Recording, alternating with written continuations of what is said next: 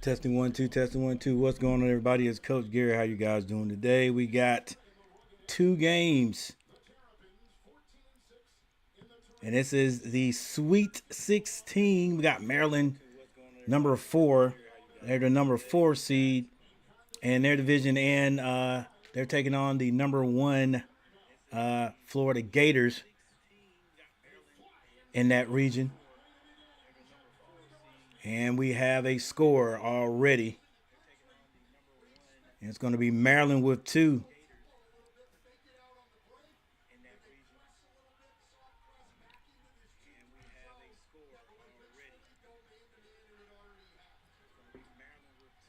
All right, appreciate everybody for hanging out with me tonight. We'll see if we can get these two games done. The second game is going to be Duke. The Duke Blue Devils taking on Arizona. That's the one I really wanted to see. But yeah, thank you guys for hanging out with me today. Or tonight.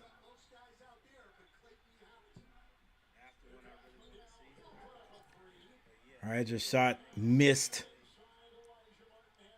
and rebounded by Florida. This is Martin. Ball's loose.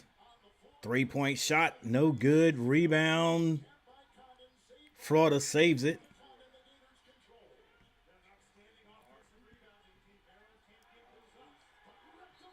Number 21, Condon, gets all the way to the front of the rim, and it's ripped away. Ripped away by number 9 for Maryland.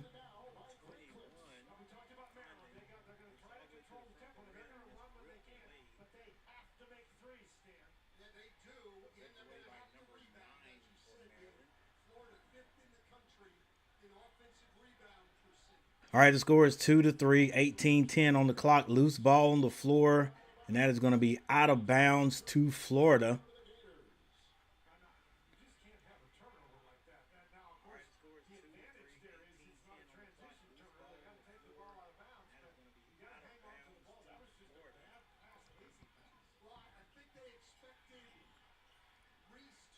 All right, this is Florida with the ball on the other end.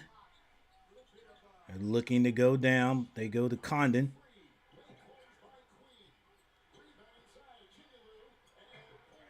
Ooh.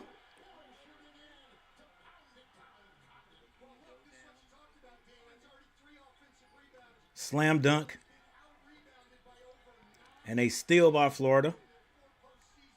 Number 15 pushing it up the floor. I will learn these names eventually as the game goes on, guys. Floater.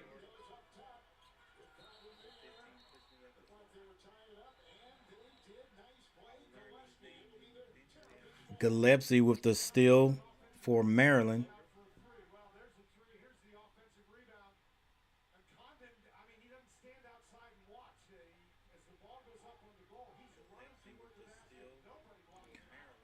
I think Condon is the man for Florida. All right, Maryland has it. They swing it around, what looked like a zone. Missed shot. Rebound.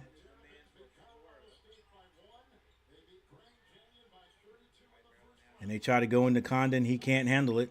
His ball's going to be stolen, so turnover. And Maryland has the ball. Maryland with only 2 points, and they turn it right back over with a bad pass out of bounds.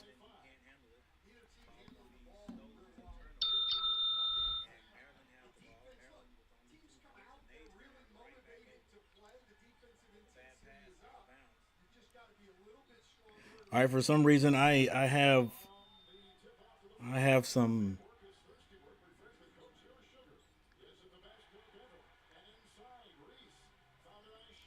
some names that are not quite what I see on the board here.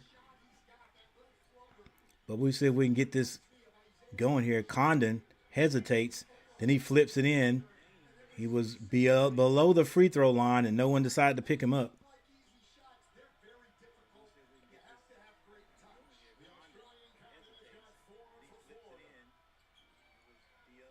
All right, this is Maryland with the ball. Back down, spin move, reverse layup is good. And that's by number 10, Reese. Number 10, Reese. I don't know why I don't have his name as number as 10. And that's Maryland.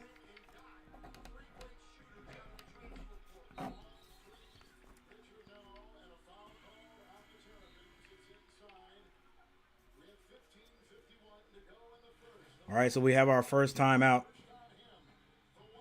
Oh, we could have got called for a hook, but it was not called. All right, 7-6. We got our first time out. Our first time out, and we're going to take a little break and make sure we get these names right. I don't know what the deal is. Hey, guys, thank you for joining me, and especially for those who hit the like button. That is always great, and we'll be right back.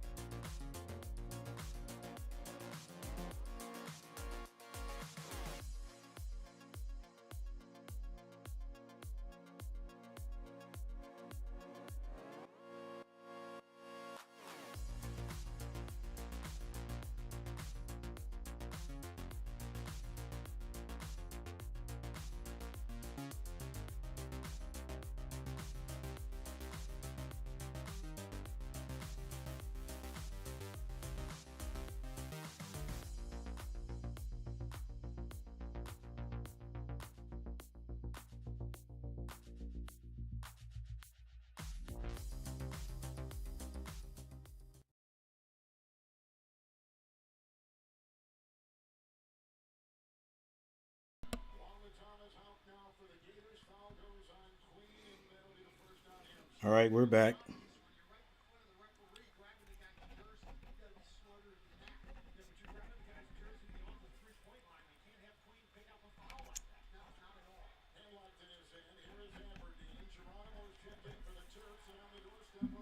Geronimo in for the Terps. Love that last name.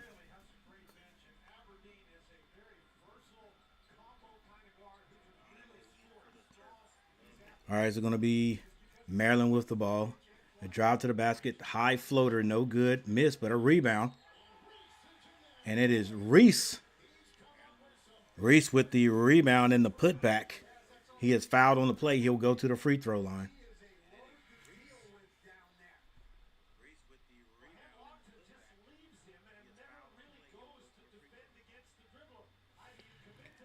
Like I said earlier, ladies and gentlemen, 9:39, we have Arizona taking on Duke. Arizona is number 4 in that division or region. Duke is number 1. All right, it says tied up.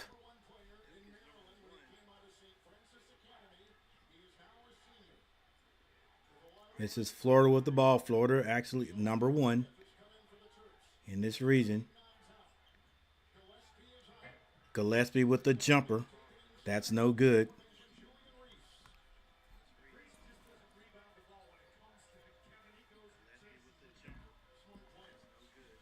That pretty sure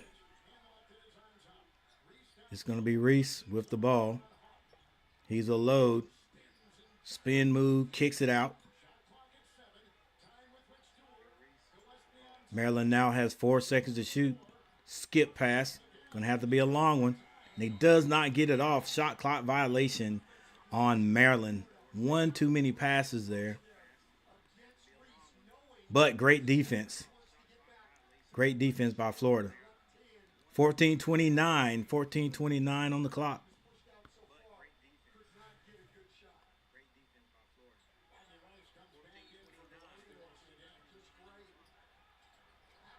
They got 2 nice sized guys down on the block there. Does Maryland.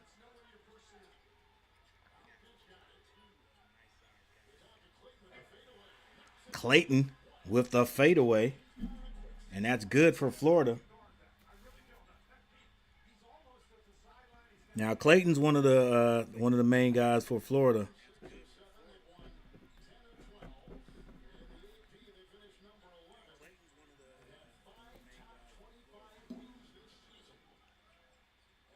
All right, Maryland tries to go inside. It's thrown away. They get to Candor, but he kicks it back out. This is going to be Clayton. Clayton shoots a tough 3, can't hit it. Rebound, Maryland. And that was Miguel with the rebound. Miguel with the crossover straight to the basket. And he is fouled on the play. He took off aggressively. That's Miguel. I think he got on the refs a little bit, and now the refs are getting on him a little bit. They're saying, calm down, son. We got it. We got it.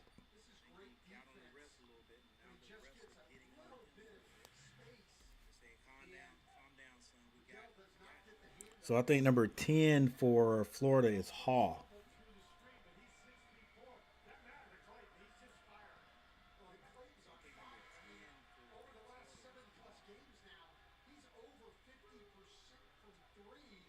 Number 25 comes back in for the Terrapins. The Terrapins. And that is Queen. Can anybody tell me what a Terrapin is? By the way, the Maryland Terrapins used to be part of the ACC long time ago.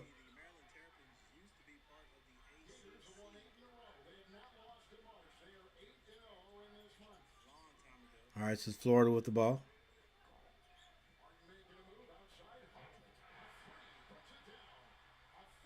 And that was Ha, number 10. Ha ha ha ha. With a 3. It's 15-9, ladies and gentlemen. 15-9.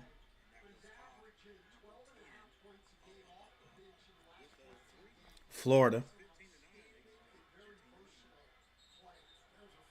All right, Maryland tries to go inside. I think they were trying to get that ball down to Queen.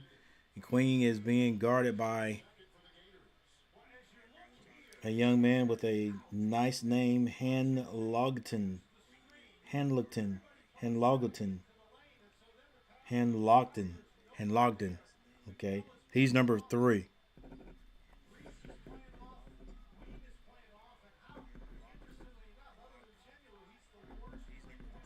Hanlogton. Hanlogton is probably how it's pronounced. All right, so that ball is going to be knocked out of bounds. It wasn't a foul, and Maryland promptly turns it right back over. It's 9-15. Florida ball.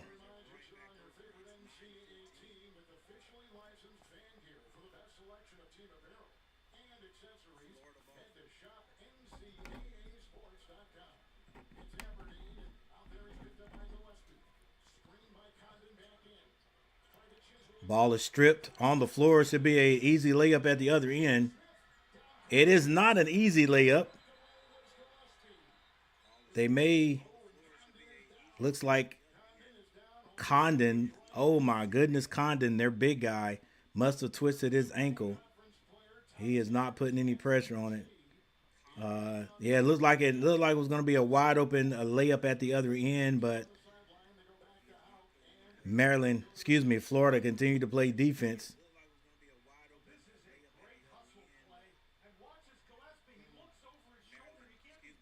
Yeah, Gillespie.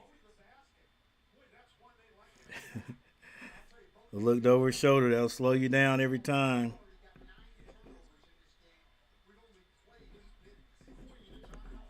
I think there's a Gillespie on Maryland's team also. Wow. Nice 3-point shot. Hey, is this why Florida is number one in the division, I guess? All right, this is Queen. Queen shoots a short jumper. No good. Rebound. Richard. Richard for three. Can't hit it.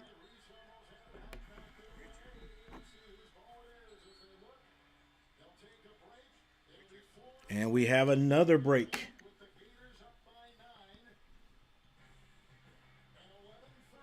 All right, Gators with an early run. It is 9-18.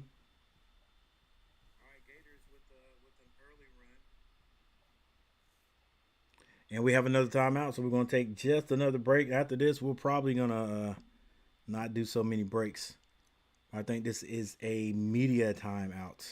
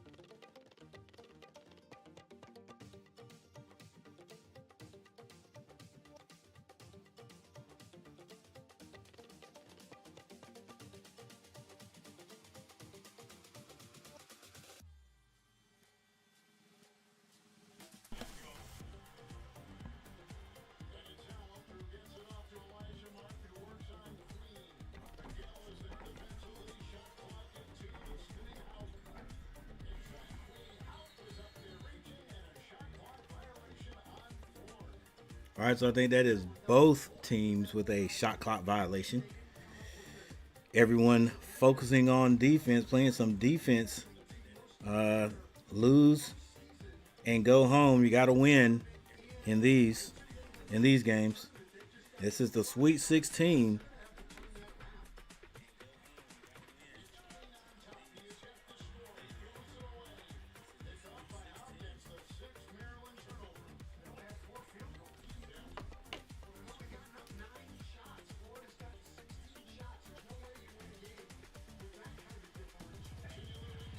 Florida scores again.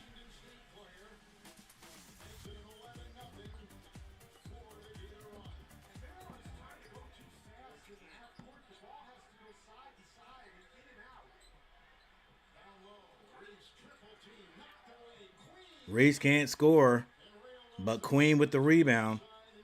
These Maryland bigs are going to be the difference for Maryland if they are to win this game, it looks like.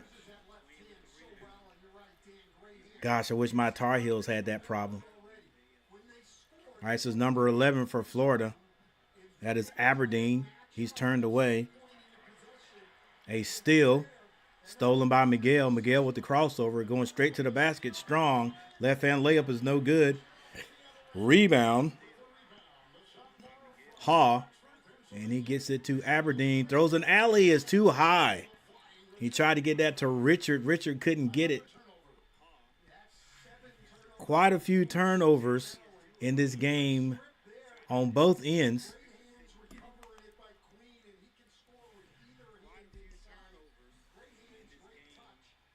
$9:48. I know it says 9:21 on the screen here. 9:42 on the clock.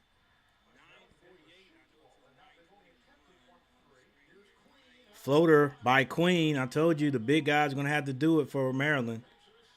Queen with a two-pointer, and they go down low. This is Florida. Number 9, Chinilu, can't hit it. Here come the Terps. Gillespie for three. It's good. Gillespie for three.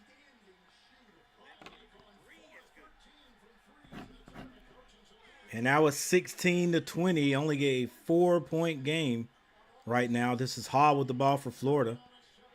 Gets that to Clayton. Clayton goes back to Haw. It's slapped out of there. But a foul's going to be called maybe on Reese. Who fouled him? Miguel. I think they said Miguel must have fouled him because Reese threw it out of there.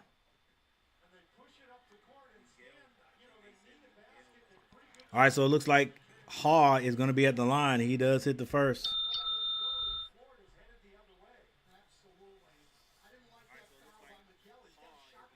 $8:52 on the clock. 8:52 left before the first half. This is Maryland taking on Florida. Florida is the number 1 seed. Maryland is number 4. All right, this is Gillespie bringing the ball down for Maryland. He gets that at the top. I think this is Queen. Yeah, the ball is sticking. 3-point shot. Ooh, nice. I tell you what, Gillespie is showing he's got a little range and now a little pressure. Florida does get it across. This is Clayton with the ball. Long shot, Haw with the rebound. Kicks it back out. Clayton went for the three, left it short.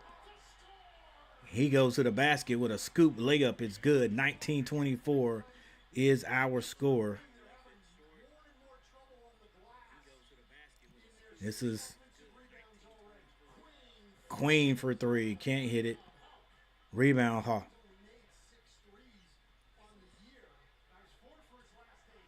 Clayton drives to his right. Stops. Kicks it. Haw swings it. They get it inside. Chinlin Lu.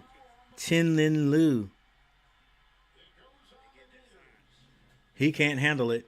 And I think that ball is going to be Gator ball. Nice move by Clayton. Scoop shot, and the layup is good.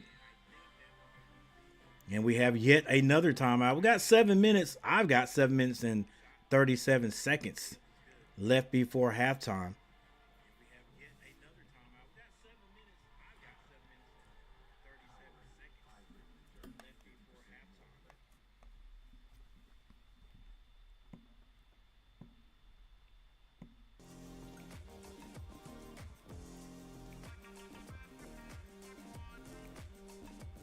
All right, Maryland has found a way to score a few baskets there.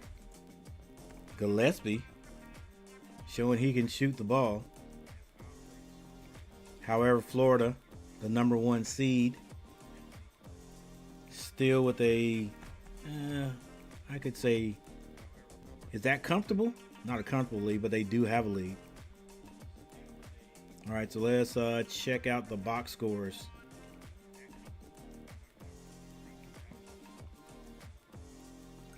All right, Reese.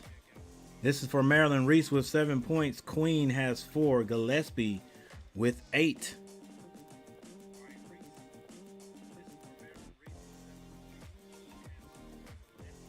All right, I thought Gillespie was on Maryland's team. I don't know why. Okay, Gillespie with 8 points.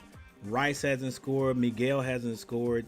Now we go to Florida. Florida, Condon. He has 4 points, but he got hurt, so we don't know if he's going to come back or not. Chinlin Liu, 2 points. Richard has 3. Clayton with 8 points. And off the bench, Haw with 5. And Aberdeen, number 11, with 2.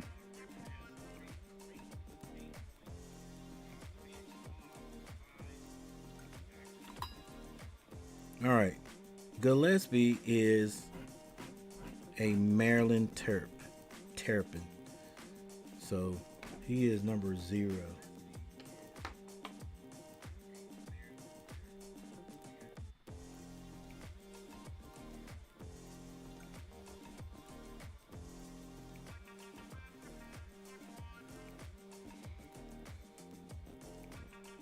All right, guys. Thanks for hanging out with me. Let's see if we got any likes.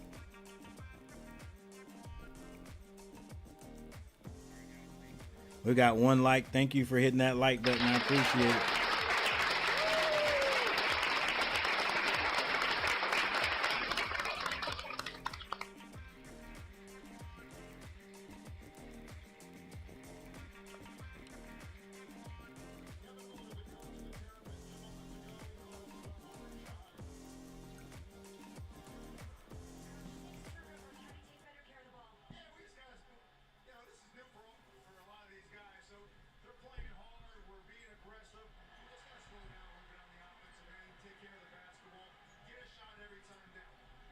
All right, Maryland scores. We've now got 22-24, and it's a steal. That is Gillespie with the steal. He misses, but he is fouled on the play. And Gillespie has a chance to tie this up.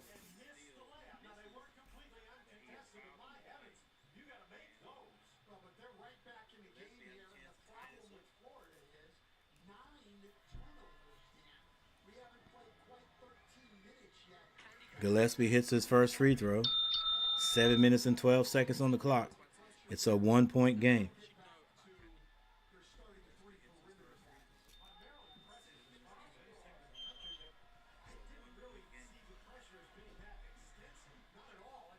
Gillespie hits both. It is tied up. 24-24.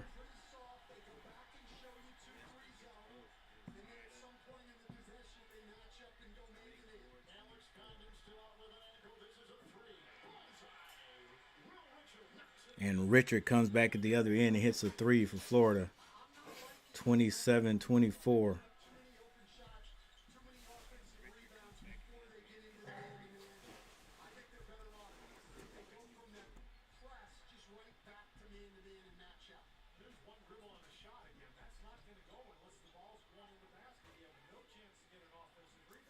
This is Hall with the ball. Throws a hot one over to Richard. It's out of bounds. Another turnover. Both of these teams are turning the ball over.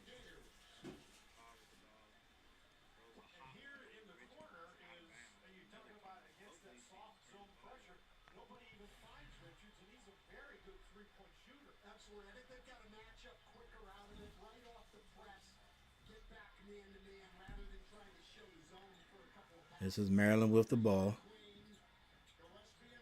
Rice goes to the baseline. And I think it's going to be Queen. He's going to be fouled on the play. 6:13 left in the third.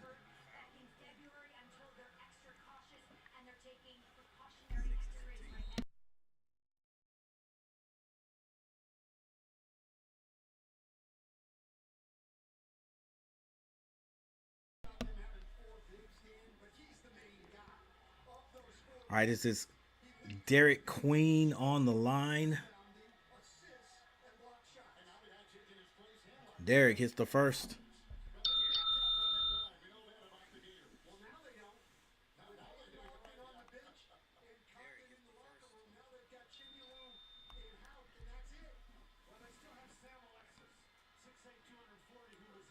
Derek Queen hits both. It's a 1-point lead. Low pressure. Hall does not see the guy behind him, but nevertheless does not turn it over. 3-point shot, no good. Rebound, Queen. Outlet pass to Rice. Rice slows up. Finds a man under the basket. Hesitates. Had a shot, an easy shot. He gets it to Queen. Queen strong to the basket. But he's going to be fouled on the play, maybe by Hall. Couple of times I've seen these guys have a chance to get have a layup, and they're too worried about who's behind them instead of going up strong.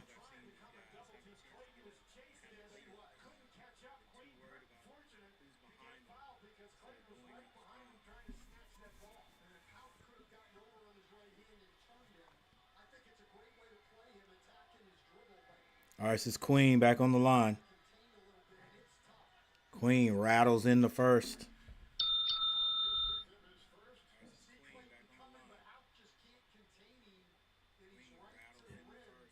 The big guys from Maryland are doing the job. All they got to do is get the ball down to them.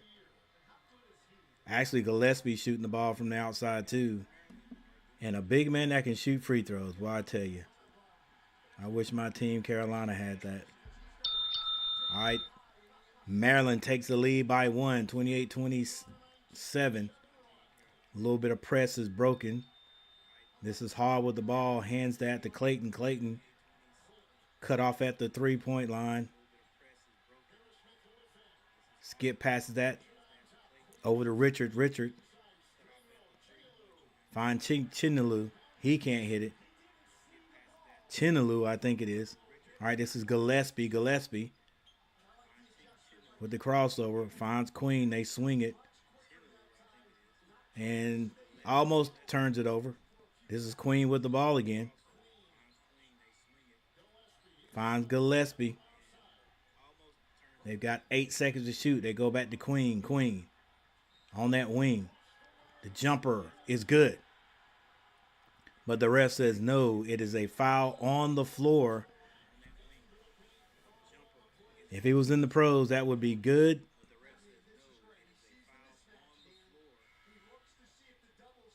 Yep, that would definitely be good. Queen, we'll do a little player profile before the games are with, so we can get a look at how big Queen is. A little bit of information on him. He's back at the free throw line, earning his points at the free throw line. Hits the free throw with no problem.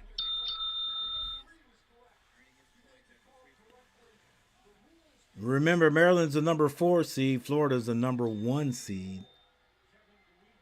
Too many turnovers for both teams, if you ask me. And Queen hits both free throws with no problem. I don't think he's hit the rim yet on the free throw. And Maryland's in a full court press. It's a man press. Florida beats it easily. This is Richard to the other end. The layup is good. Maryland gets it out quickly. Quick shot. Too quick. And that was number 1, Rice. A lot of action going on this time. Actually, the last couple of possessions for both teams. Richard steps out of bounds for Florida, and that ball is going to go to Rice. Like I said, a lot of turnovers. We'll check that out next time we have a dead ball or a timeout. There's 4 minutes and 40 seconds left before intermission. All right, this is Rice to bring the ball across the timeline. He is being guarded by number 15.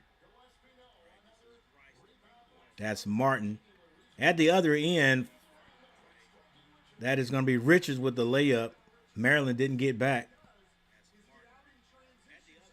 And Florida takes the lead back by 1, 31-30. Queen, free throw line floater, no good. Chinelu with the rebound. Hands that to Clayton. Clayton down the middle of the lane. He is fouled. Hits the floor too, but fouled trying to do a left-handed layup.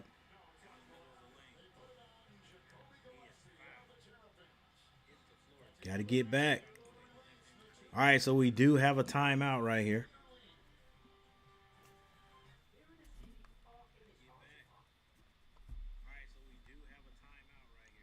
All right, once again, thank you everyone for hanging out with me. For that one person who hit that like button, you are number 1.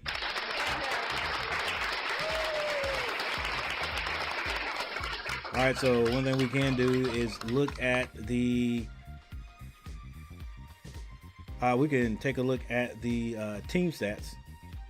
Let's get the score right here real quick at the top. Actually, let's get the score right, period. There it is.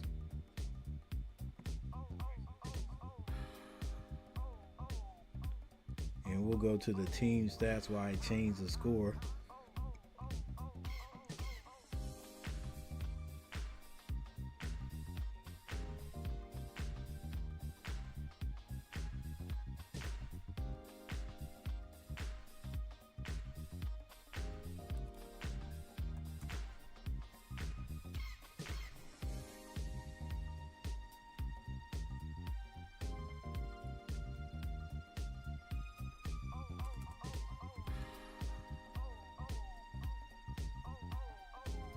All right, let's check this out.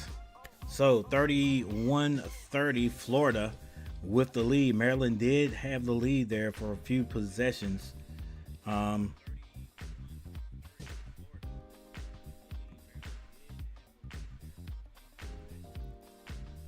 Florida finished second in the Big Ten. Excuse me, Maryland finished second in the Big Ten. All right, here we go. Field goal percentage 42.9 for Maryland, 48 for Florida. 3-point shooting, 3 of 8 for Maryland there, 37.5%. And Florida, 41.7 there, 5 of 12. Free throw shooting, 81% for Maryland. That is good, but Florida, 100%. They've only shot 2. Maryland, they are 9 of 11. Rebounding, 17-8 Florida. Assists 5-2 Florida. Still 7-3 Maryland. Turnovers 6-11 Florida. Florida with 11 turnovers. Maryland has 6. Both teams turn the ball over at a high rate.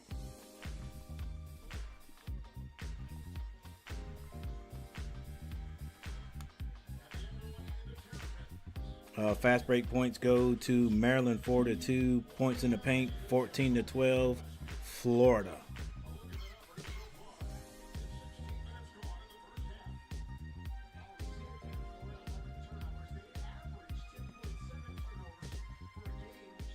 Hey, well, I guess Carolina doesn't turn the ball. It's not the only team that turns the ball over at a high rate. All right, Clayton at the line. Hits his first.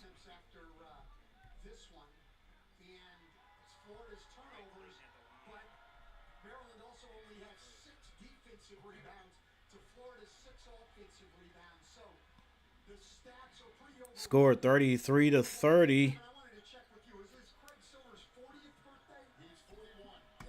This is Queen with the ball. Miguel gets it to Queen off the glass, can't hit it. Rebound on the other side. I think it's going to be a pushing foul. Pushing the back there. That ball's going to go back to Florida.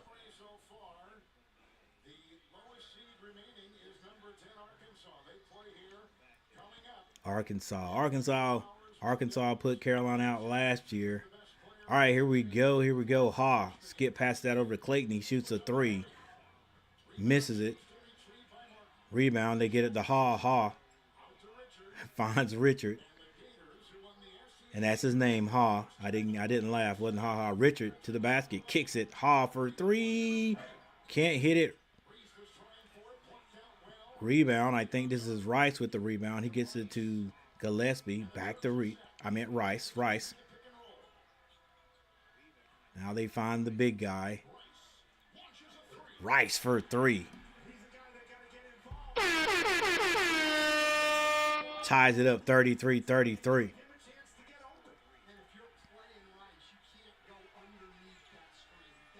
Clayton crosses over. Tries to get into the lane. That's going to be out of bounds to Florida off of, I think it was Queen.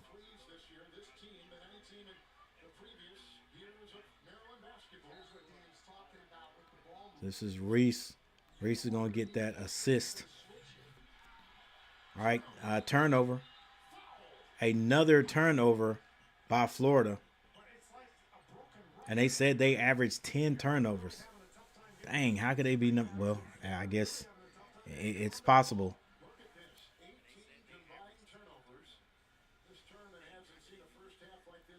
Yeah, like I said, it's a bunch of turnovers. And a foul on the play that's going to send, is this Reese? Going to send Reese to the line. Reese hits his free throws. Love to see big guys that can hit free throws, man. Like, dang, get down there, go to work, get fouled, and hit your free throws.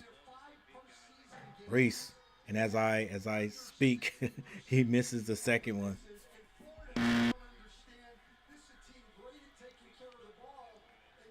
All right, Richard finds Chinaloo for Ha. This is Martin with the ball. Martin finds Clayton. Clayton gets into the lane, powers that shot up, draws the foul. It's Condon. He got hurt early, guys. He's on that bike. You got to believe he wants to come back and help his team. That's for Florida, but he couldn't put any weight on that ankle.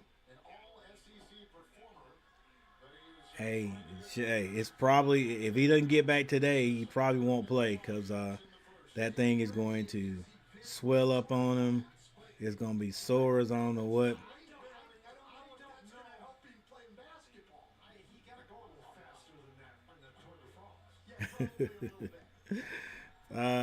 The guy's giving him crap because he's taking his time on the bike. All right, I think that was Clayton. Clayton to hit his free throws. And Florida goes back up by 1. 2:18 on the clock. Rice gets that to Queen. Queen goes strong to the basket. Finger roll, no good. And a offensive foul. Offensive foul that might have been on Reese. Ball goes to Florida. Clayton crosses the timeline at the 2-minute mark. This is Richard. Richard being guarded by Rice. He finds Chinaloo. Chinaloo swings at the Ha. Looked at the three-point shot, turned it down. Now Martin has it. They go inside Chinaloo. He tries a reverse layup. Backward reverse layup. No good. This is Rice in the corner. Get out of the corner. He finds Reese. Reese hands that to Gillespie. He's bumped. And the ref says he was fouled on the floor, but they will not get any type of continuation in this game.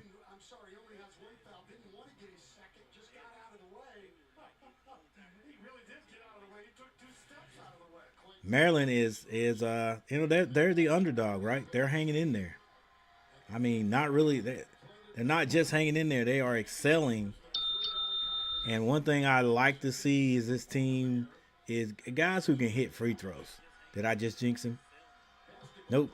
Both free throws there by, I think that is Gillespie. Chinelu finds Haw. Haw stops in the lane, kicks it. Martin hesitated on the three, and then he splashed it. Florida takes a 2-point lead. 38-36. I guess it's going to be some kind of turnover or a quick basket here. It is a turnover. This is Clayton. Clayton finds Richard for the lay. It's 36-40 with 45 seconds on the clock. Rice decides to slow this down. He shoots a jumper from the right-hand corner and rattles that in. 38-40. 32 seconds on the clock. Clayton slows it down. He's on the left side of the court. Clayton picks up his dribble and throws it away. Another turnover. This time, Queen gets it. And with 19 seconds on the clock, Maryland can take the last shot and go into the lead. They can take the lead with a three. 8 seconds on the clock. This is Queen. 3-point shot. No good. Rice couldn't hit it. And that is the halftime score right there. 38-40. Florida.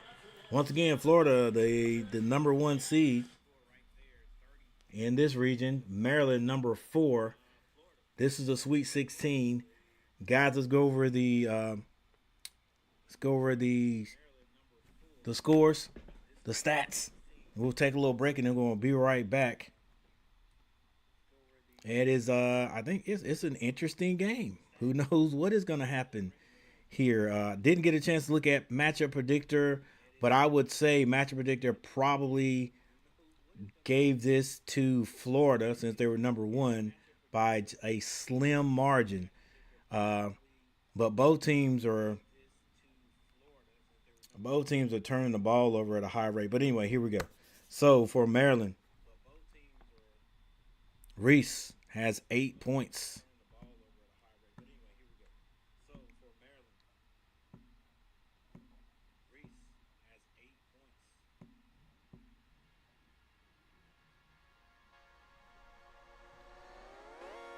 All right, right before I go over that, let's go ahead and change the score at the top. 38-40.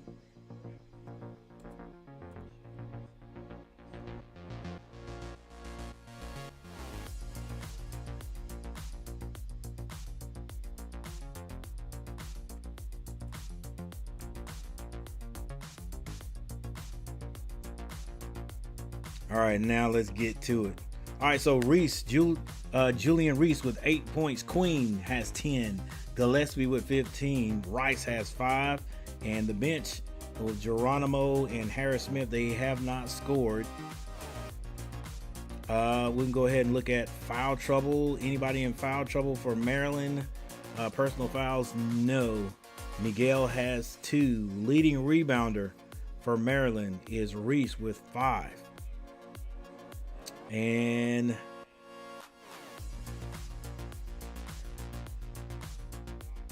Reese also, Julian Reese has 2 assists. All right, for Florida Gators, Condon 4. Now Condon, I think, was their main guy, but he is hurt. He hurt his ankle early. He's on that bike trying to get warmed up, trying to come back out there, but it looks tough for him. He has 4 points when he got hurt. Chinelu, 2 points. He does have 5 rebounds. Will Richards, also Clayton, both have 12 points. Martin with 3, Haw with 5 points, and Aberdeen with 2 off the bench.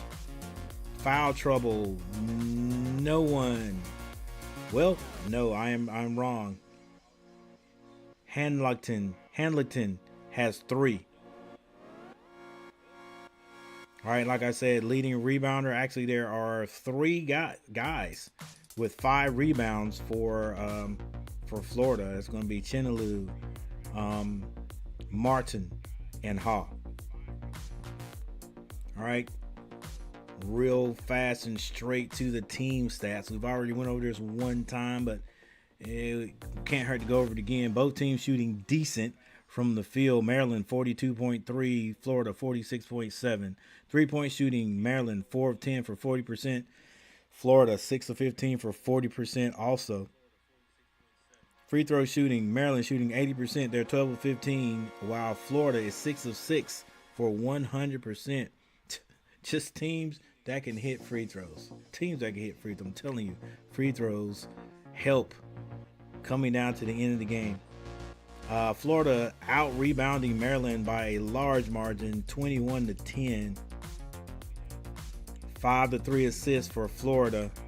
Steals 9 for Maryland, 4 for Florida. Turnovers 13 for the Florida Gators, number 1 seed. But Maryland right behind them with 7. Fast break points go to Florida, 6-5. Points in the paint go to Florida, 16-12. Largest lead by Florida was 11, and Maryland had a 3-point lead at one time. All right, so with that said, let's do just a couple of, ooh, that did not look good right there. Just a couple of player profile. Who do I want to see? And for Maryland, definitely Queen is the 6'10". Wow, he's a freshman? I wonder if he's going to be there next year. You know how guys like to jump into the transfer portal. All right, Queen, 6'10", 246. That's what, hey, Carolina, that's what we need at Carolina. Talk to him. Throw some money his way. Get him down here. 6'10", 246, and he can score. 9.1 rebounds per game. That's what we need. That's what we need in the Tar Heel State. All right, anybody else on Maryland's team? So we'll let that slide for right now. They say the man for Florida is Condon. All right, so let's check Condon out.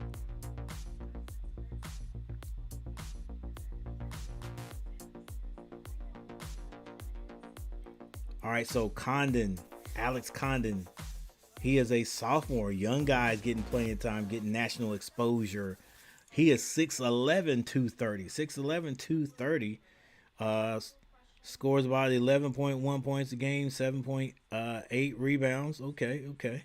You know, I don't think he's going anywhere, but if he ever decides, Condon, if you ever decide, you know, after this tournament is over, that you're ready to look at different places, you want to come up north a little bit, come on to North Carolina. We need a 6'11" guy that could score in the paint. 11.1, 7.8 rebounds. All right. So with that said, guys, we're going to take a little break here, and then we'll be right back. Leave you guys with the box scores.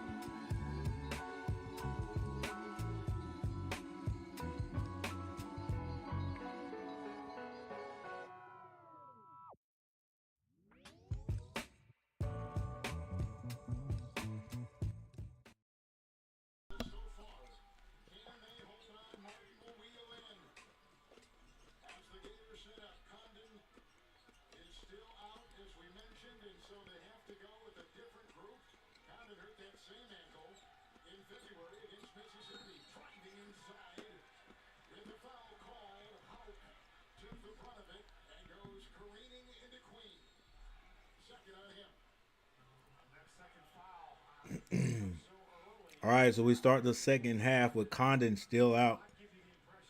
He's back there standing in the runway, but I don't think he's going to be playing tonight. And Thomas Hawk is at the line after going to the basket and getting fouled.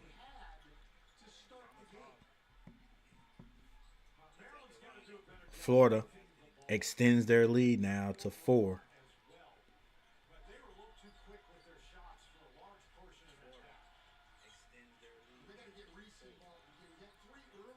Nearly a turnover, and it is a turnover right out of the box, right out of the bat, right off the bat.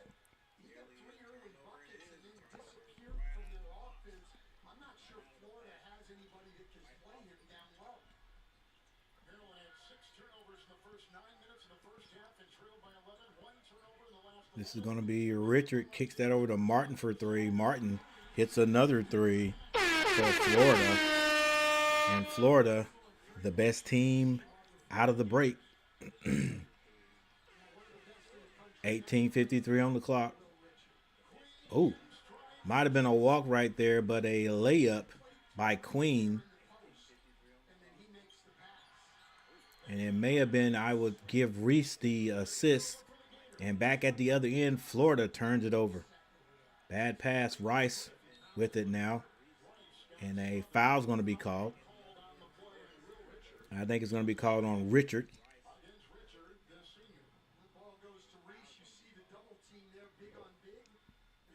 I guess it wasn't a travel.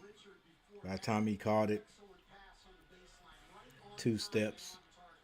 All right, this is Maryland with the ball. Nice bounce pass on the baseline. This is Reese with the turnaround jumper. That's good.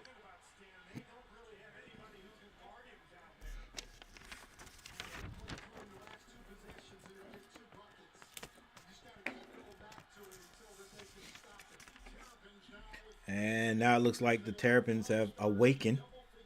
It is a 3-point lead by Florida. Hall drives off the glass. The floater is no good, but a foul's called. And I think that foul is going to be called on Miguel. And just like Miguel, I'm trying to figure out where the foul was. But the ref had a better angle tonight. Angel Reese is held up. Is that okay? I didn't know, guys. So Angel Reese is in the building, and there's a young man on the floor. Okay, so Angel Reese played for the Terrapins, so that must be her brother. I didn't know. Well, I didn't know she played for the Terrapins, so that's Angel Reese's brother right there. Okay, he's decent.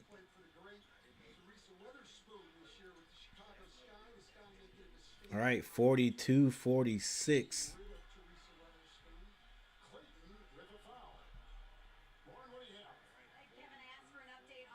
Hey, Condon, he's still back there running, man. Like he wants to. I know he wants to get back in the game, but heck, up to then, it'll be up to him. Long 3 by Maryland off the glass doesn't go. Richard with the rebound.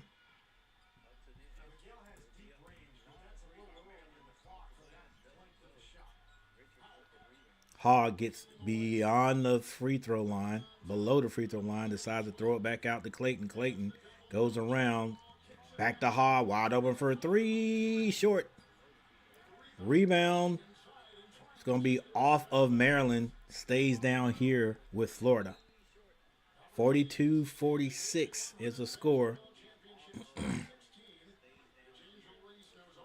I wonder if that's Reese's mother.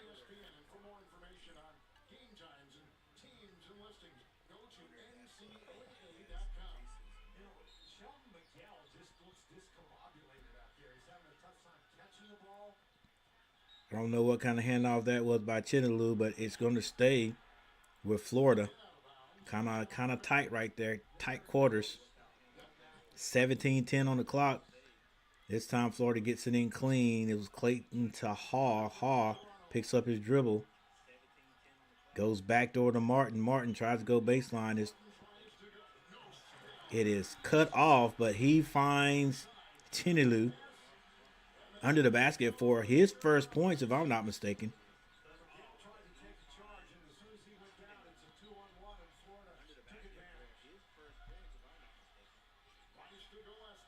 Two more points for the Gators.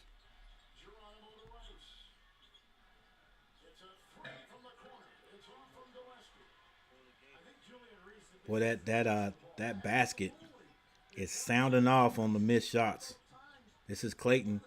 Finds Chinelu under the basket, and he does another chin up. Does Chinelu at the basket. And a timeout has got to be called by Maryland.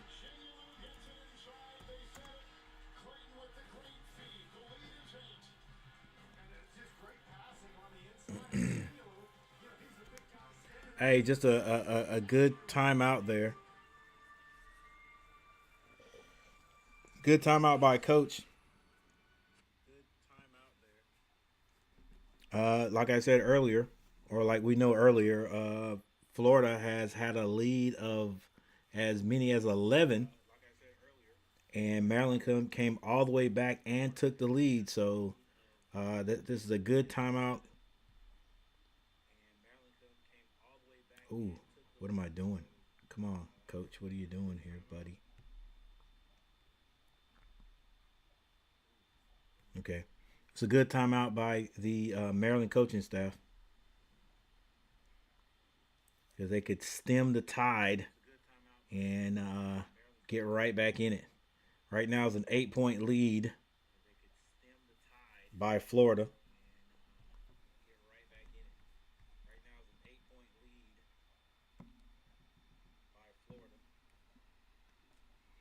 All right, Julian Reese with 10 points. I guess we could do a little player profile. Reese, he's 6'9", 255. Nice size right there. 13.3 points per game. He is a senior. He's a senior, so he is coming out this. Well, who knows? He might have one more year of eligibility. Who knows?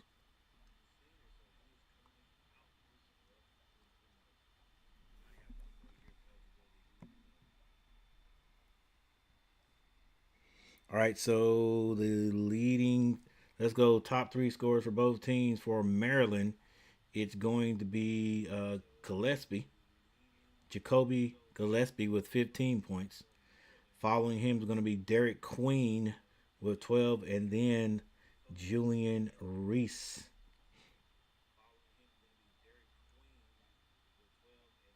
Here's Gillespie. He's a 6'1 junior, 186 from Greenville, Tennessee.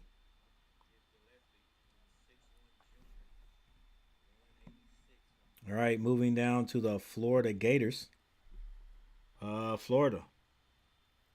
Condon with 4 points. He's trying to get back in the game, but I don't think he's going to be able to get in there. Chinelu has uh, scored 6 points. I think all of them here in the second half. Chinelu, number 9, is a 6'10", 255. Gosh. But he only scores about 6.1 points per game, so he is at his he's at his average right now. Will Richards and Walter Clayton both have 12 points. As to lead the Florida Gators.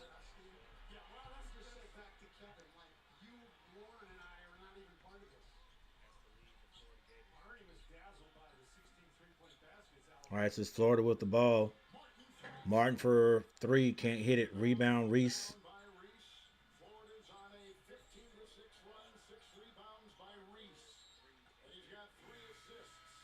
Ball knocked out of bounds by Florida. Will stay here with the Terrapins.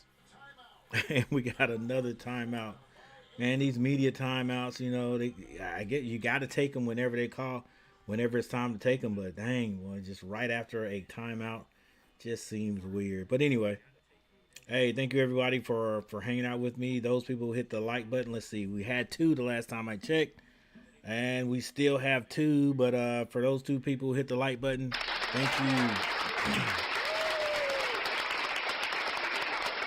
Hey, if you haven't subscribed to the channel, subscribe to the channel. We are trying our darndest to meet our goal, and the goal was to get to be at 2,500 by the time March Madness is over. Well, got a little time, and what you're telling me is, you're telling me I have a chance. We have a chance to get 2,500 before March Madness is over. We're at 2,493, if I'm not mistaken. So yeah, thank you guys who have subscribed to the channel, and for those people who hit the like button today, thank you so very much. All right, so we are in this timeout. Um, as we were talking about the box scores, let's see who Richard is. Will Richard. He's a 6'4" senior, 206 pounds, from Fairburn, Georgia. Okay, Will Richard. And then finally, we've got Clayton.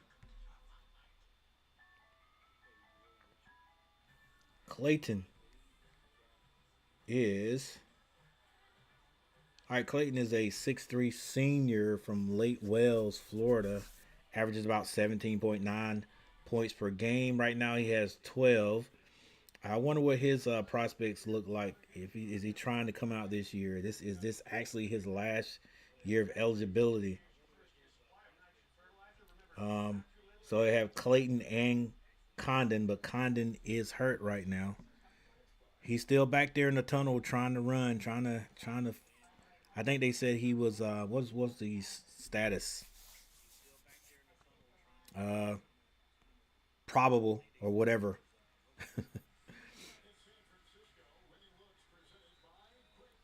All right, I like this thing right here. Shows how the game is gone. Actually, probably going to act a little bit better as the near the end of the game. But as you can see, Florida pulled away a little bit right there. And then in this area right here, you see where it went back and forth with Maryland actually taking the lead a couple of times. Then Florida pulls away just a bit, but then Maryland comes right back. So right here we are trending again in the other direction with Florida extending the lead.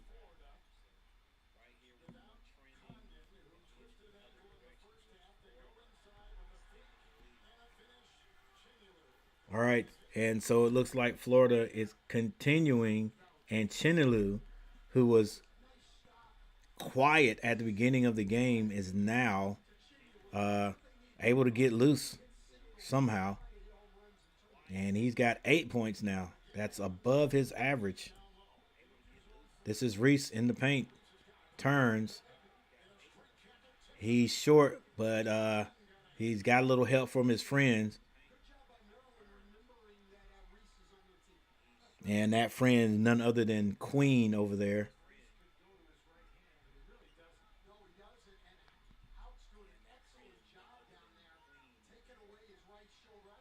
Florida got a lot of movement in their offense. I like it. Ball not sticking right now.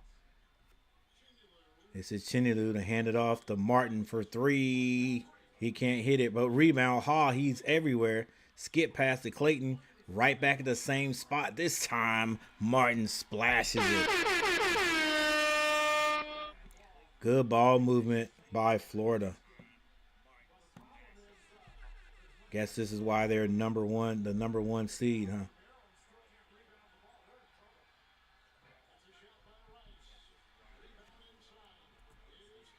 I tell you what, those big guys from Maryland, that's what's going to help them if they win this game.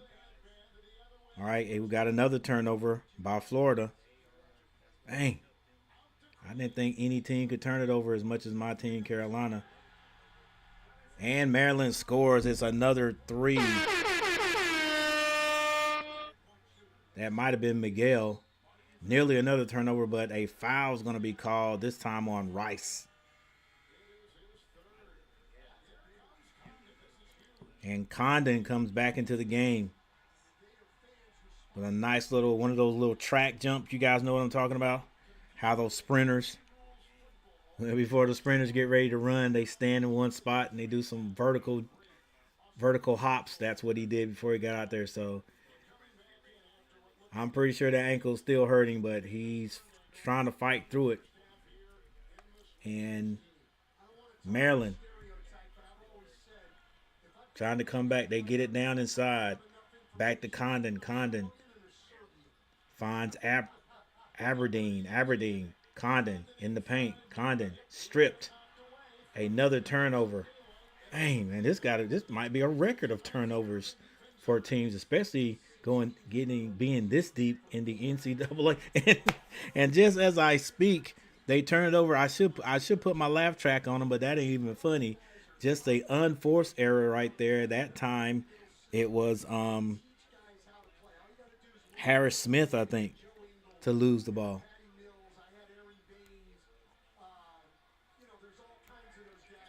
These teams are going to look back and say, man, if we didn't turn the ball over this time, who knows? We didn't even get a chance. Aberdeen for 3. Splash. That's why you can't turn the ball over.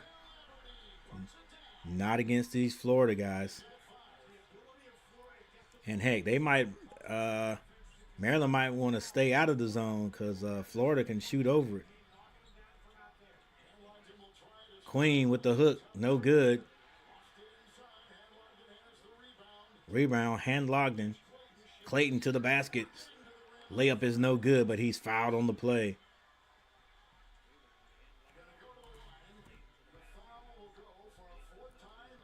Florida scoring in flurries.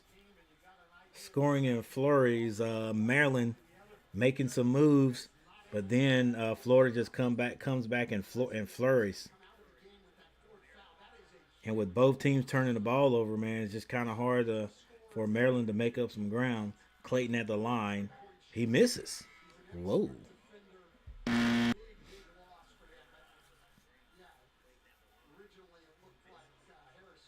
All right, Gillespie goes out. There's 12 minutes and 27 seconds left in this game. And Clayton hits the second.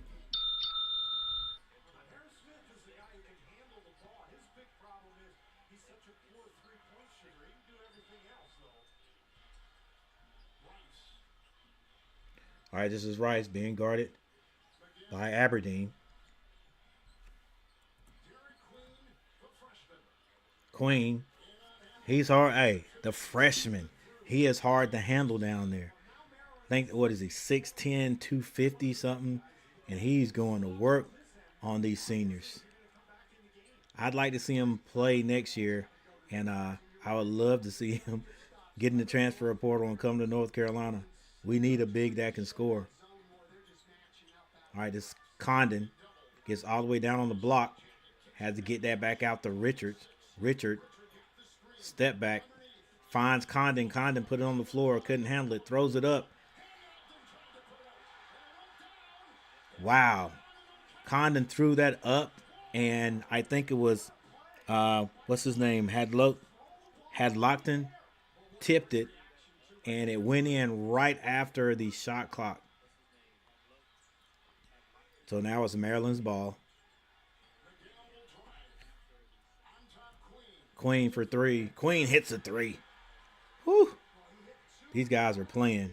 It's a nice little game right here.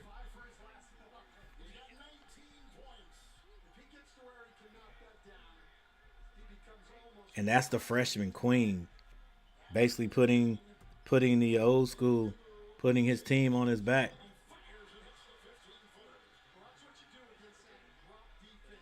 But Aberdeen comes back and gets 2 more for the Gators.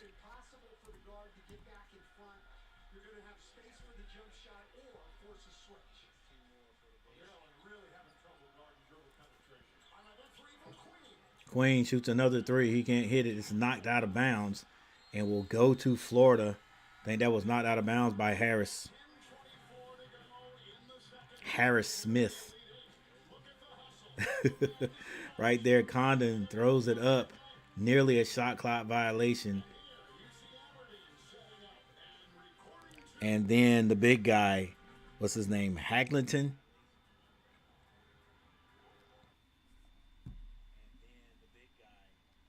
Handlington tips it in. All right, so 54-63. 54-63. Nice little game we got going on here between the Maryland Terrapins and the Florida Gators. 10 minutes and 24 seconds left on the clock. And right after that, we're supposed to be at 9:39. I don't know if they're going to finish before then with all these timeouts. But anyway, it's Arizona, the 4 seed, taking on the Duke Blue Devils, number 1.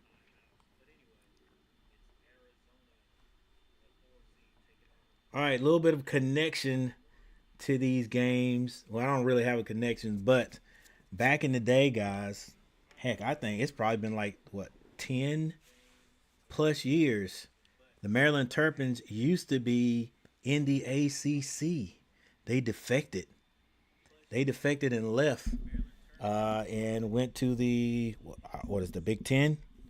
Big Ten, if I'm not mistaken. Yeah. I think one of the last big players I knew from Maryland was Dixon. Can't remember his first name, but Dixon. I think he played in the pros for a while. But yeah, and then Maryland moved. So that's my only that's my only connection there. If I was going for a team right now, it would definitely be Maryland. Uh, simply because they're the underdog. They did used to be in the ACC. I'm partial to the ACC. Florida is the number 1 seed then. All right, but our next game, guys. You can hang out with me right there. Our next game is going to be Arizona taking on Duke. I'm sorry I lied to you, Martin.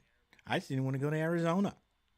All right, but anyway, uh, the Duke Blue Devils will be taking on Arizona now. Coach, what do you have?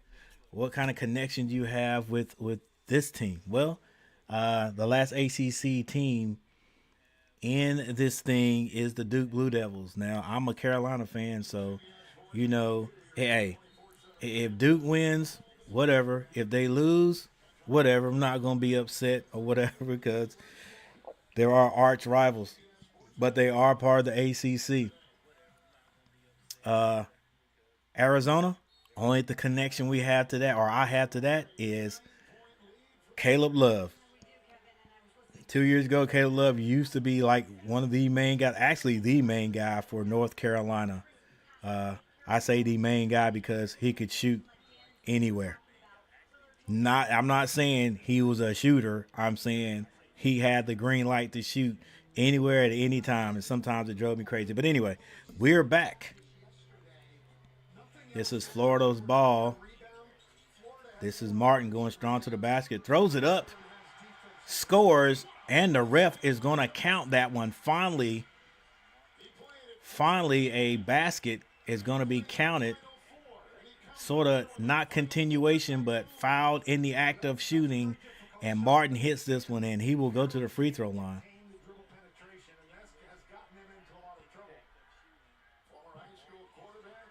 And he hits it.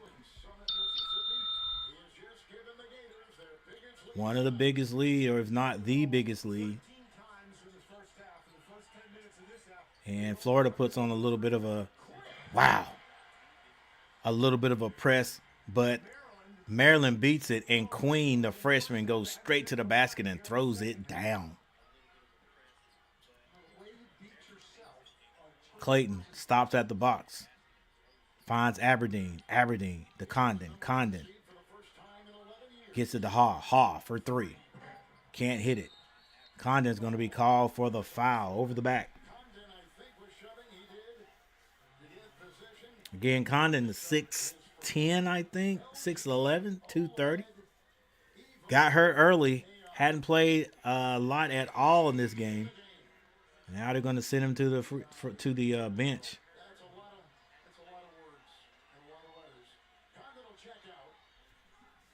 And Condon will go sit on the bench, so he's not going back in the tunnel.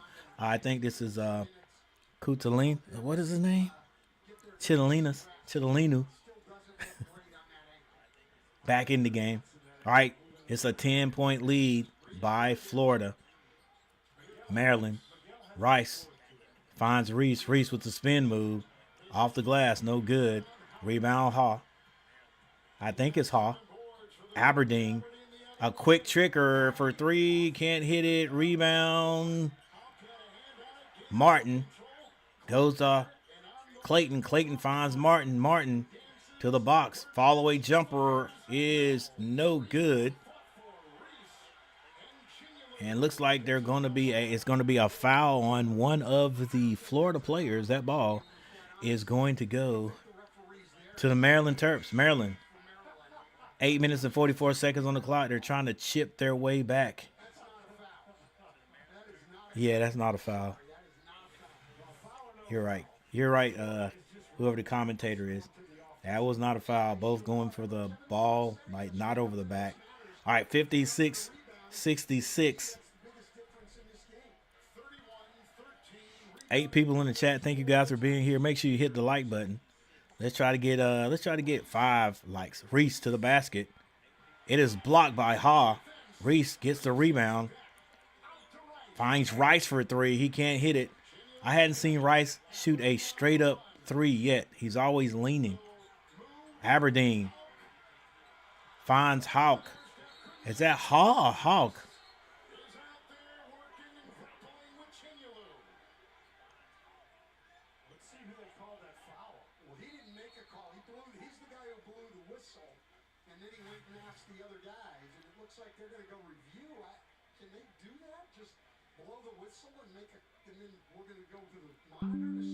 Yeah, not sure what that was about right there.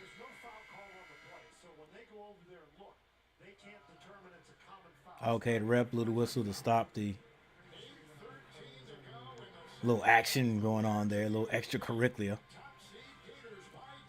Yeah, if that's what they're looking at, I think they're going to get Reese on that one. Little incidental contact, I think, by Chinyalu.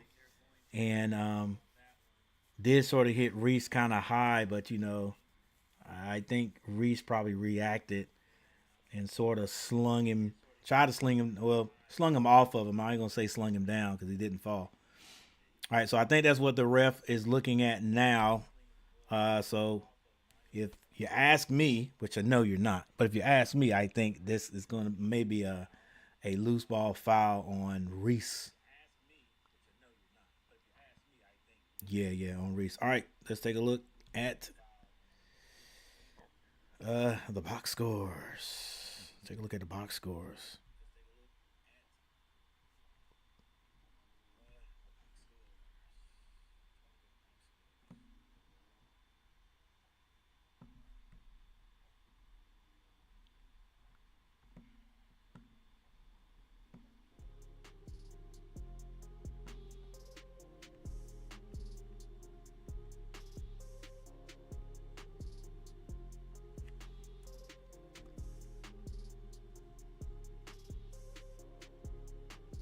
Still a 10-point lead. Maryland's trying their best to chip away at it, but every time they make a move, Florida is able to figure it out. They're able to put some extra points on the board. Thank you, Michael Smitty, for stopping by and putting some love in the chat over there. Julian Reese with 12 points. Derek Queen, the freshman, leading all scorers with 21. Gillespie has 15.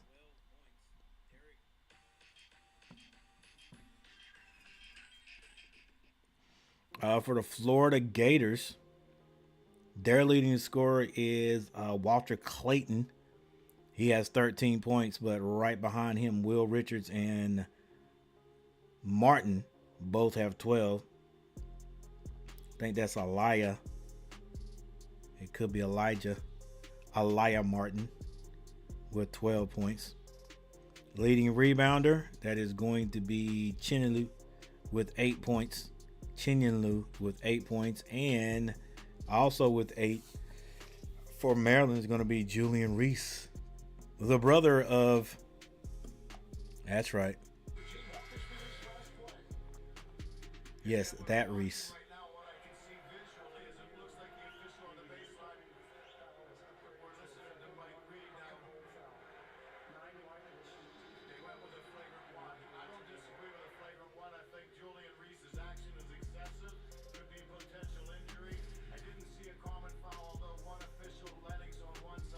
Yeah, like I said, that ball that was going to be called assessed on Julian Reese, the brother of Angel Reese.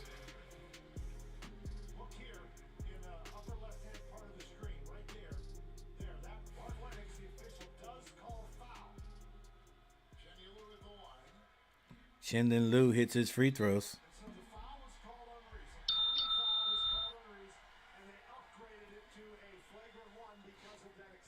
Yeah, the excessive. Look, these guys are big, man. But no matter how big you are, you throwing all that weight around on somebody's arm. He lucky he didn't pull his arm out of the socket. Dislocate his shoulder, not out of the socket, but dislocate. All right, 56-86, 56-68. And once again, the ball hasn't even switched sides yet, and Florida has another chance to go to the free throw line, and they take advantage of it. I'm telling you guys, free throws are extremely important. Like, these teams that shoot free throws and miss them, and I know what you're thinking. I know what they're thinking. Like, oh, it's just a free throw, no big deal. Even the crowd is like, oh, you missed a free throw, but that's all right. We can get it back. These are free points you're leaving out there. All right, Queen. Queen, the freshman, is just taking guys to the basket. He don't care who gets on him. He's an equal opportunity barbecue chicken maker.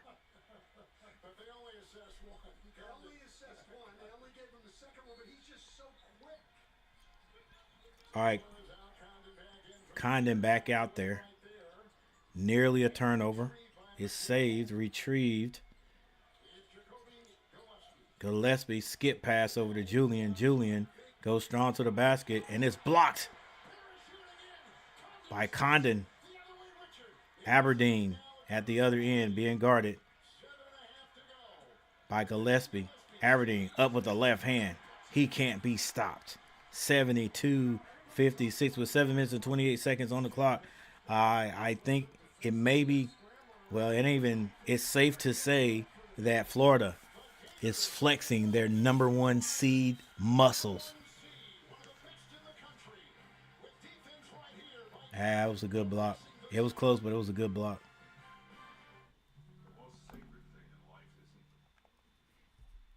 All right, guys, we got a timeout, and we'll be right back.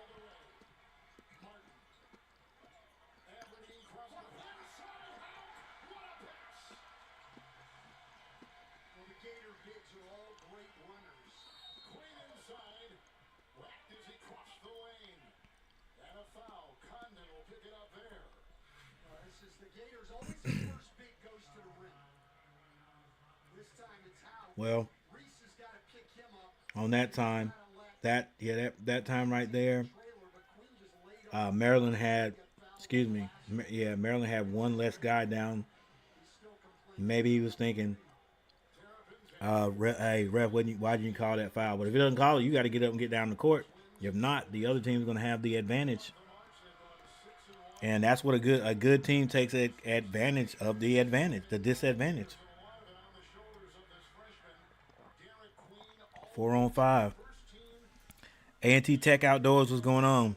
UNC needs a couple of big men, coach, for next year. Glad you are sharing these games. God bless, but hey, God bless you too. Yeah, man, like we definitely need some big guys. This Queen guy, he's a freshman. And you never know the way people are throwing money around. Yeah, and you don't know he's a starter here, but you just don't know what's in these guys' mind. He could jump into the transfer portal.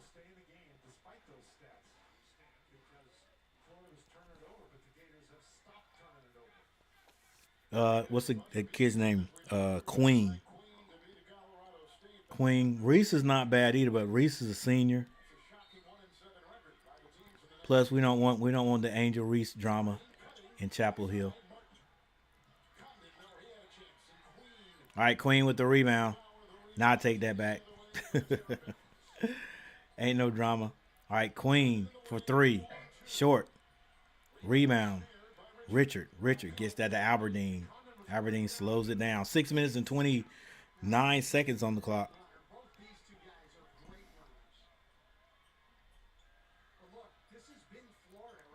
58-74. Here's Richard. Condon had the ball, didn't want to shoot it right there.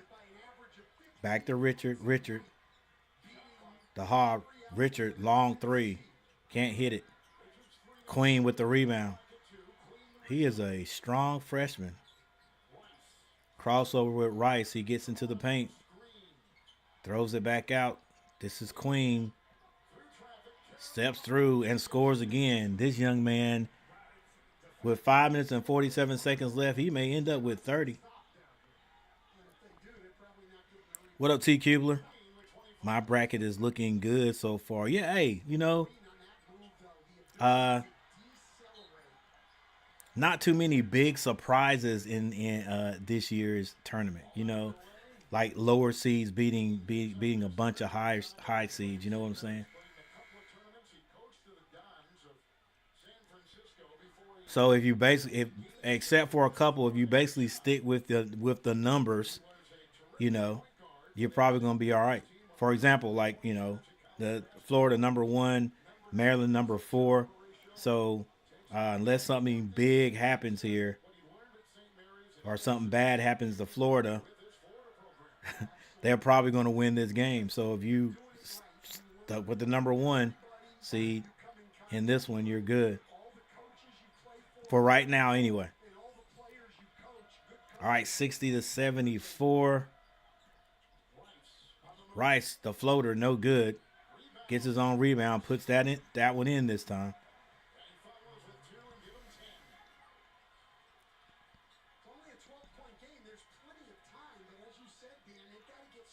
5 minutes and 5 seconds on the clock. Aberdeen finds Hawk. Condon turns down the 3, but Aberdeen says, I got you, and he hits it. Maryland can't find a way to score right now, and Florida is pulling away 62-77. That's right. The winner goes to the Elite 8, guys. All right, guess what? That's right. There's another timeout. All right, guys. Hey, stay tuned. We got another game, probably one that most people are going to be watching.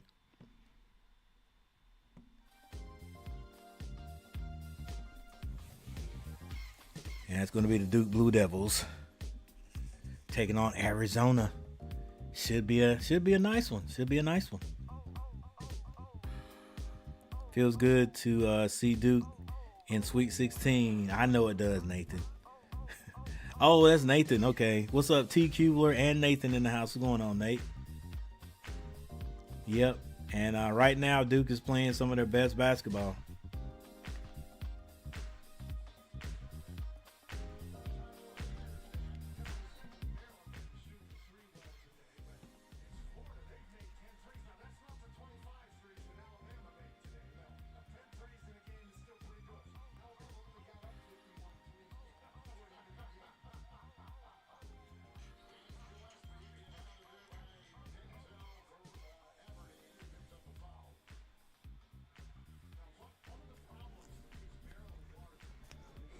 All right, we got 4 minutes and 41 seconds left in this contest.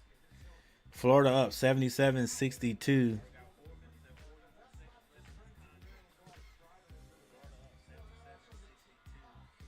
That's a 15-point lead. But Gillespie on the line, trying to shrink it.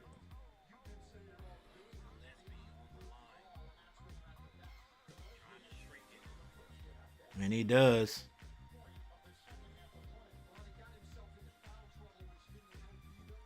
Full court press, but it's a man press.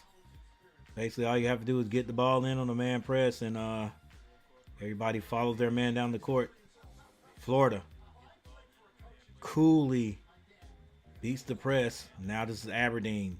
Aberdeen, the Hawk. Long three. Wow.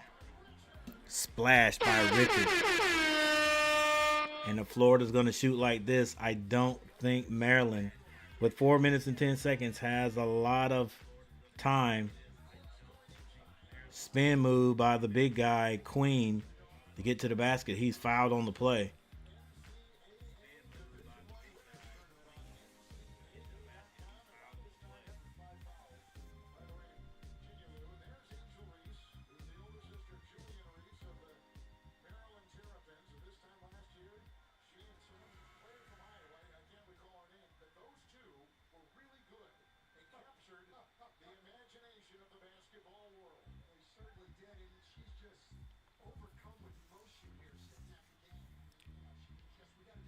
All right, 64-80.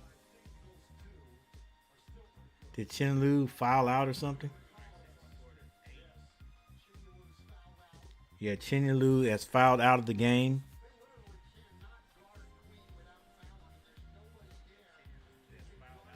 He fouls out with 10 points, but he averages like, what, 6.1 or something like that? I might be wrong. Yeah, I think it is 6.1. All right, Queen at the line. Queen hits his free throws. Or hits the first free throw.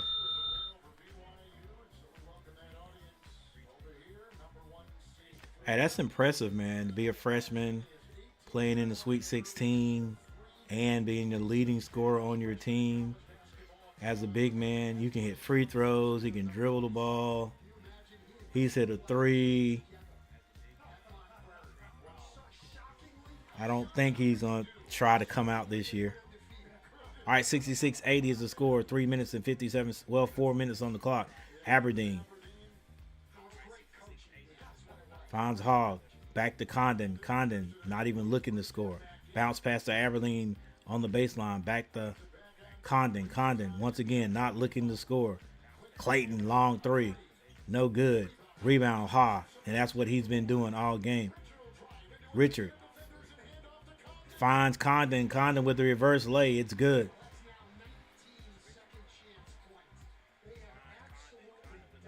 Long and a quick three by Gillespie. He can't hit it. Aberdeen finds Hall at the other end. And now the Gators are going off. 84-66 with 3 minutes left on the clock. Another quick three. This one by Miguel. He can't hit it, but he gets his rebound. His floater is still no good. He tries to get a rebound, but he cannot. That ball is going to be is going to be Florida's ball, and I think Gillespie just fouled out of the game. So right there, I mean, I'm not going to say at the end of the game is when Maryland fell apart, but because they hung in there strong. They hung in there strong. I would say a 10 point lead with 5 minutes on the clock. That's still hanging in there. But here in the last minute, 2 minutes, Maryland has not been able to score. And it's because of some of the great defense that Florida has been playing, and Florida has been and has been scoring, and so this lead has actually just stretched itself. And now Maryland, feeling the pressure with less than 3 minutes on the clock, has come down and taken a couple of very quick threes. And when you take them and you don't hit them, and the other team goes down and scores any score, it could be a free throw. That's still a recipe for disaster. Oh, another Final Destination? Wow. I watched the last one. Those are some crazy movies. It's been you guys notice there's a lot of like horror movies coming out here lately. Like I don't even go to the movies that much, but I'm sort of interested in watching some of these movies. Like, I mean, quite a bit of like uh, I'll say horror movies. Even the one about the what do you call it? The Capricorn. The heck is what is the daggone unicorn? The unicorn. Like weirdly, weirdly interesting. Little horror and comedy at the same time. All right, so we got a timeout. Uh, Nathan, even though I'm a Duke fan, I will support your channel. Don't matter if you are. Hey, I appreciate it, Nathan. I appreciate it. You're a man. You are the man. Uh, Mark Sears with 10 threes.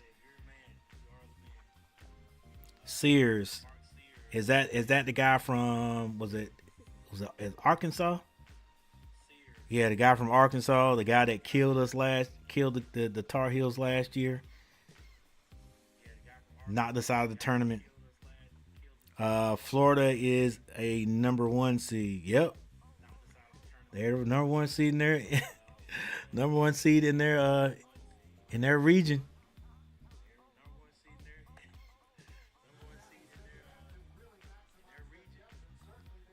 They're playing decent.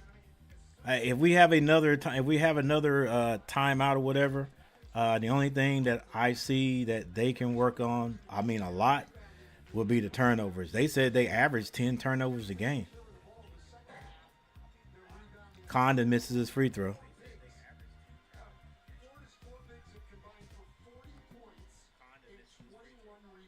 Like I would say, if you turn the ball over 10 times a game, you're not gonna win a lot of games. But evidently, they can score.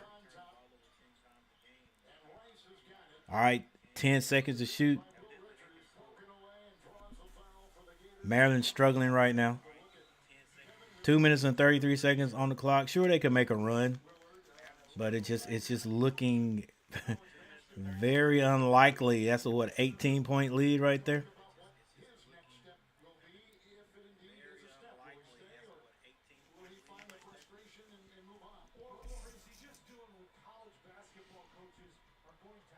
All right, Maryland at the line.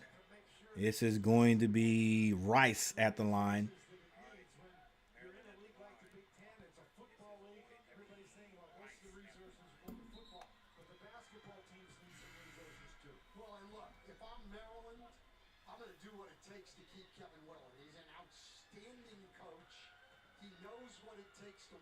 Rice hits both. 68-84. Still 2 minutes and 33 seconds in this game. Like, it's Rice comes out. I don't know. They're like dapping him up like he might not go back in.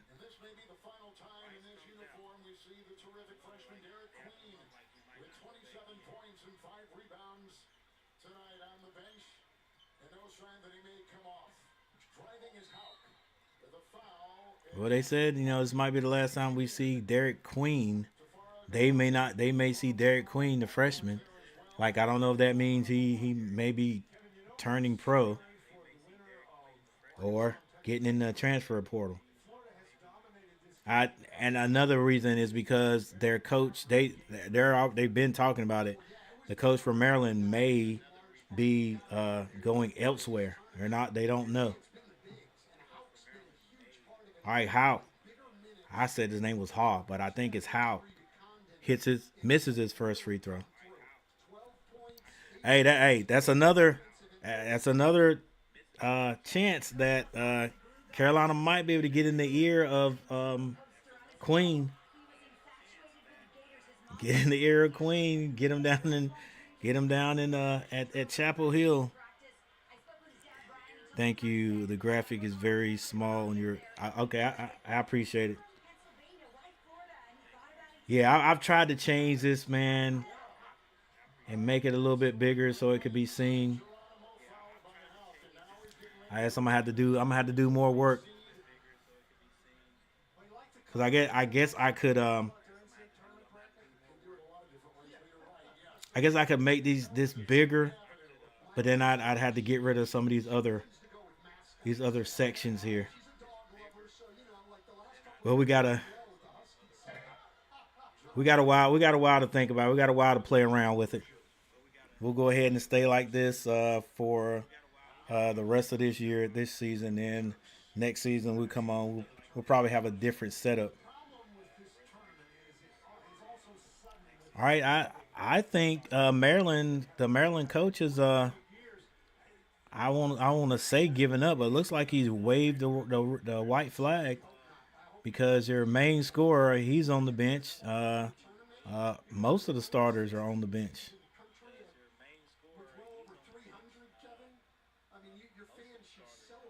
Ryan Newman, let's go Cats. Aberdeen for three, can't hit it. But another rebound by Florida. Still with a minute and 21 seconds on the clock. And now Florida has 7 seconds to shoot. Clayton to the basket. Drops it off to Hawk. And he is blocked. That's going to be a shot clock violation. Now with a minute and 6 seconds on the clock. Longest Sweet 16 winning streak. Oh, we don't want to see that. Carolina up there with number 11. Daggone it. If we had to beat Ole Miss, we may have made it to the Sweet 16. All right, so Coach takes everybody off the floor there for Florida. 69-85 with a minute left on the clock.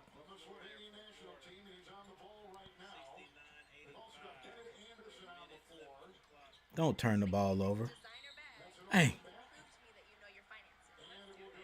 It's just been a bunch of turnovers on both sides this game.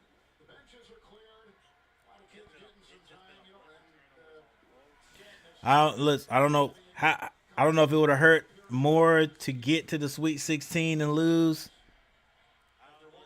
or to do like Carolina did and not even get there, not get knocked out in the first round, basically. 3-point shot, the fall away, no good, but Florida gets another rebound. And number 22 goes strong to the basket. He says, I'm getting my points.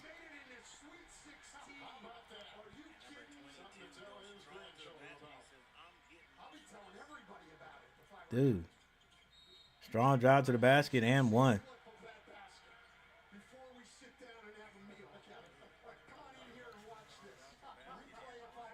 Anderson gets him 2 points. Off the bench.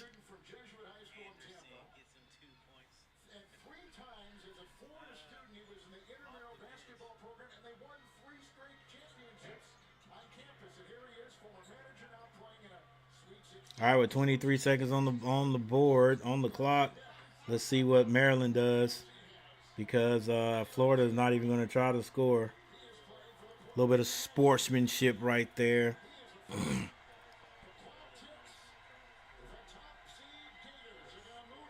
All right, 71-87, top seed. The top seed, Florida Gators, and they were the top seed, or are the top seed. They move on. So, like I said, people with their brackets this year, they just went basically with the seeds and said, "Hey, this is probably what's going to happen." You probably did a decent job with your bracket. Florida's number one in their region. Duke's number one. Uh, I'm not sure who's the number one in the other brackets, but quite a few. I don't know how many. I don't think there's many number ones have been knocked off yet. Maybe one.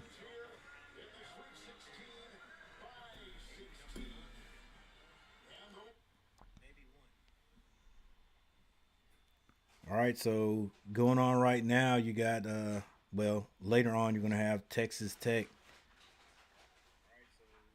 Texas Tech has a ex Tar Heel too. Kerwin Williams, I think is his name. Kerwin Walton or whatever his name was. All right, so right here, as you can see, near the second half or at the second half, what was it 38-40? Right here, there's your second half. And after that, basically all Florida just continue to pull away, to flex their muscles. All right, let's take a look at the stats real quick, and then get set up and ready to go for the game of the night.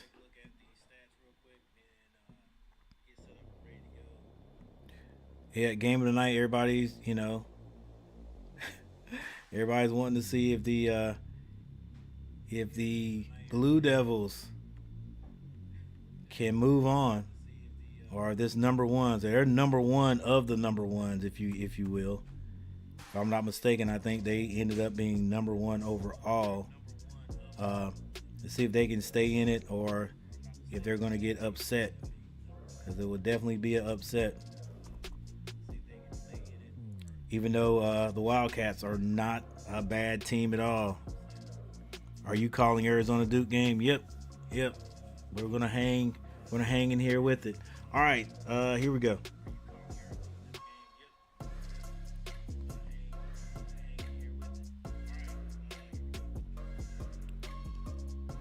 Box scores. For Maryland, Reese with 12 points. Derek Queen, the freshman, with 27 points. Gillespie, 17. Rice at 12. And the bench scored 3 points tonight. Leading rebounder for Maryland was Julian Reese. For Florida, Condon, 6 points. Chilinlu, 10 points. Will Richard, 15 points, to lead all scorers for the Maryland Terps. For Florida, Clayton had 13, Martin had 14, and off the bench, Hall with 13 points, Aberdeen with 12 points. Was that 25? So 29 points off the bench, because Hadlington scored 2. And Anderson scored 2. All right, and finally, let's just skip around on this so I can get everything set up and ready for the next game.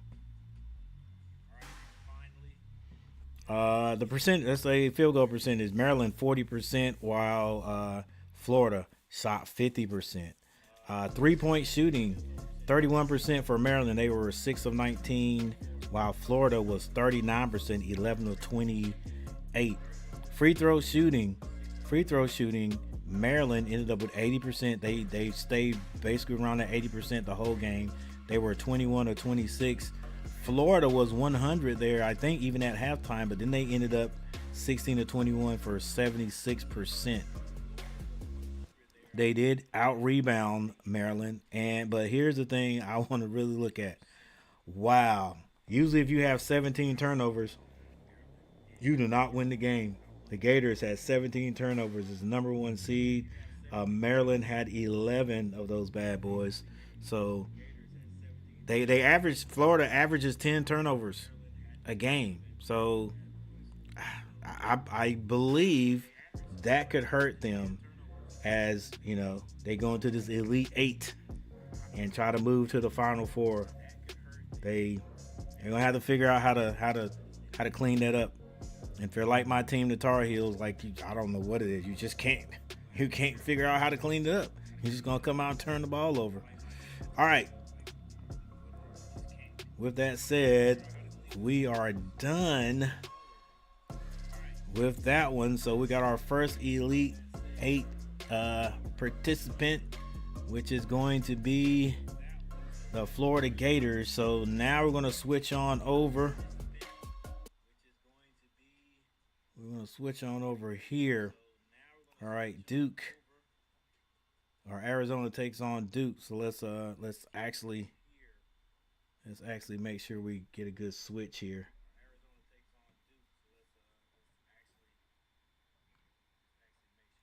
All right. So they moved this one back just a little bit. Right now, supposed to kick off at 10:03. Let's make sure we got everything looking decent. Here we go. Well,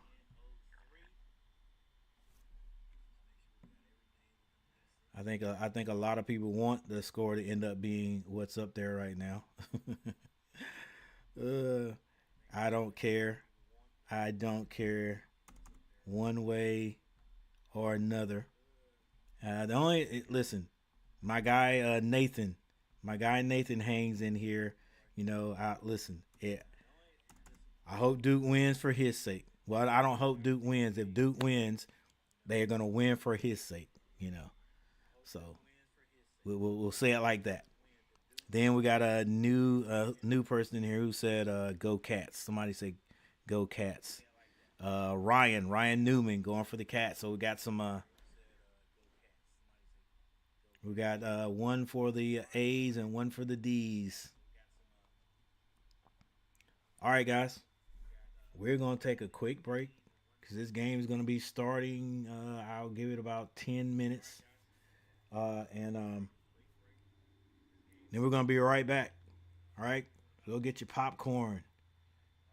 Get your popcorn. Get your non-alcoholic beverage if that's what you do. Oh yeah, there's one thing. Let's see if they have the matchup predictor here.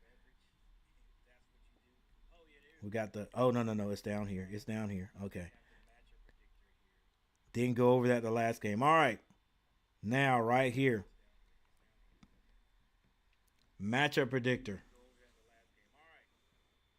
76% Duke is what the matchup predictor says. I'm pretty sure Arizona will have something to say about that. Once again, we got the number one seed and the number four in the East region. Arizona only 24%, as you can see down here at the bottom.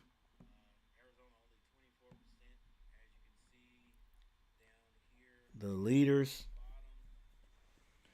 you've got Caleb Love averaging 16.8 points per game. You got T.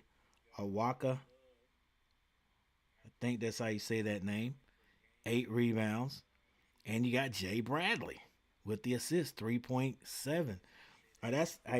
That's good because you got different guys on this team that can help this team out. You know what I'm saying? Uh, but then when you have you have the player of the year basically, definitely player of the ACC, Cooper Flag doing every single thing there for Duke, scoring 18.7, rebounding 7.5, assist 4.2, just everything. I mean, one against three. But we all know if you ever watch Duke, it's not a one guy show. Not a one guy show. If you forget about Knipple, then you do not know basketball. You've definitely got to scout for him. Knipple, Proctor, one of the most solid point guards in the nation, not just the conference, but in the nation, and can score. Malawak regulating stuff in the paint, and if you don't stay connected to him, he's gonna slam everything he gets down. Uh, we'll leave it. We'll leave it like this. All right. So yeah, then you got Brown. Duke is they put this team together wisely. All right, guys. We're gonna take a little break and then we'll be right back. Thank you guys for hanging out. Thank you guys for joining me. Let's go.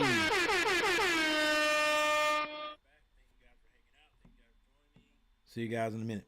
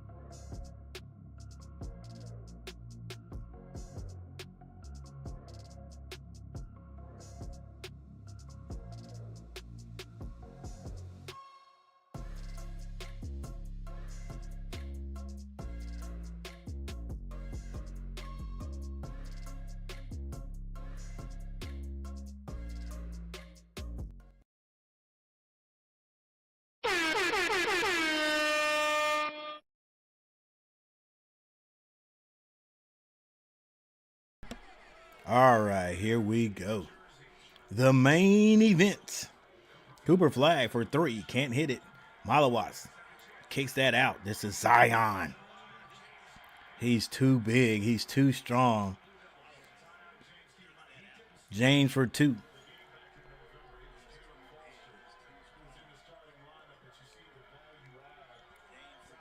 This is Caleb Love wearing either the pink or orange shoes, whatever that is. I'm not sure.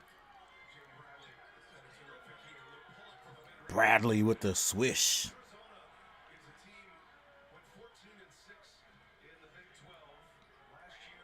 Proctor brings it down.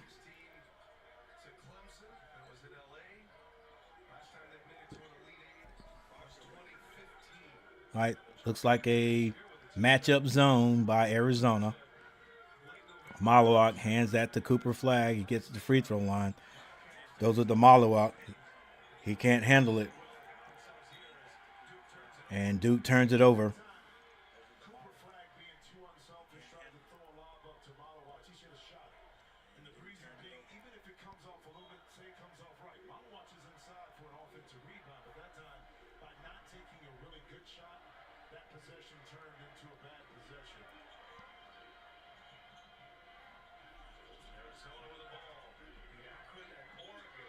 All right.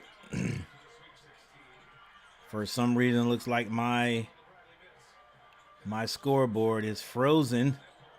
It's 18:21 on the clock. There it is, moving a little bit now. Malawak with the rebound. Gets that to Proctor. Proctor kicks it out to James. Splash.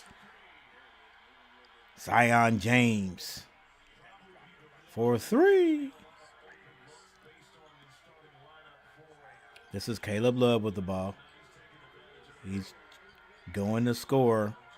He's going to do whatever he needs to do to get down the score. Got beneath the free throw line right there and couldn't hit it. Lead pass from Flag to Malawak. Misses the slam dunk. 3-point shot by Arizona. That's good. Splash by number 3, Dale Orgo. Proctor with the floater. Actually tried to throw that to Malawak. And Malawak's going to be pushed down. That foul's going to be called on Bradley. It's all tied up, ladies and gentlemen. 5-5.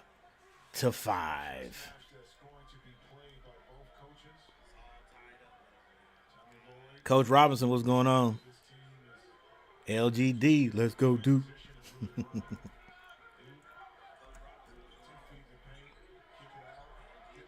Long 3 by Cooper Flag is good. Oh, gosh, did I not? Oh, my bad, guys, my bad. I'm on the wrong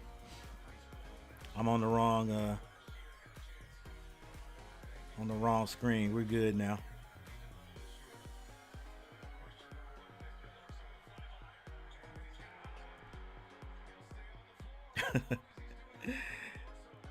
Dale, what's his name? Dale Orgo hits another 3. And he lets everybody know where he plays. Arizona. Flag to the basket, draws a foul.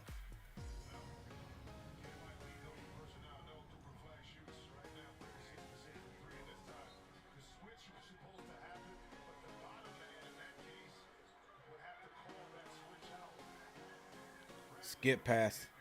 This is Knipple, strong to the basket. I'm telling you guys, he is the unsung hero for Duke. If you don't watch this team, if you don't account for him, he will hurt you. I'm talking freshman, guys.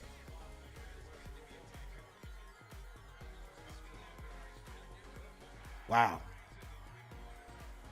Everybody's hitting. Another 3. This time by Arizona.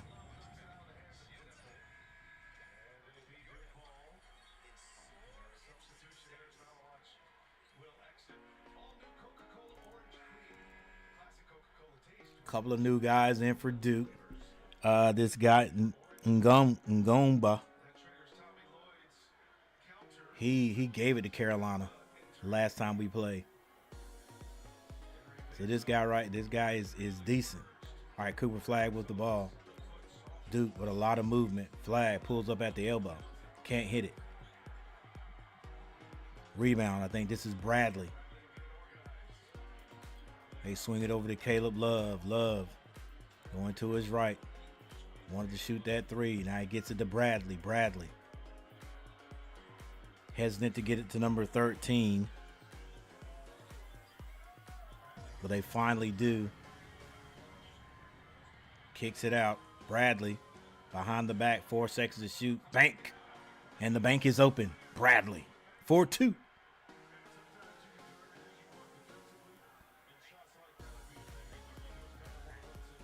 All right, James brings it down. They've had him do that. He did that every time against Carolina, basically. Knipple, slightly double teamed. They get it to James. James can't hit it this time.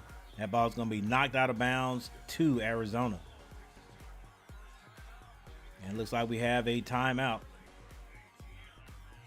Both teams are game.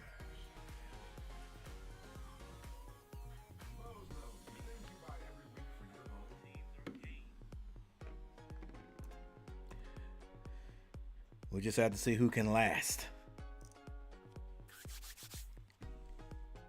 TQ Duke afraid to shoot the ball. Oh, they'll get out of that.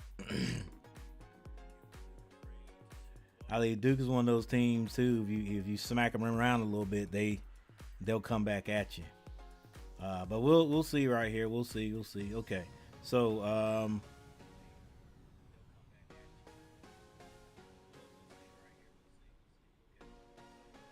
early box score check. For Arizona. Townsend, number 4, has 3 points. Del Orso has 6 points, 2 threes. Caleb Love hasn't scored yet. Jaden Bradley with 4. For the Duke Blue Devils, Cooper Flag, 3 points. Knipple has 2. Zion James has 5 points.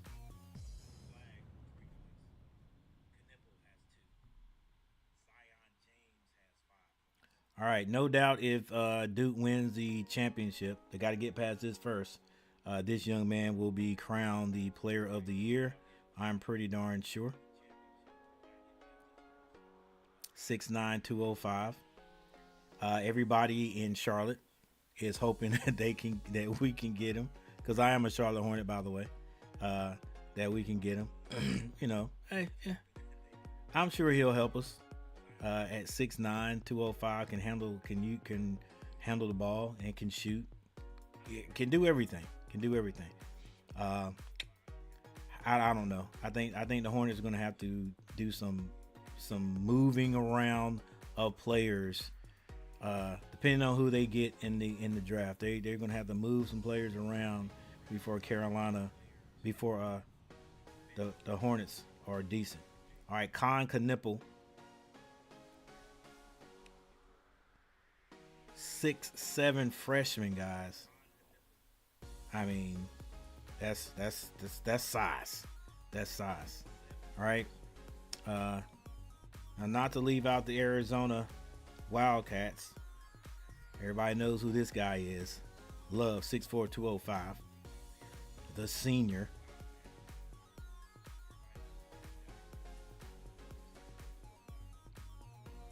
And we will continue that player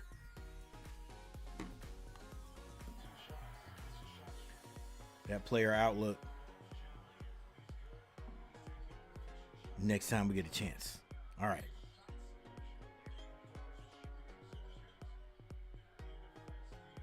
This is Bradley. Duke getting after it defensively. 5 seconds to shoot. This is Bradley. Shoots a long 3. Can't hit it. Rebound, Arizona. Bradley says, I got you. Gets into the paint. Takes the contact and scores.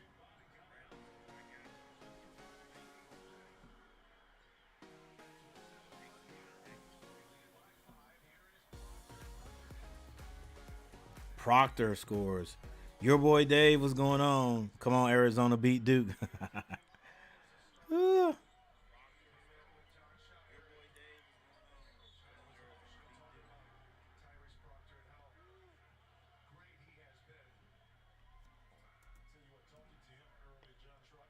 Hey, these boys for Arizona, they play like they know if Love gets the ball, they're not gonna get any shots. He's gonna shoot it. But look, I'm pretty sure they're used to him by now. Look, if he gets it and he scores, good. If he gets and he starts going off, looks like Bradley will be like, I'm not even passing you the ball, bro. We will never see it if we give it to you. Listen, I always gonna feel like that against Love. I loved when he was in Carolina and we took Duke down. He was like the main guy doing on that run. But I tell you what,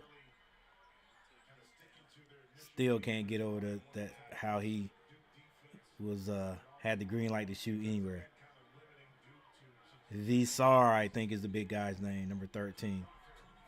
All right, Proctor starting to heat up. Hey guys, if he heats up, it's a wrap. If he heats up, it's a wrap. Cause like, who do you stop? Fall away jumper is short for Arizona.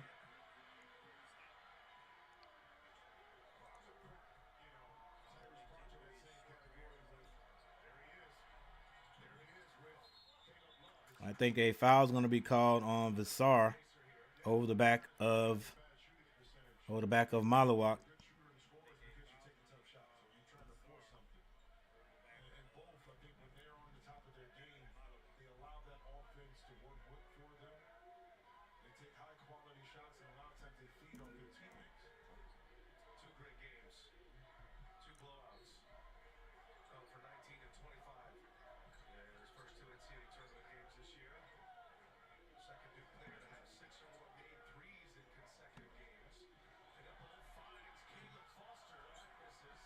All right, Foster can't hit. Caleb Love hands that off. And get it to Bradley. Bradley picks up his dribble. Finds Visar. Visar to Love. Love. Pull up jumper. No good for Arizona. Duke runs it down in the corner. 12:47 on the clock. 15-16. Arizona.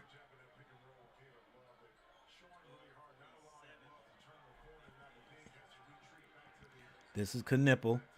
Strong to the basket. He's tripped up. That's going to be a foul. It's Lewis with the foul.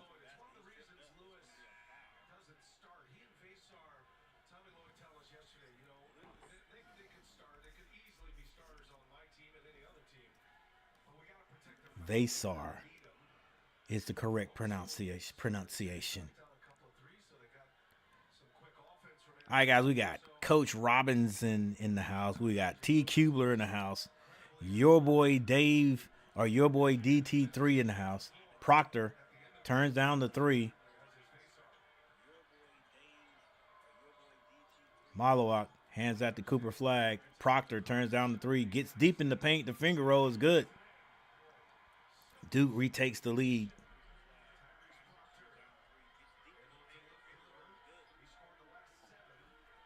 Arizona back down the other end quickly. They get it to Caleb Love. Caleb Love is like, he's not going to force it. He's changed. He's a changed man. Because in Carolina, he would have shot that somewhere.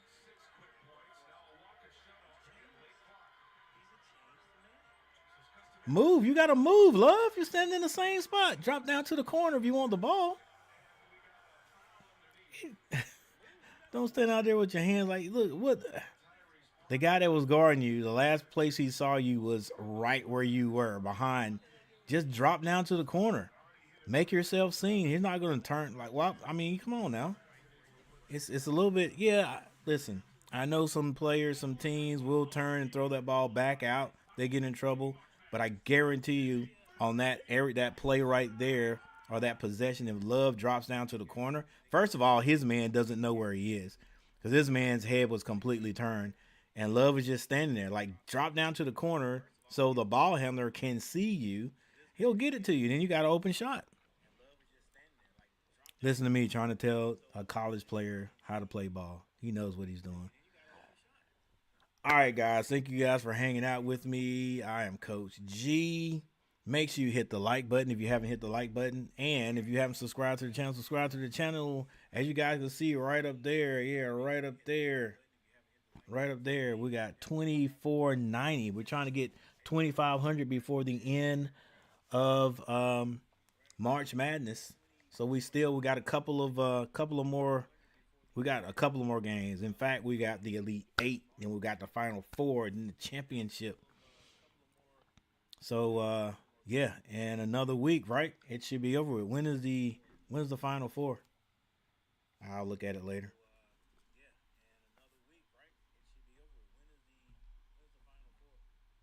But anyway, hopefully I will have 2500 subscribers by then. We're actually at uh wow, what is that? What did you just do, coach? Hang on. How in the what? Why is it empty right there? What did I do? What'd you do? Current subs.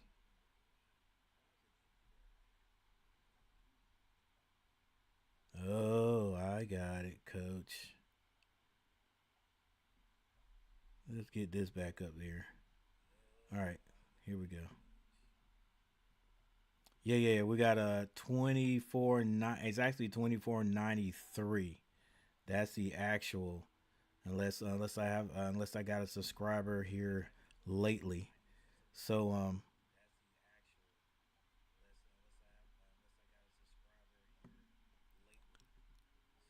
yeah, we're trying to get to 2500 before the championship basketball game, or during the championship basketball game, the NCAA basketball game. So for those who have not subscribed, subscribe to the channel. If you don't want to subscribe, because some people they're like that. They don't want to subscribe.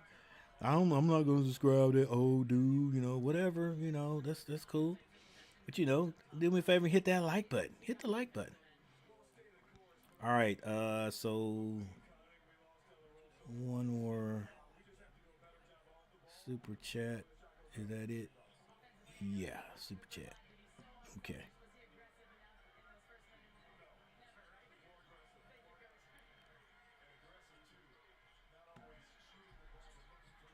All right, drive to the basket.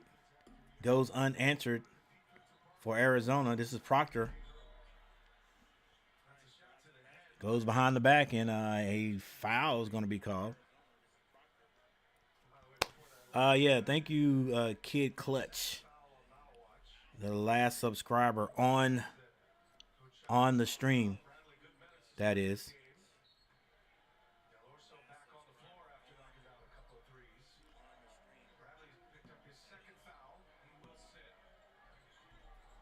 Proctor splits the double. Another finger rolls, no good. Malawak over the back. Going to be called for a foul this time.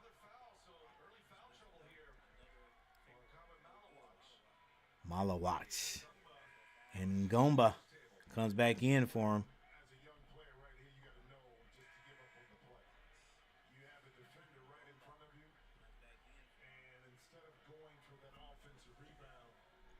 All right, with 11 minutes and 13 seconds on the clock, would you say it's low scoring? Hey, in about 5 more minutes, we'll see. Nobody's gotten a 30. It will be low scoring. Lewis misses the jumper. All right, we got Evans in the game also. All right, Duke. Hey, they could be getting in foul trouble.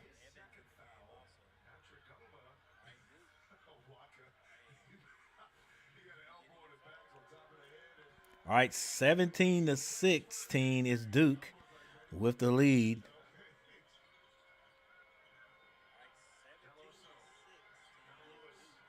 Lewis.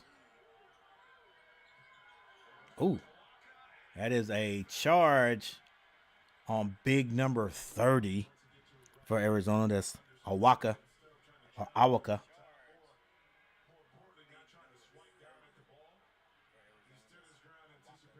That is Ngomba.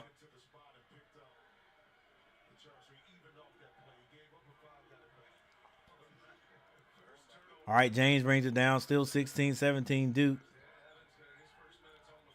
Gets Cooper Flag off the bottom screen, the low screen. Cooper Flag goes strong to the basket, misses it, tips it, can't hit it, gets his own rebound. And he's going to be called for the travel. Oh, no, it's a foul on the play.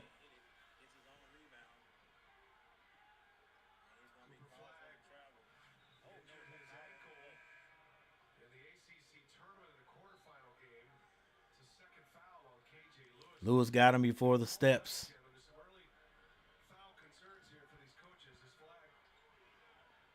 All right, coaches switching up players, bringing them in and out.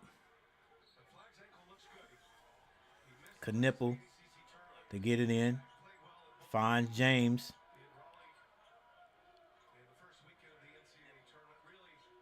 Ngomba with the ball. Hands that to Evans. Evans comes off the screen for three, and he hits it.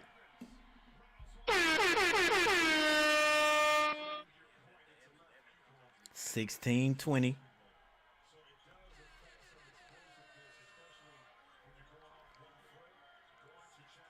Awaka had an open jumper at the free throw line, decided not to shoot it. 3-point shot, no good. Everybody's on the floor right now, scrambling for the loose ball.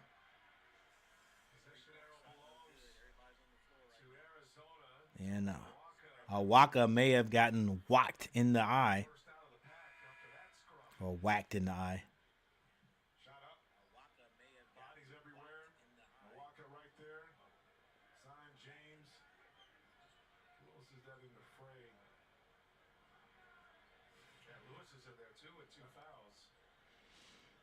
(20 to 16 Duke. 9 minutes and 45 seconds left before intermission.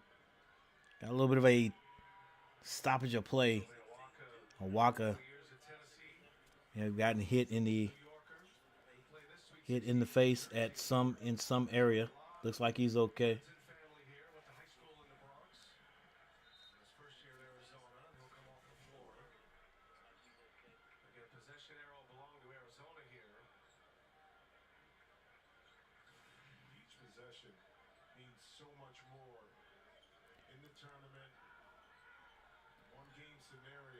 All right, like I said, if we get down to 5 and we haven't got 30 points yet, it's like 25 points, we'll say it's low scoring, even though there could be an explosion before we go into halftime.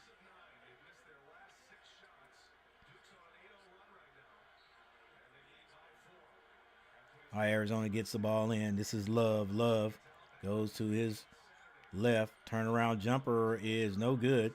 Rebound, Evans. Evans gets that to James for Duke. Back to Evans. Arizona is in a man-to-man. Love guarding James.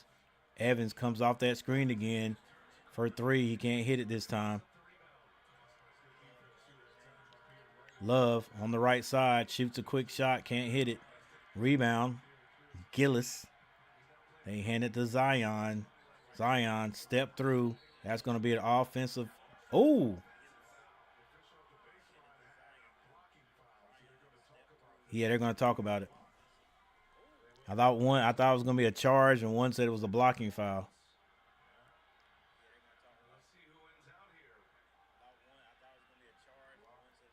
And they're going to go over. I don't know if they're going to look at it. I guess they are going to look at this one to make sure. Two refs called it different. Oh, I don't know. Yeah, they're looking at the elbow, I guess. Is it the elbow? It was a blocking foul, right? It was a blocking foul. The elbow comes up, doesn't make any type of contact.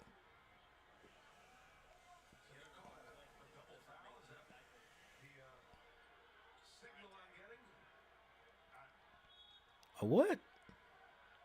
A double foul.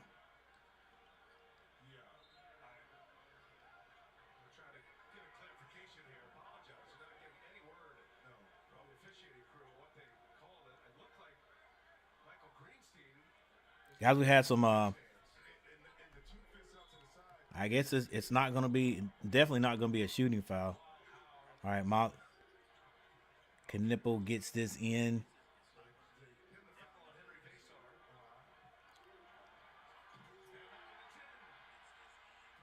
Jump shot by Knipple. Can't leave him open. Caleb Love brings it down. 16-23 for Arizona. Hands that off.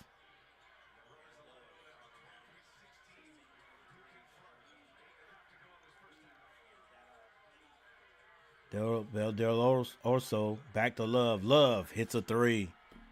We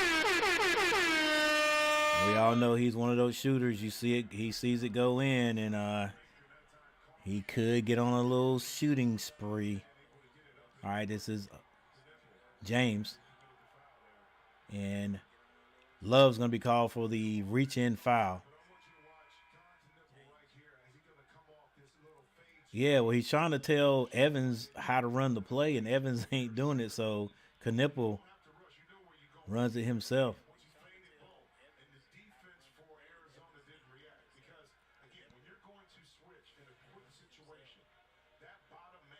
Knipple on the line. He was fouled by James, reach-in foul.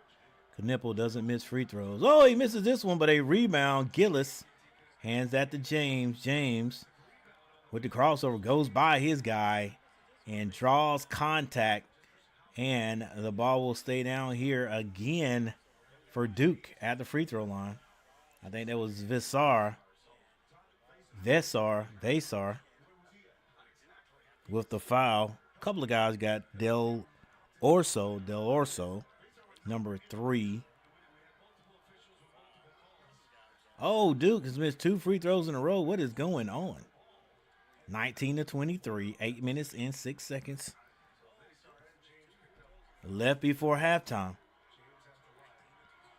James hits 1 of 2.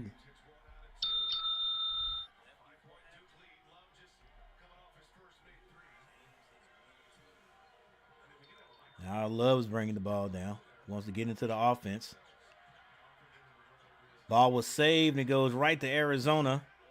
And Vesar off the glass. It's good.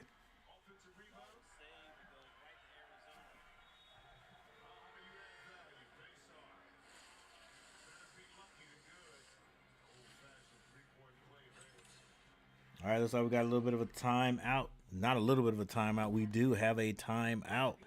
Thank you, everyone who is hanging out with us today. We trying to get double-figure likes. Trying to get double-figure likes tonight. Let's see how many we've got so far. I think we only were able to muster about 4 of those bad boys for the first game. See what we got now. Still 4, but for the 4 people who hit the like button, thank you.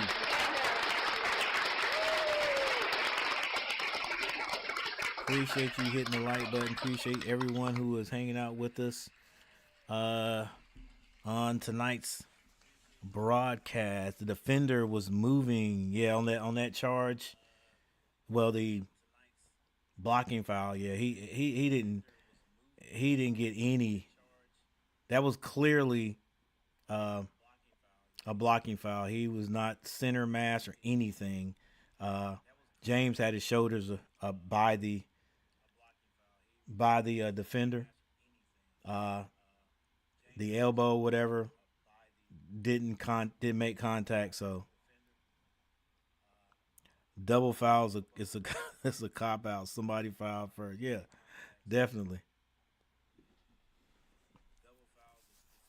Double foul. I mean, who calls a double foul, bro? Like, if it wasn't a yeah, he didn't get James didn't get a technical. It wasn't a flagrant one or whatever. You know what I mean? Why you call? I mean, what's the foul for or whatever? I don't know. Double foul. You got so there was a charge. Was it a charge and a blocking foul because the elbow whatever did not make contact? But anyway, we're past that. 21-24.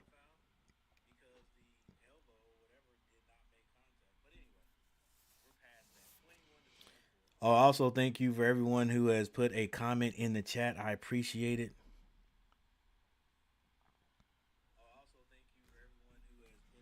Let's see if there's anybody that's got a channel. All right, we got a timeout.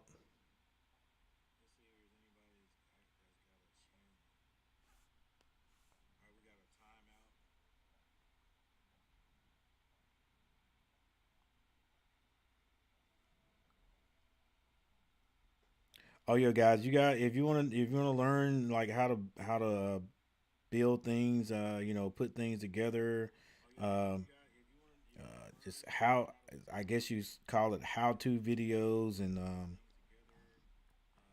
uh, how to just how to do things outdoors. Guys, go check out A&T Tech Outdoors. A&T Tech Outdoors. They do a good job over there. Got some really good videos with quite a few views. Yeah, go check them out. Go check them out. Good stuff over there.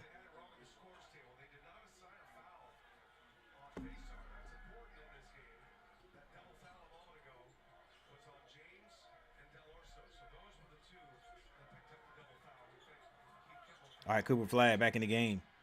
And he scores 22-26. 22-26 is the score. LeBron is finally getting old.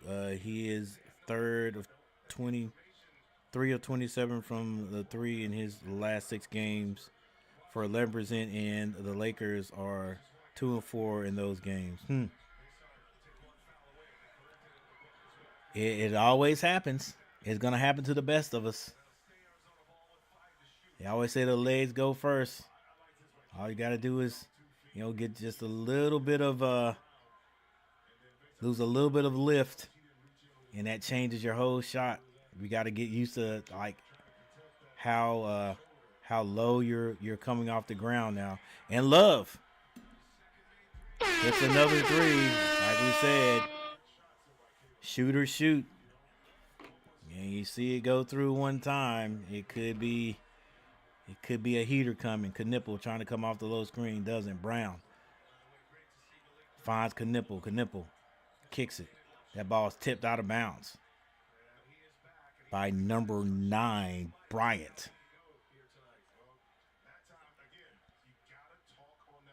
Yeah, Gillis didn't switch. Wonder what Love's going to do in the pros.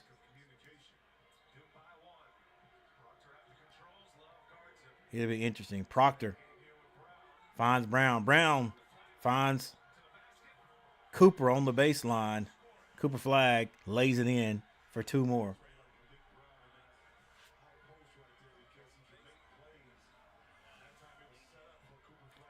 Nearly a steal. Vasar finds Bryant. Bryant can't hit it, but he follows his shot and gets his own rebound. Lewis on the baseline.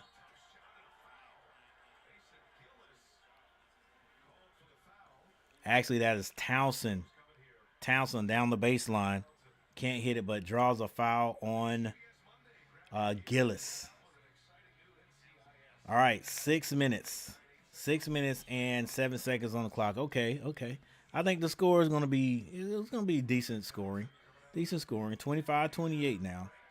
So, heck, we might be one of these teams maybe near 40 before, heck, it could be 40 or 50 points. Depending on if one of them goes on a run. 40 points, I would say. You think 40 points? Near 40 points anyway. I think Duke will in 6 minutes though, and Duke will get 40 points. All right, 2 shots there. That's by Townsend.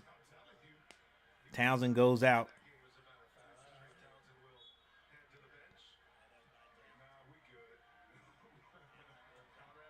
All right, 27-28. So if Duke scores 40 points, that means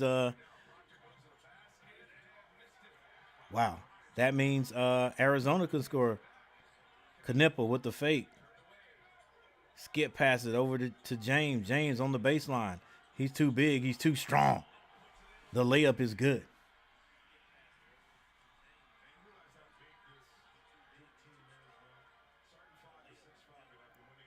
Caleb Love dribbles to his left. Throws an alley. Vasar can't catch it, but he's fouled on the play by Cooper Flagg. And Cooper Flagg's dad says, what? Who how? How? I didn't see that.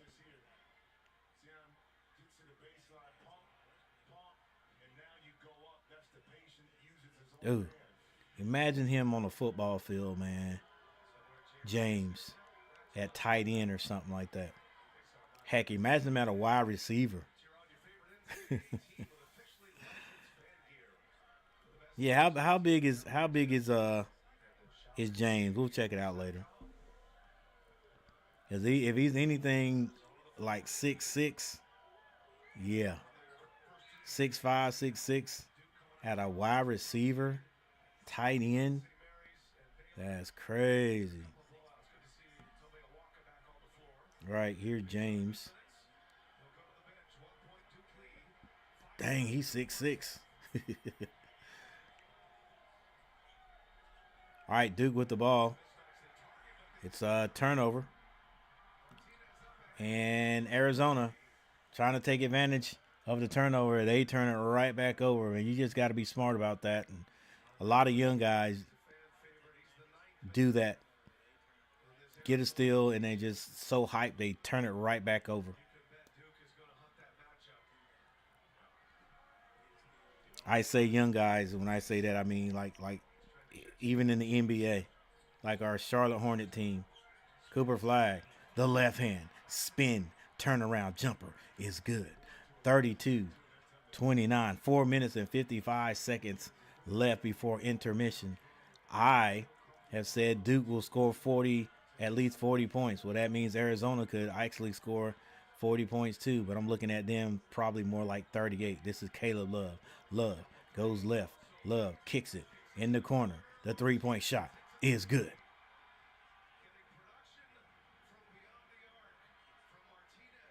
And that was Martinez in the corner.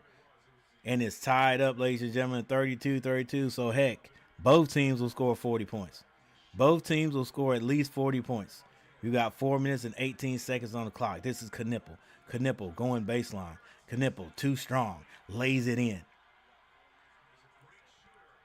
Martinez, I think this is this guy's name, brings it down. He's being guarded by James. Skip past the Love. Love. Behind the back dribble. Doesn't want to go right, but does go right. Bounce past that. Long three by his teammate is no good. Brown with the rebound. Gets that to James. James to Cooper Flagg. Cooper Flagg kicks it to Knipple. Knipple on the baseline. He is going to be fouled. The wraparound foul. 32-34. 3 minutes and 46 seconds left before halftime. Cooper Flagg, he's got good awareness too, because I thought that right there was going to be a charge, but he saw the guy there, and that's why he did the spin move. And I'm not even talking about the guy that was guarding. There was another guy stepping up, if I'm not mistaken, and he did a spin move to get away from him. All right, guys, 34-32, 3 minutes and 46 seconds on the clock. Like I said, I ain't still sticking with, hey, I didn't even have a question out, but I'm still sticking with at least Duke will have 40-plus points before halftime. All right, but heck, Arizona's sticking right with them, so they probably are going to be close to 30, close to 40 points. I'm going to give them 38. 38-42. 38-42 will be the halftime score. 38-42 Duke.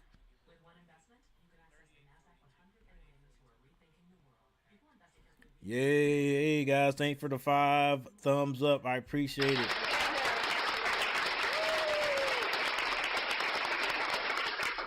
Yeah, we almost got 200 views. All right. All right, we have not looked at the team stats in this game yet. So let's take a look at that while we have this timeout. Pretty sure they're going to be back very quickly on this timeout. Well, I think it's a media timeout, so we got just a little bit of time.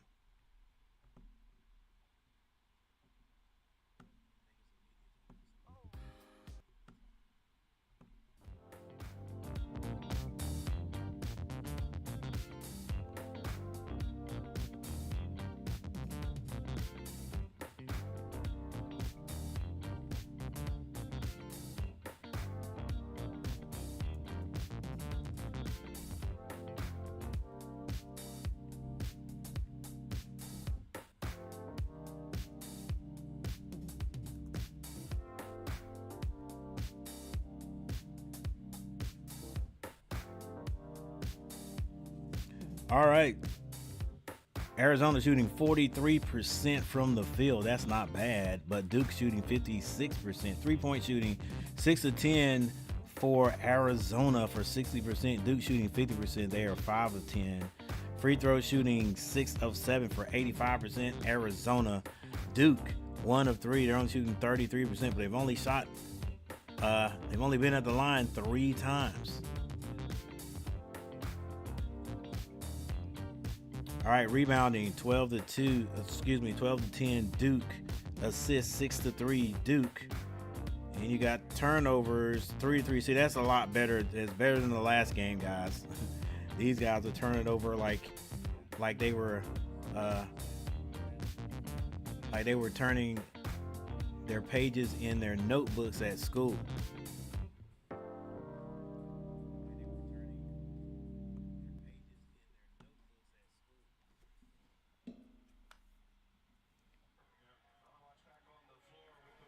All right, 326 is going to be close, but I still got it.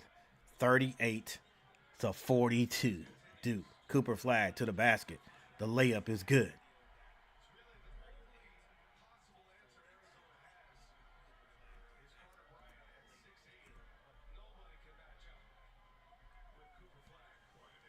Three minutes on the clock. I think this is Bradley for Arizona. Picks up his dribble. Finds Love. Love goes left. He loves to go left. High off the glass. Can't hit it, but he's fouled by Knipple.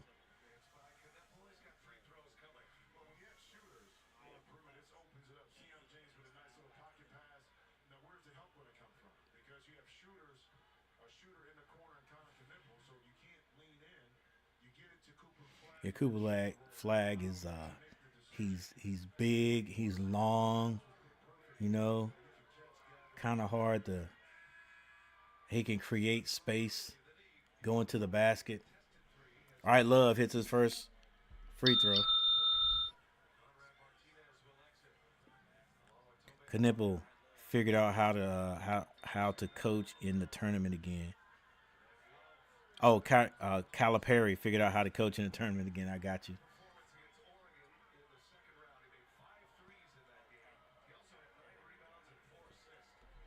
All right, Arizona has 34 points. Flag for 3. Can't hit that one. Rebound, Lewis. Lewis kicks it to Love. Love, quick 3. Can't hit it. Rebound. Oh, Malawar had his hands on it, but it's knocked out of his hands, I think, by Vasar. And it goes right into, is it Lewis's hands? Or Vasar's hands? No, Vasar tips that into Lewis's hands, and Lewis lays it up.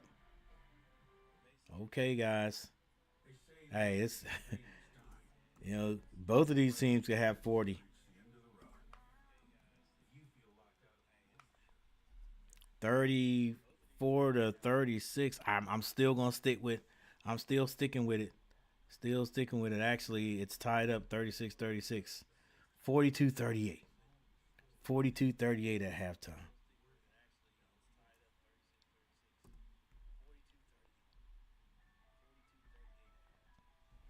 All right, 42-38 at halftime. His coaches is my prediction. We got 2 minutes and 27 seconds before halftime. Leading scorer for each team for Arizona, it's going to be Caleb Love with 8 points. And for Duke, Cooper Flag with 11.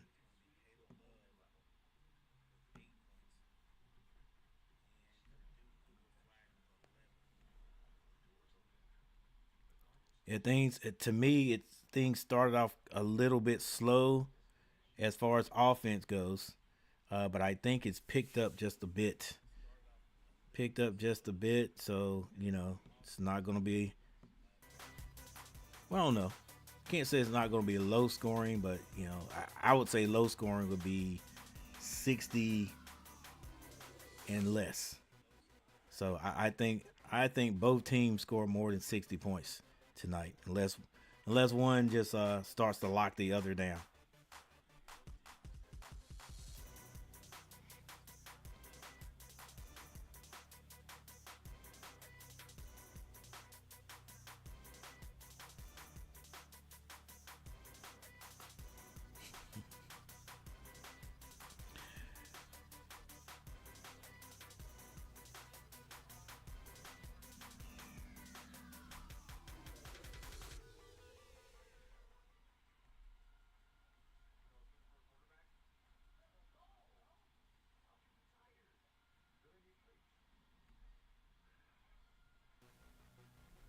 Let's start a poll.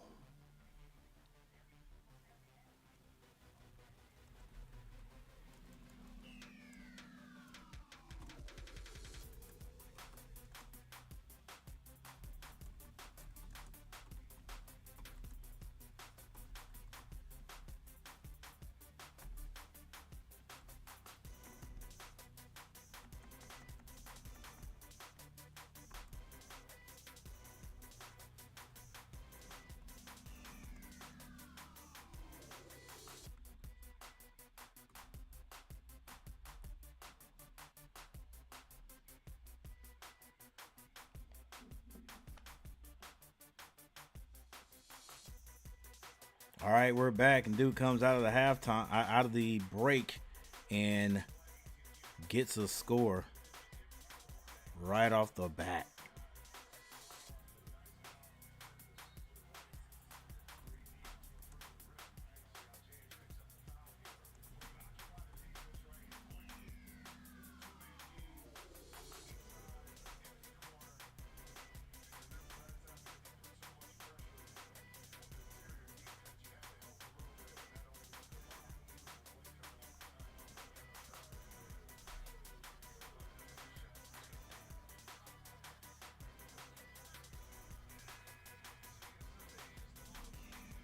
All right, we got a new poll question.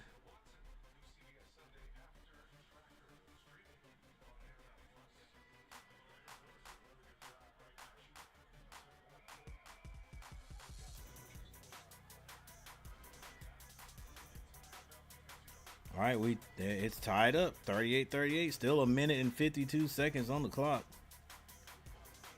I might be off. You think you think you think Arizona's not going to score again? That's the only way I can be right. Ooh, if that wasn't a flag, that is Arizona's ball, really. All right, 38-38. Flag gets all the way down to the block. Throws that up, no good, but he is fouled on the play. All right, which team goes to the Elite Eight? Duke or Arizona? I'm sorry, Martin. Sorry I lied to you, Martin. I just didn't want to go to Arizona. Cooper Flag at the line. Hits the first.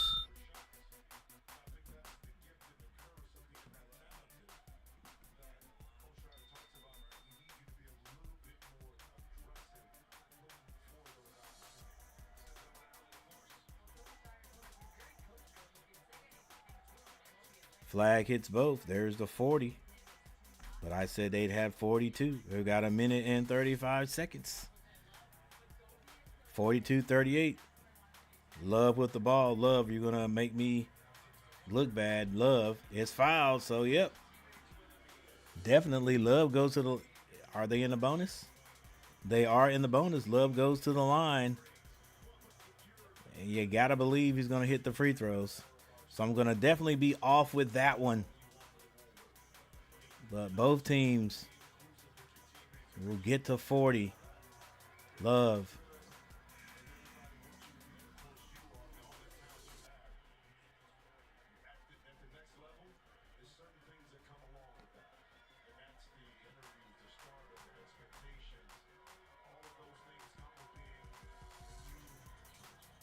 Hits one.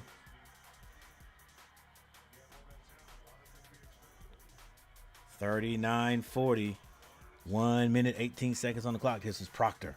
Proctor being guarded by Martinez. Flag, waiting for the screen on Malawaz. Flag, spin move. At the elbow, the jumper is good.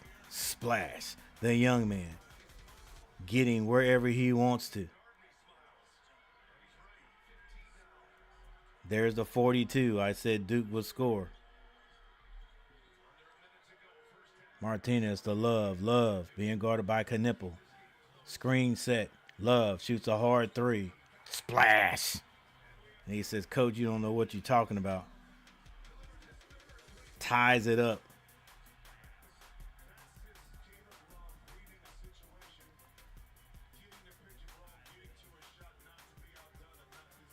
$42 up, guys.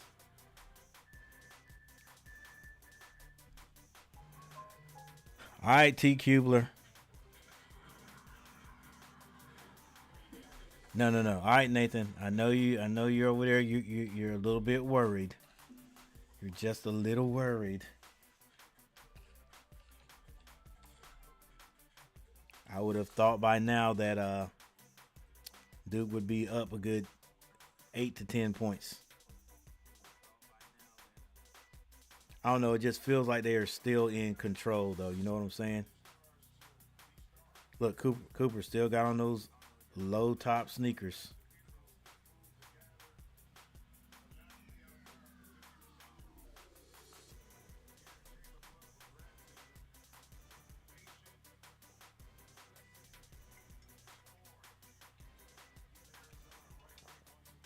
He's always been a scorer. I ain't going to say a shooter. He's just always been a scorer. Cooper Flag fakes the two handoffs. Gets that Knipple. Knipple squares up. Splash. 3-point shot. The freshmen. The freshmen are saying, we got you guys. We've had you all year. We got you.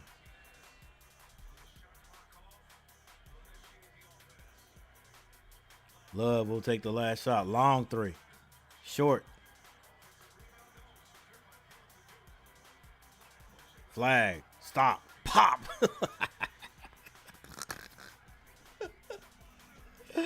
Wow. Wow. Like for real. That's nice.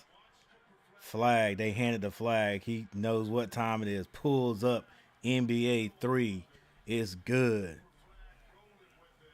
Duke with 3 threes to end the half.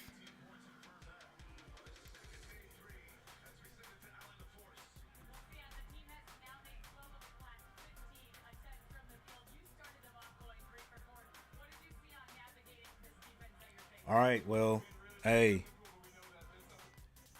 it wasn't 8 points. That's 6 points. Okay, that's more like what I thought it would be, but yeah, two big buckets there by the two freshmen for Duke, right to end to close the half out, by Knipple and by Cooper Flag. Off the missed 3-pointer by Love, who has actually been heated up there a little bit. Well, not heated up, but he shot the ball well. All right, shot the ball well. Okay. We got one vote. All right, let's go ahead and get the stats over with. Thank you guys for hanging out with me. We appreciate it. We'll see if you guys can share me out. We might end up getting a few more views before tonight's over with, and a few more likes. All right, Arizona have scored 42 points in this half. Awaka has not scored. Towson has 5 points. Del Orso has 6 points. Caleb Love with 14, the lead all scorers for the Wildcats. Jaden Bradley has 6. Vasar has 6 points. Martinez with 3 and Lewis with 2. All right, let's go ahead and is anybody in foul trouble for Arizona? No, the most is 2. Leading rebounder, they are rebounding by committee, and the leading rebounder has 2 points, and that's several guys, so we won't even go through that or over that. Let's go ahead to the Duke Blue Devils. Cooper Flagg, 18 points. He has 4 rebounds. Malawak, 2. Only has 1 rebound. Let's go, Malawak. What are you doing? Knipple with 10 points. Proctor, 7. James has 8. Off the bench, Isaiah Evans with 3 points. There is one person that has 3 fouls, and that's Ngomba for Duke. Leading rebounder has 4. That's going to be Cooper Flagg. Yeah. All right, a real quick look at the team stats.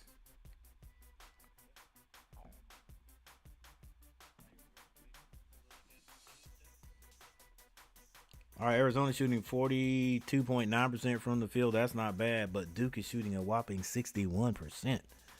Whew. 3-point shooting 50% by Arizona, 7-14. Duke shooting 53%, 7-13. Free throw shooting 84% by the Wildcats. They're 11-13. Duke 60%. They are 3 of 5. Rebounding, Duke out rebounding the Wildcats 15-12. Assists 3-10. Duke. Turnovers, both teams have 3 turnovers. In our last game, good gracious, that was crazy. What, 7-10, I think it was. As far as turnovers at halftime. Fast break points, Duke has 3.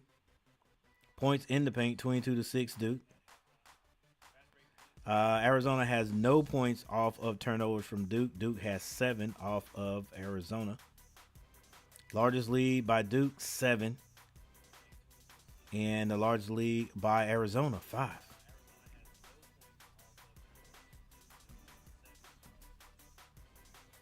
All right, guys. We will be back. Oh, by the way, Arkansas 36, Texas Tech 25.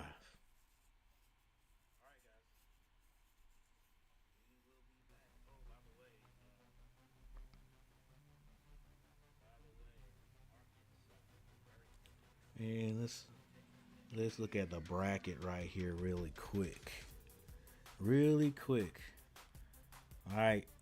So Auburn is going to be tomorrow night. Auburn takes on Michigan, number 1 and 5. All right. Now we got Duke and Arizona. They're battling. Game is not decided yet. Duke just ended with a flurry. All right. Whoever wins this game will be playing Alabama.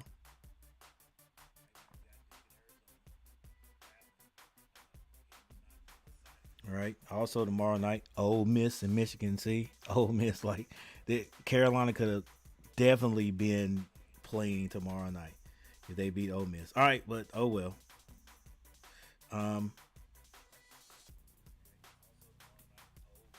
then Florida just beat Maryland, so Florida is waiting on this game. Texas Tech and Arkansas. They got 1 minute 11 seconds left in the first half. And also tomorrow night, Kentucky takes on Tennessee. That's number 2 and number 3. Who was number 1 in that? Heck, was there a number 1? All right, Houston. Anyway, Houston takes on Purdue. Two weird sounding teams, or weird teams to be in this. But anyway, they will be playing tomorrow night also. All right. All right, we'll take a little break and we'll be right back.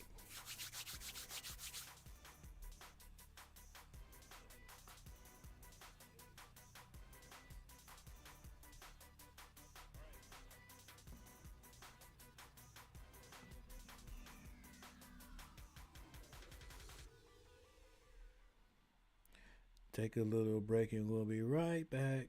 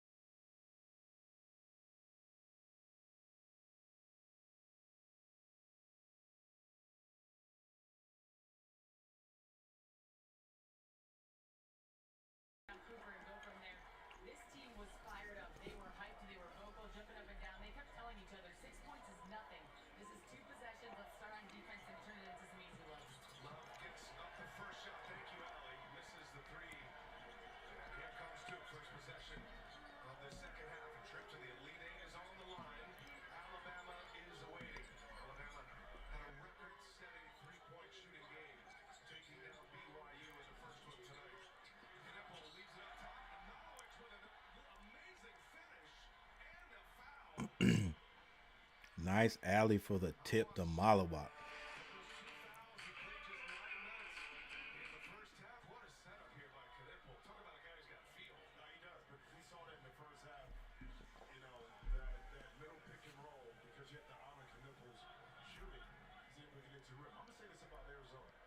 Look, Knipple reminds me of a guy that could go low in the draft. Probably because he's on, especially if this Duke team wins the championship, could probably go like, 20, 28 or something like that. And end up be like just like a solid player in the NBA. Waka.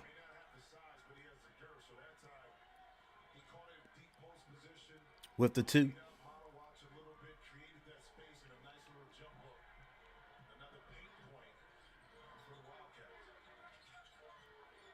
Duke has the ball. They get it down to Cooper Flag. He's on the box. No double team. He goes over. I think that was Townsend. Can't hit the basket, but he is fouled on the play. See, they'll probably show that again and see if he could have went off the glass on that.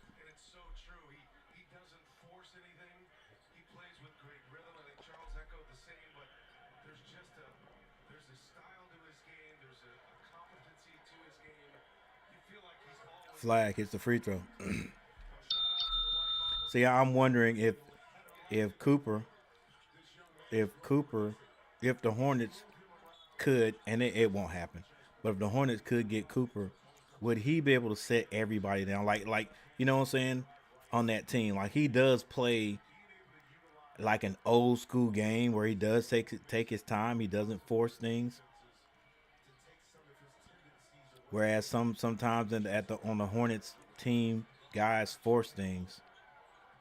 Even though a lot of them have been playing in the league for 5 years. All right, the 3-point shot's no good.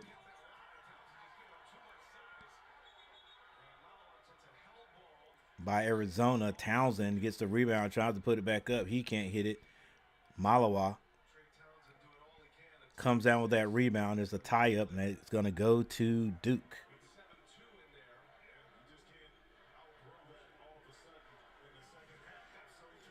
(53-44).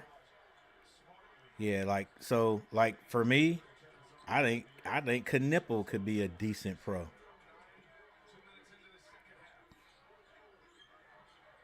Wouldn't have to handle the ball that much. Just sit out there and shoot shots. Flag is going to be fouled on the floor. And I think they may get Bradley on that one.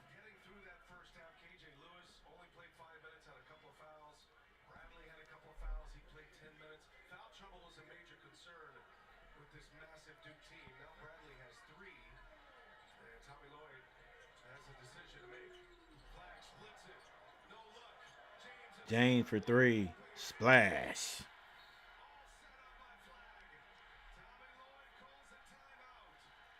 And the Wildcats have to call a timeout. It's an 11-point lead. Actually, it's a 12-point lead. Flag with a no-look pass in the corner.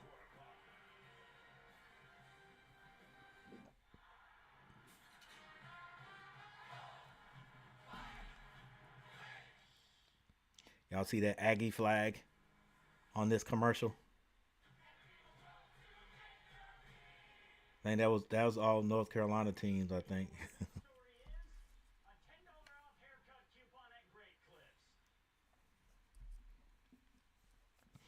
All right, Arkansas 38, Texas Tech 31.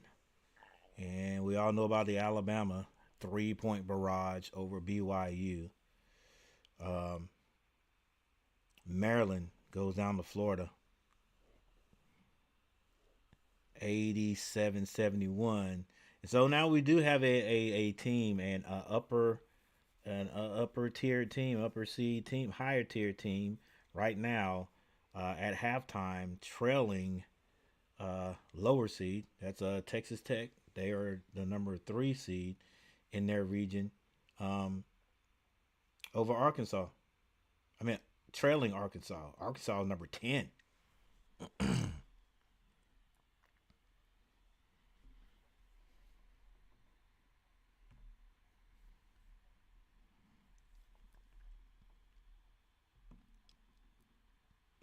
All right, so with this timeout, top two scores for both teams. We got Arizona.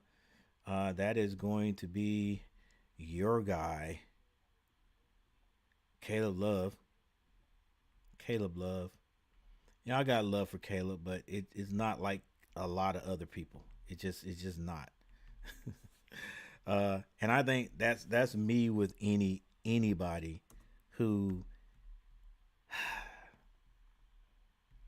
I mean, now his shot selection at Arizona is a lot better. That was my hang up with him at Carolina. I thought his shot selection was not good.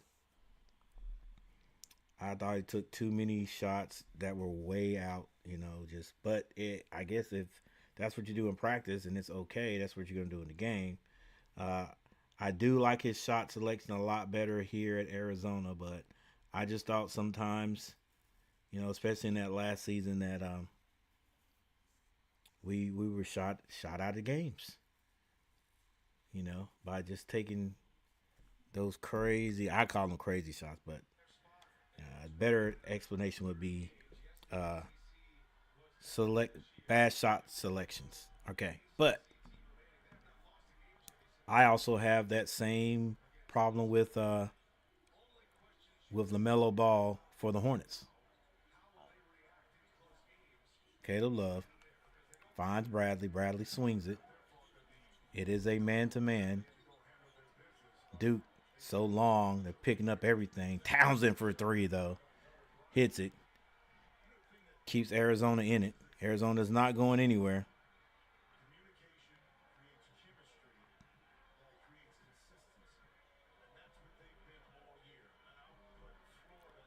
James to Knipple. Knipple passes out the double team. This is flag. Throws it up to Malawak. Malawak with the dunk. Man, it's just to have two huge guys on the floor that could play together like that with Clute Cooper at 6'9" driving the basket and just throw it up to a 7-footer. Was probably like a 7'4" wingspan. Vasar can't finish over Knipple. Remember Knipple 6'7". Rebound. Duke.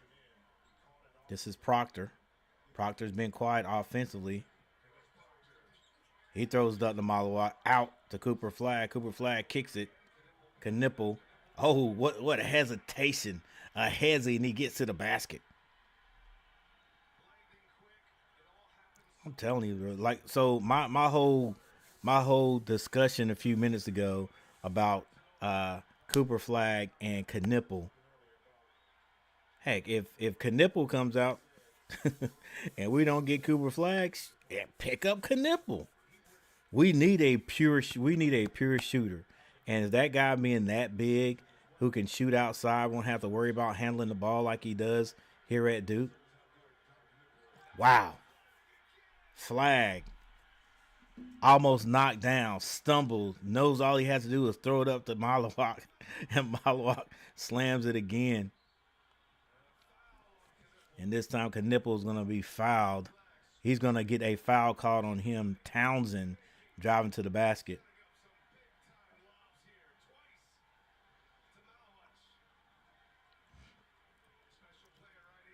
You just wonder if Mark Williams would be ready for that, because Flag will get you the ball. Wow. And all you gotta do is just be receptive, be ready, because if you're open, the ball's coming to you. And Malawak getting all he's gotta do is stand there and then slam it through. Wow. All right, 62-47. Another timeout had to be called. Love gonna show him something in the second half. Go Wildcats. I got you, Michael. Hey guys, that's that right there. My boy Michael Smitty. That's what you call That's what you call just cannot go for Duke whatsoever. No matter what. I'm not going for Duke. I feel you, Michael. I feel you. But I don't care nothing about Arizona either. Like I said, I have a love hate relationship with Love. Uh, yeah, thank you, Love, for taking down and sending Coach Krzyzewski on his way. Thank you for being there in the NCAA tournament. We had to play them boys and got them on up out of there. All that, but still.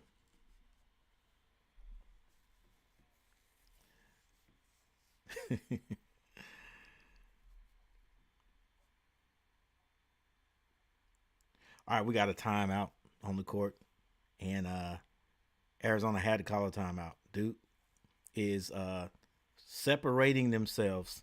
Oh, let me see if I can find the. Let's see this graphic there. Oh yeah, I love it, love it.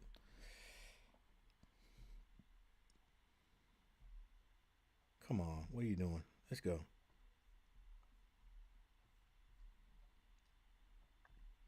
Come on now. My peeps can't see what's going on the screen.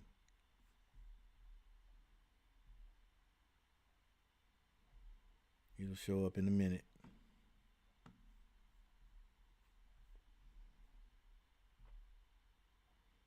Okay. Okay. All right. So they should be able to see this now.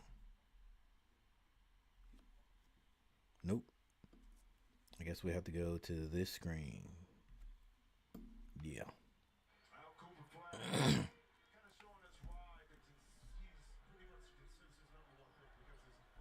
All right. So this little doohickey over here. What's the actual name for it? Game flow. Your game flow chart over here. Uh, you know, shows Duke consistent right there. Then they pull away right here for a little bit. 16-23. Then Arizona comes storming back, makes it close, very close right here. Uh, but after the first half, Duke has been steadily pulling away. For right now, that is. All right, we know this game is not over with. Caleb Love with the floater. That's good. 49-62. 49-62. Love in Arizona. What can you do?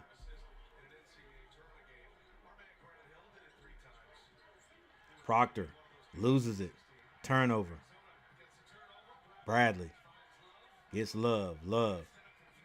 Townsend for a three. Can't hit it. That's going to be knocked out of bounds to the Blue Devils.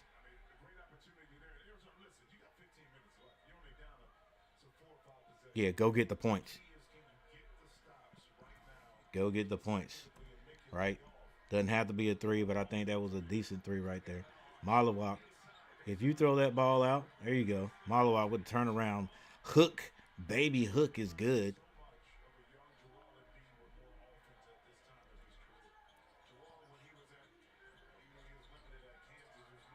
Bradley with a short shot, doesn't fall. Ball on the ground. Bodies on the ground. It's going to be Knipple and Bradley. I think it's going to stay with Duke.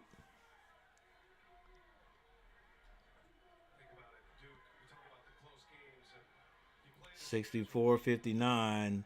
Now it's going to stay with Arizona. Bradley to throw it in. He finds Vasar. Love back to Vasar. Vasar goes to the basket. He was going to throw that down. He's fouled on his way.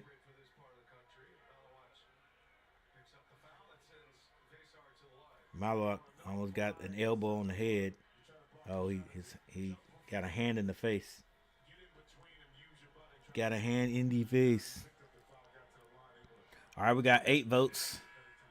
8 votes on the poll question. Which team go to the wow? Which team go to the no? I got the. I'm sorry, guys. We're gonna end this poll.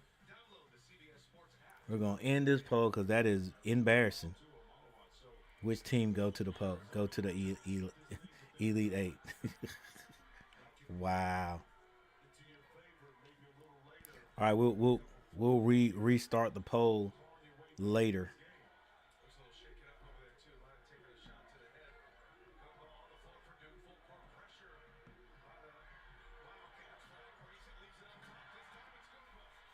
Gumba with the alley. Ooh, gonna be James with the foul. Cooper flag. All you got to do is throw it up to his big guys, and they take care of the rest.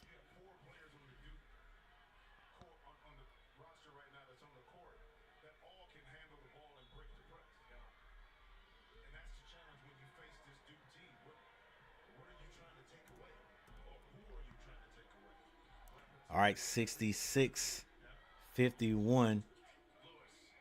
Lewis. Is that Lewis? Can't hit it. Rebound, Gomba.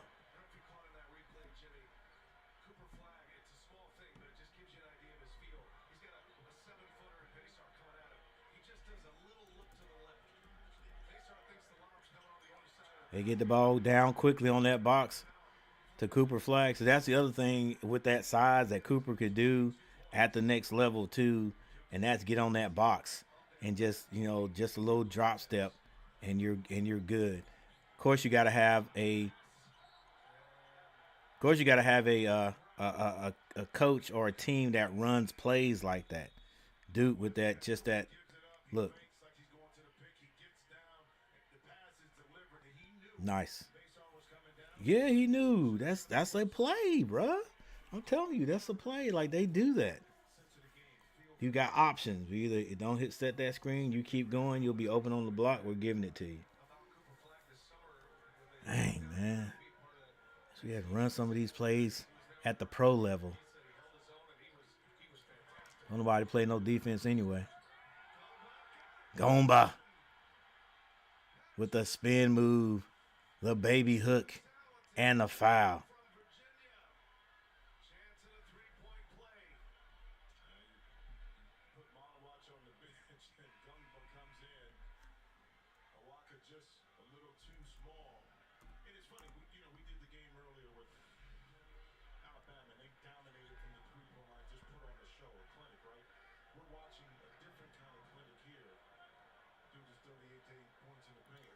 Gumbo on the line. He can't hit it, so I was going to be knocked out of bounds. That's going to go to Arizona. Gillis knocks the ball out of bounds.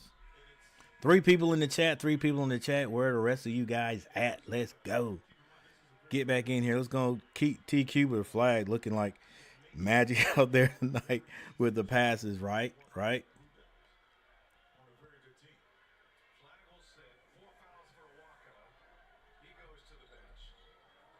Arizona off the glass. That's going to be Lewis. Gets 2. Does a little flex. I don't know why. Down big, baby.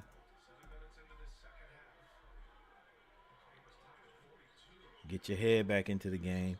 Y'all might be able to claw your way back in. Dude will let you back in now. Well, I'm gonna okay. Let me say it another way. I don't know if Duke will let you back in, depending what team you are. Carolina played Duke well. The second half of each game they played. Knipple misses. Lewis with the rebound. Kicks it. Caleb Love sidesteps and splash with the 3. He is shooting well tonight. They actually not getting him the ball, or he's not able to get the ball to get these open threes, but he's shooting the ball well. Knipple is going to be called for the travel.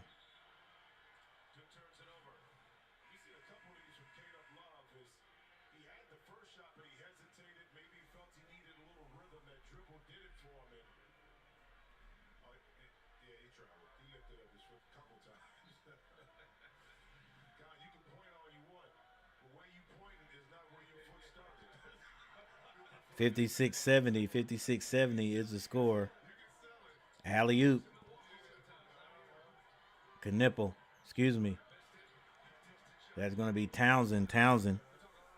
Bryant, excuse me. Bryant can't score. Had to shoot over the outstretched hands of the 6'9" flag. Now this is James as Duke sets up the play. They get it to Proctor. Proctor finds Cooper. Flag. Wanting to go back door. It's not there. Finds Proctor off the screen. Proctor, the jumper, no good. Love with the rebound. Will he stop and pop? Passes it. Vasar finds Bryant. Bryant with the jumper, no good. Flag with the rebound. And he says, I'll bring it down this time. 3 people in the chat. What's going on, guys? Cooper. Stop behind the back. Crosses over.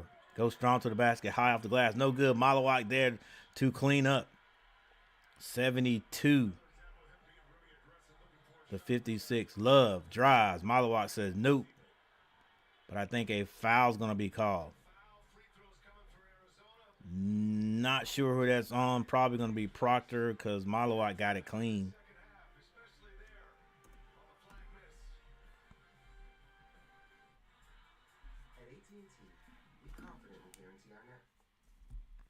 All right. Caught a mistake I made, guys. So we're going to make up for that mistake real quick. We had 8 votes. We had 8 votes on the oh, thank you guys for the 9 likes. I appreciate it. We had 8 votes on the poll question. And that poll question, wow. Which team go to Elite 8? Everybody in here is saying Arizona 62%. That's because we got, we got the overwhelming Carolina fans in here watching. I got you. Which team go to the, okay. We're going to end this poll, right? End this poll, and then we're going to redo it and not make a misspelled word there, Coach Gary. All right. Which team goes to the Elite? We're going to put a number 8. 8. All right. Question mark. Pow. All right. Now, Duke or Arizona.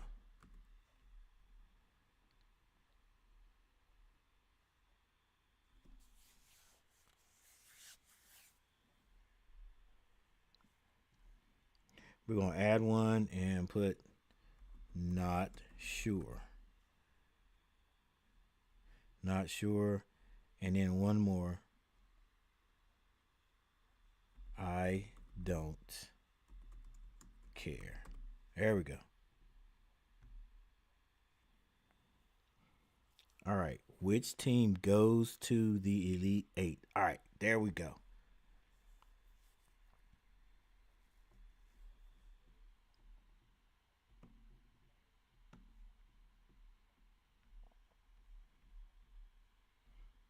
All right, guys, we are in timeout mode.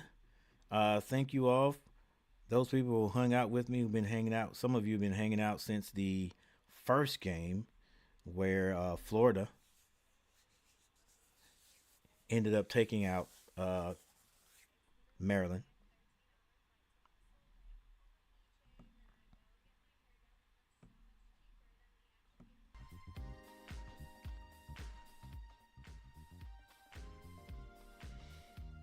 And now it's looking more and more like it's going to be a Duke, Florida. No, not Duke, Florida. Duke, Alabama, is it? Or Arkansas? I think it's Alabama. Yeah, Duke, Alabama. All right, Love on the line, and he makes his first free throw. Yeah, guys. Hey, I'm sorry about the the first poll question. First poll question had a misspelled word. Well, the word was spelled right, but it was in the wrong. It was the wrong word to use. All right, didn't finish. Which team goes to the Elite Eight? All right, so we got it right now. Okay, 58-72 Duke in the lead. Cooper flag. Couldn't get that high enough off the glass. Great ball handling skills.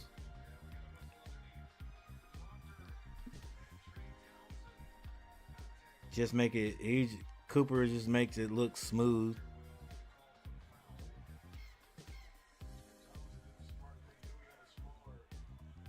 All right, it's just a 14-point lead. It's just a 14-point lead, so, you know, things can change.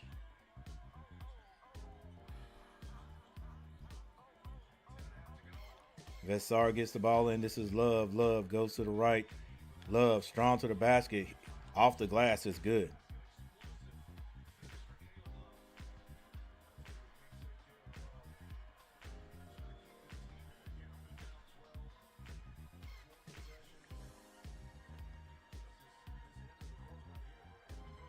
Cooper flag with the jumper. Ends it up and gets it right back.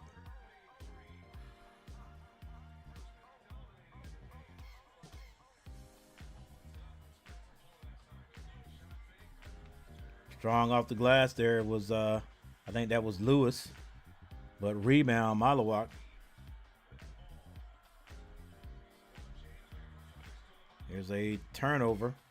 Love behind the three-point line. Splash again. Love is on one tonight.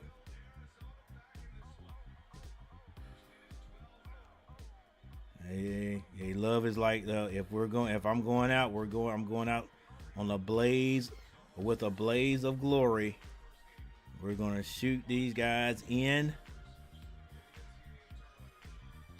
or whatever.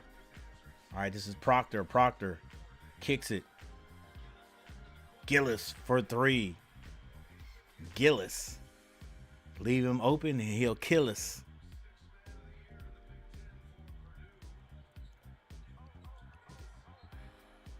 All right, the ball's going to be knocked out of bounds. It's going to stay Arizona ball.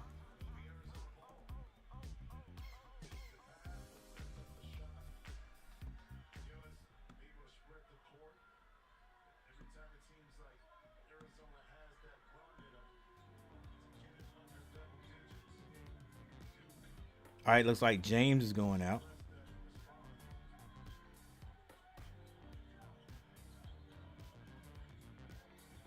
This is Caleb Love. Gets at the Vasar. Vasar back to Love. Love drive. Strong to the basket. And the left hand is good and one.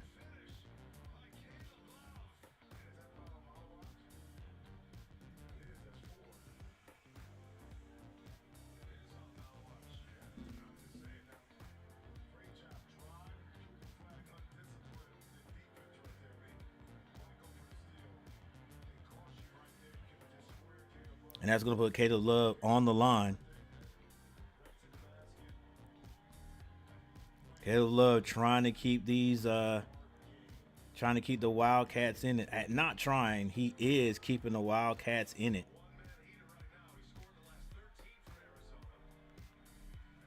$66-78, 8 minutes and 36 seconds on the clock. I mean, it has seemed like Duke has had a tremendous control or overwhelming control over the game or on the game.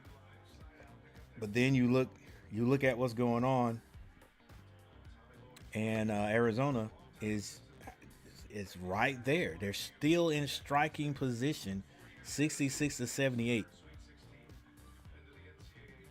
If they could figure out a way to get a few stops on Duke. Oh, there's a steal nearly. Here's a steal. This is Brian with the ball. Finds Caleb Love. Love strong to the basket. Layup is good and one. And Caleb Love says, let's go. And Michael Smitty is going crazy.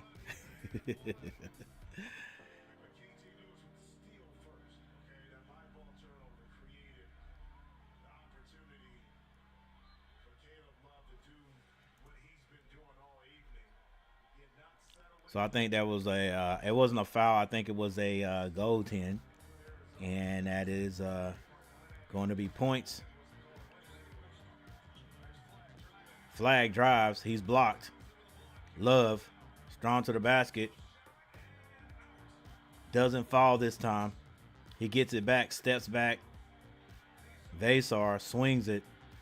Bryant drives, and it's blocked, but Vasar gets it back and slams it through. Ladies and gentlemen, the Wildcats say it is not over yet. It's not over, or at least we're not going anywhere. We are still here.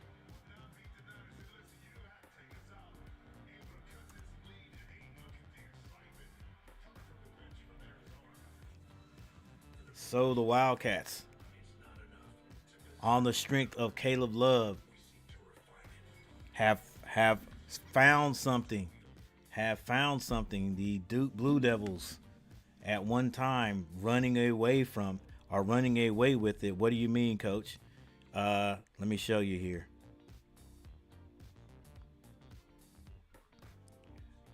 Duke Blue Devils running away with it, but early in the second. So let's go back to the flow. Let's go back to the game flow chart. So if you look over here, as you can see right here, it was close. At one point there, I think this is right. No. This right here was more like at halftime. Right there. No. All right, but anyway, you know what I'm saying. So coming back out, they actually tied it up. All right, but no. Here, I'm sorry.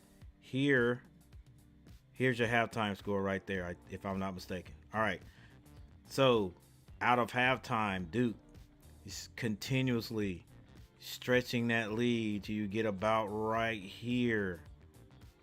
All right, 61-51. 68-51 feels like it is about over. That's at 13:41 during the game. 13:41 left.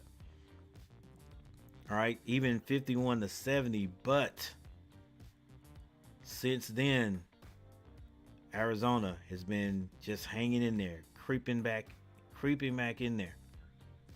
All right, creeping back in there. 60-72, 12-point lead. Then we go, then Duke stretches out again, but then Arizona continues to stay 63-78 until we have what we have right now.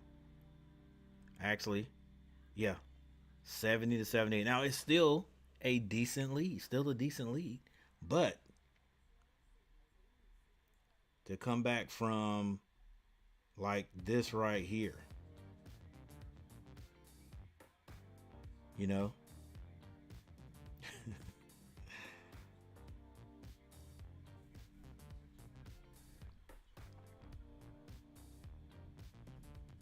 All right, Duke can't get they cannot get sloppy.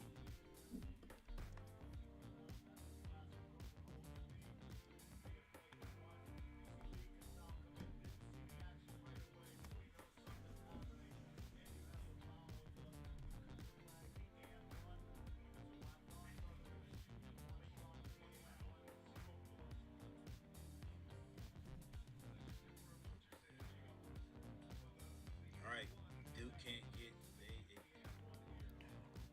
All right, nothing gets away from the officials. There's some little extracurricular going on during that play, and so the refs go check it out, and dish out the punishment or whatever it might be.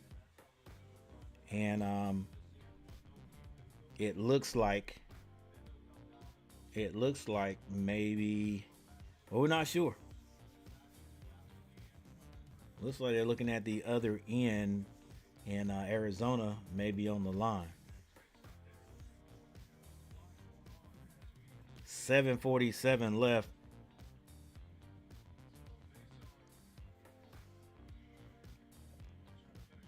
And Vasar on the line.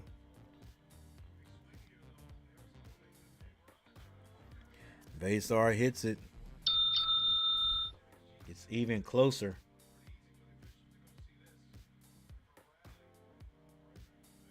Dang, Bradley, what you doing? All right, so then there's a flagrant foul, and Knipple on the other end gets to shoot 2.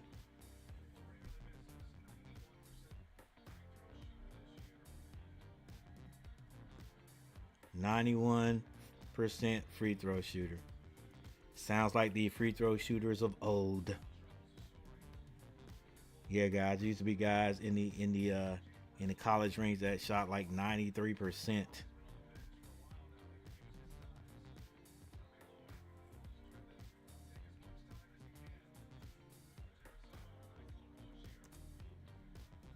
All right, Arizona, a little bit of pressure. Duke eats it or beats it easily. They take a little time. James gets that to Knipple. Knipple finds Gomba with a nice hezzy. Gets all the way to the basket, slams it through.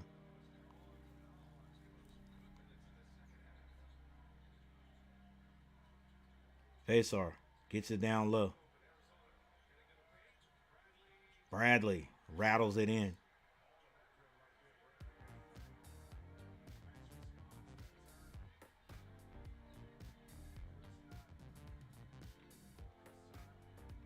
All right, I think this is what we're going to see from the rest of the game, guys. Everybody giving it all they got. Duke can't get sloppy. If they do, Arizona's going to take advantage of it. Knipple. What is going on, guys?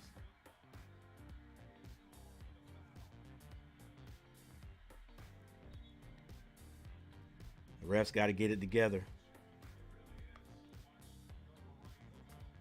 Yeah, the refs got to get it together, because every one of these guys are they're going silly.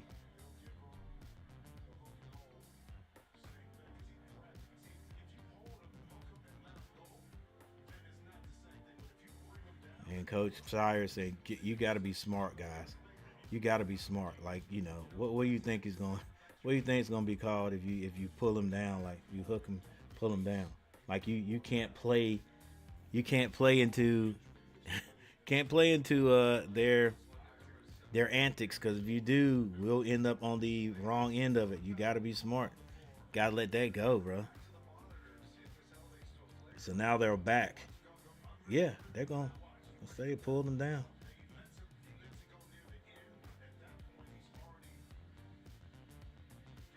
He rapped him like, let that guy go.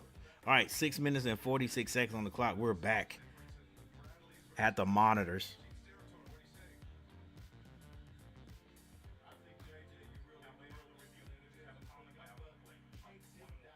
All right, common foul 1-1.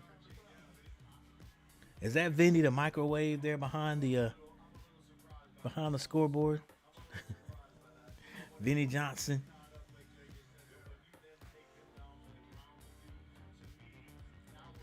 Oh, it would have been worse if Bradley wasn't in the way.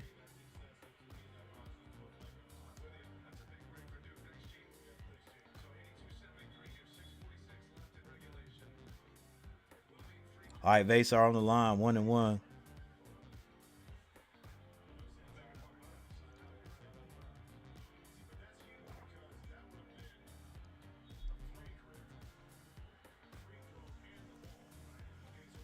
Coach, he just out of it. He ain't even standing up or nothing. He just sitting down. All right, Bradley, Vasar. They find Love. Love goes to Vasar. He can't handle it, but he gets it back. Turns to shoot it, misses it.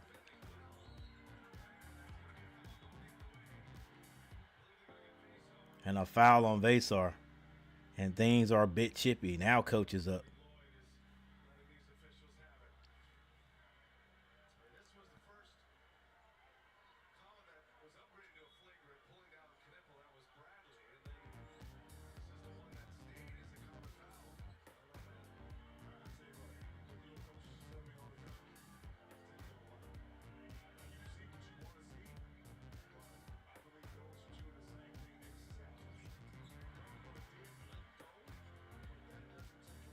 Oh, like I said, if they hadn't have bumped into Bradley, that fall would have been worse.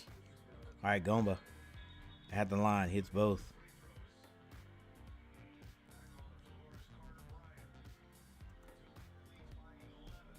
All right, Duke back up by 11.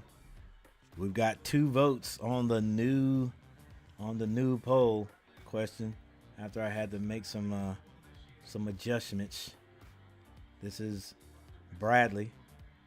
Still 6 minutes and 23 seconds on the clock. Bradley throws it up, and Vasar catches the alley. One hand slam dunk. Let's go. Cooper Flag to the basket. Gonna be fouled.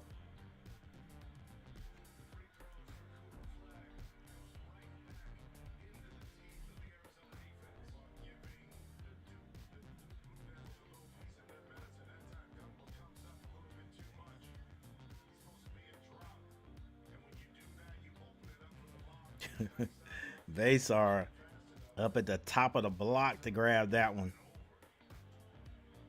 All right, Cooper Flag at the line. It's a 9-point lead at this time. Cooper Flag hits his free throw, pushes it back up to a 10-point lead. He's got one more left.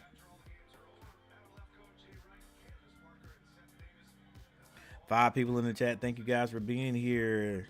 I think we may have 10 likes. Cooper Flag hits both.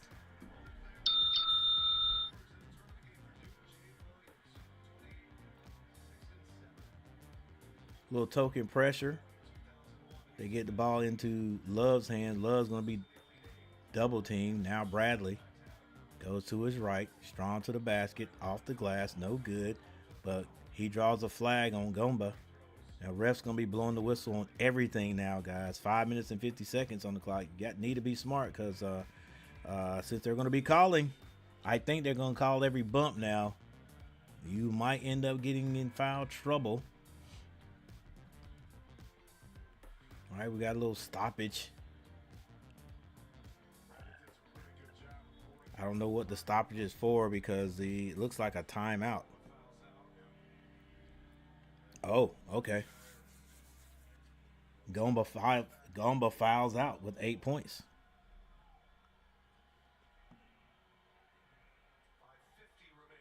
All right, so Gomba fouls out. Malawak and Knipple both have 4 fouls. There's still 5 minutes and 50 seconds left in this game. Gomba just fouled out. Proctor and James have 3 fouls. Things could change, guys. Things could change. Still got plenty of time left on the clock. What did I do? Let's see if we can go back to it real quick. All right, here we go. Yeah, you don't want to get an offensive foul either.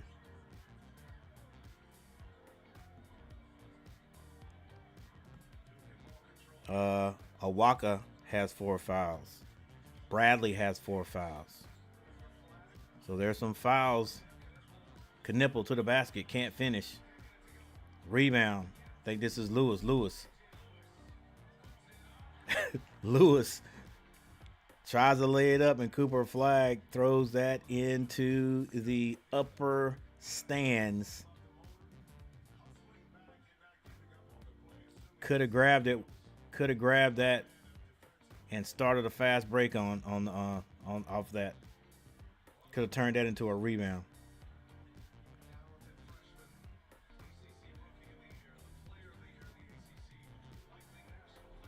Long 3, no good. Malawak with the rebound. 5 minutes on the clock. Still plenty of time.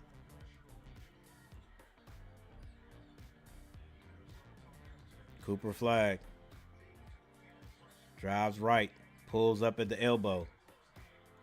Can't hit it. Malawak can't get the rebound. Vasar finds Bradley. Bradley to Caleb Love for the slam dunk.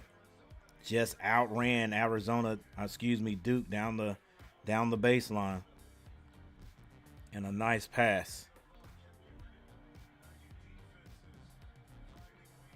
Still not over with yet. Duke sucking wind. Both teams out there going at it. It is not over yet. Caleb Love with a quiet 33 points. Yeah, hey. And we have this timeout, so we definitely got to go look.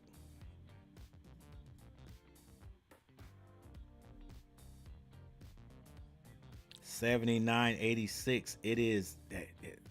It's not over. Definitely not over. All right, here we go. Box scores.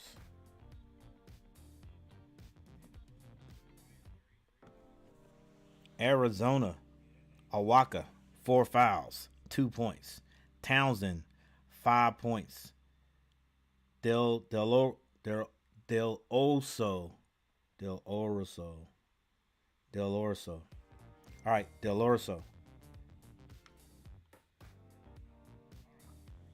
Del Orso with 6 points. Caleb Love, 33 points. 5 of 9 from behind the 3-point line. Bradley has 10. Vasar with 13. This game is not over. It's not over. Duke, number 1, gets a little bit lazy. It looks like Arkansas, they're taking advantage of everything. Now, Proctor, he's been quiet. Gets the flag to James. James, another 3. James, another 3. They just got weapons everywhere, guys.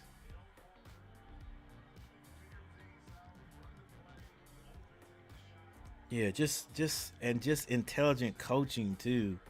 And the guys just nice shot there by Lewis to muscle that up. Knowing Malawak can't swing or anything.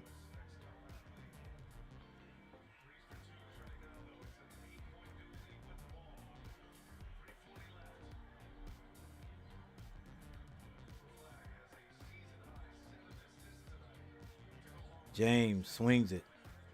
This is James with the ball. James drives, loses it. Can Arizona take advantage of it? Oh, a blocking foul is going to be called on Cooper Flag.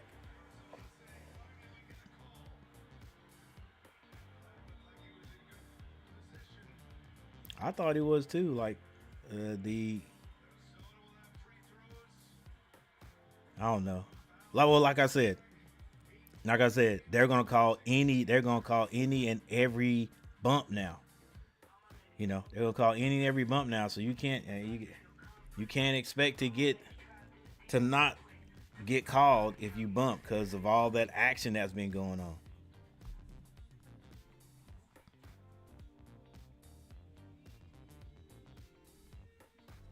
Ooh, let me stop this. I want to get a copyright strike.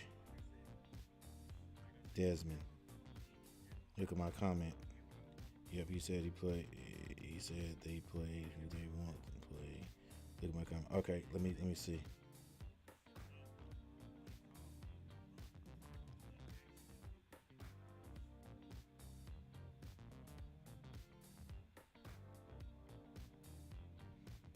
I guess RJ was salty, so Caleb left Carolina. Oh yeah.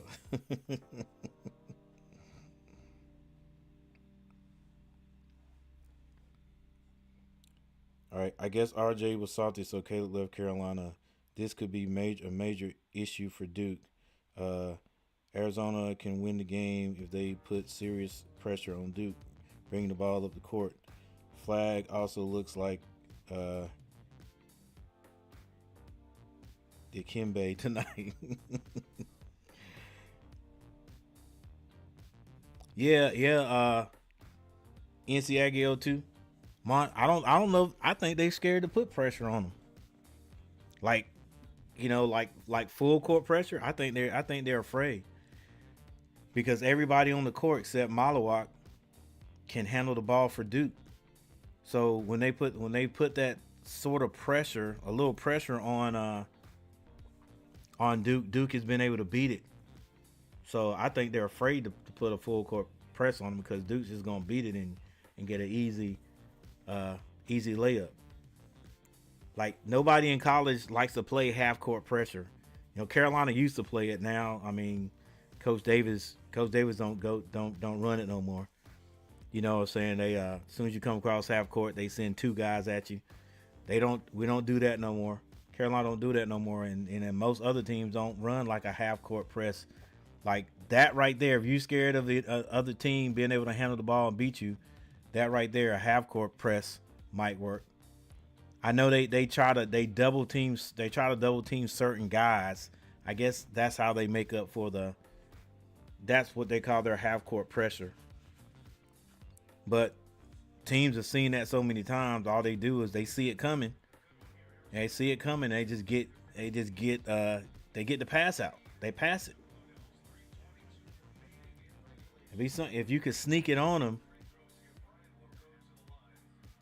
But look, I do think that at some point there's 3 minutes 22 seconds on the clock. I think at some point you probably got to sell out and try it. Because if you just keep letting them bring the ball up the court, they're running time off the clock, you know, and then they're so good in their half court offense, they're just going to run time off the clock and then score. So you got to make them do something different. And here it is. Low press right there. Proctor dribbles out, beats it. But yeah, I think you got to do that at some point. All right, they get the ball in James's hands. Now Cooper Flag. 3 minutes and 6 seconds on the clock. Flag to Proctor. Proctor for three. Off. Proctor hadn't been shooting today. All right. Caleb Love passes it.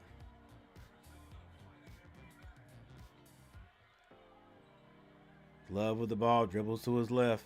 Shoots a three. That's short. That's blocked. Malawat got his hands on it. 83-89. 2 minutes and 32 seconds. I wonder who's making more noise in the building right now. Is it Duke's team Duke's Malawat almost traveled. Cooper. Or is it Arizona? Cooper flips it up. Tried to go to Malawak. A foul is going to be called on Lewis. He fouls Knipple. KJ Lewis, not sure how many fouls he has. Wow, Malawak just couldn't handle that because that was another dime.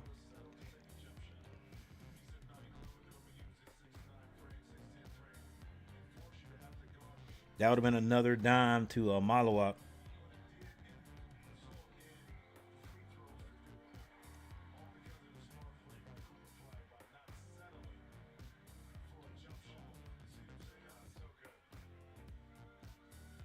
And we know Knipple doesn't miss. Did I jinx him? Did I just jinx him? Let's see.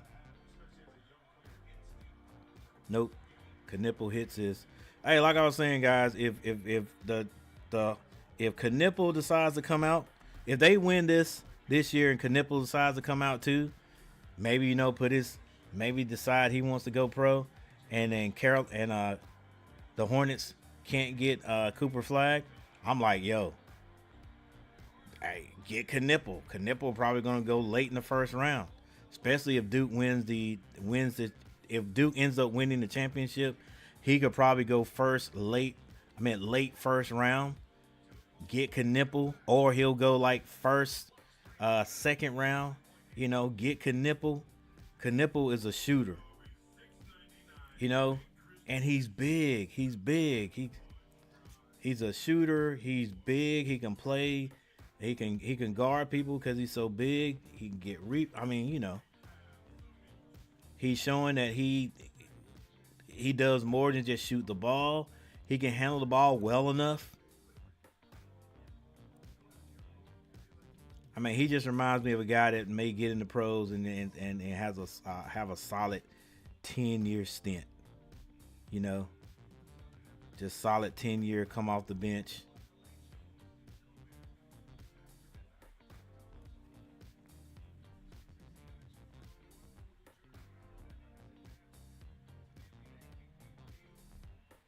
All right, here's your correct score, 86-91.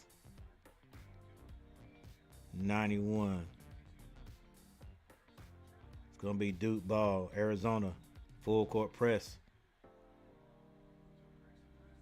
James, that's just smart. You know what? Right there, I'm telling you guys, LaMelo Ball in the pros, even with the score like that, he'd attack the basket to try to score on that instead of just like, okay, we got time. Let's run some time off the clock. That I mean that he I don't know if that's something he just missed because he didn't go and play college ball, but man, he's immature when it comes to understanding the do's and the don'ts. It's like, was it 3 games ago? The last time that the Hornets won. I mean, we clearly had the game, and we were holding the ball up top. And it was like 14 seconds left, and the other team had basically, almost waving the white flag, and he's passing the ball from well beyond the 3-point line to try to get it down low for someone to score. Like, what are you doing, bro? Just hold the ball. And then Coach Lee even said something to him, and he was like just pointing, just saying, he was open. He was open. No, dude. Like, play the game the right way. Like, what are you doing? And I think whoever got the ball was Jeffries. Jeffries caught it down there, and I think he just pulled it back out. Like, why would you even throw it down there? And then at the end of the game, it looked like when it was no chance for the other team to win, it looked like he still wanted to shoot the ball. And you could hear Coach Lee or somebody on the bench saying, Melo, don't. Like, just the immaturity of it all.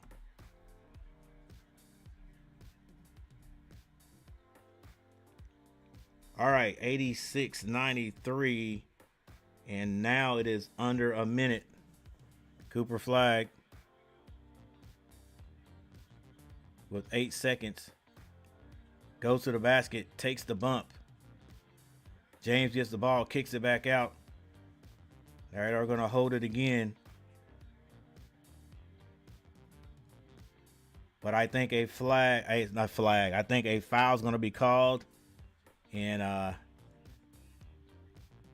with 44 seconds on the clock, looks like your Blue Devils there, Nathan.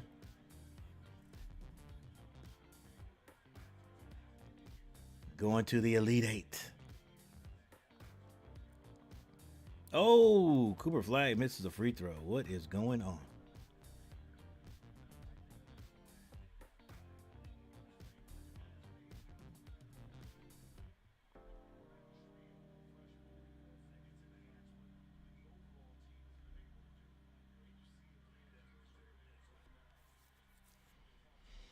All right, I don't know what's wrong with the app, but my score at the top is correct. It's 94-86.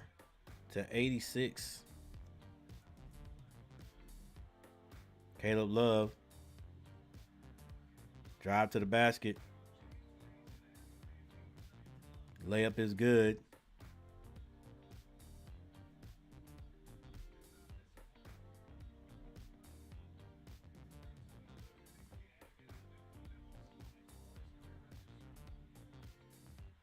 Proctor and the Blue Devils beat the press pretty darn quick.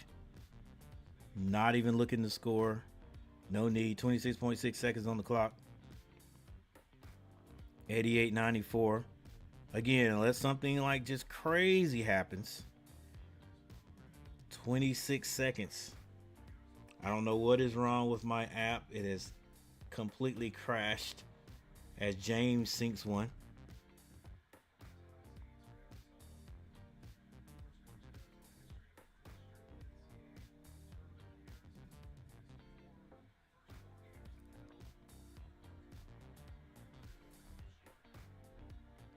Duke with 96 points. Bradley to the basket.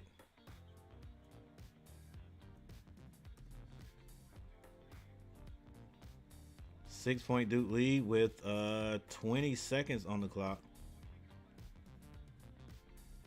It's almost like you could hear somebody under the basket say, "Do not foul. Don't foul."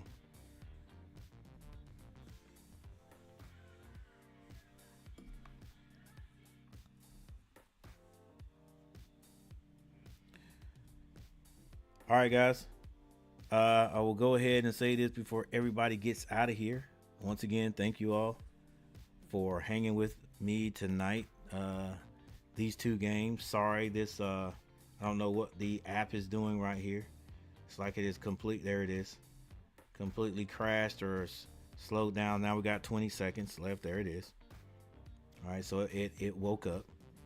All right, so yeah, right after this, we're gonna definitely go over the box scores and the team stats before we get out of here. I know it says 2 votes. Which team goes to the Elite Eight? A few minutes ago, Ball had the me mentality. Yeah, man, it gets on my nerves to the point. At this point, I'm like, dude, if the Hornets decide to, let him go or trade him to someone, because they gave him that big extension.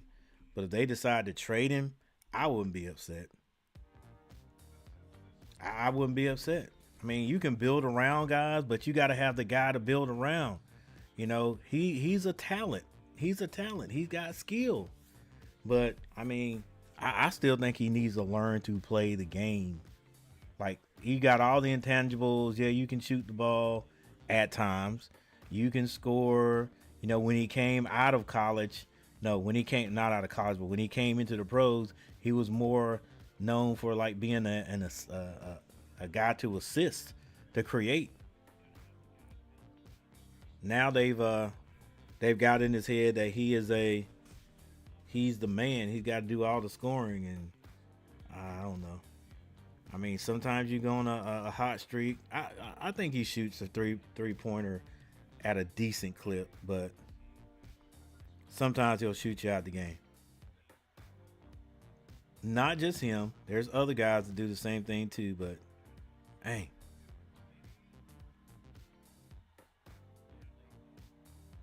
Bradley for 3. Bradley hits the 3.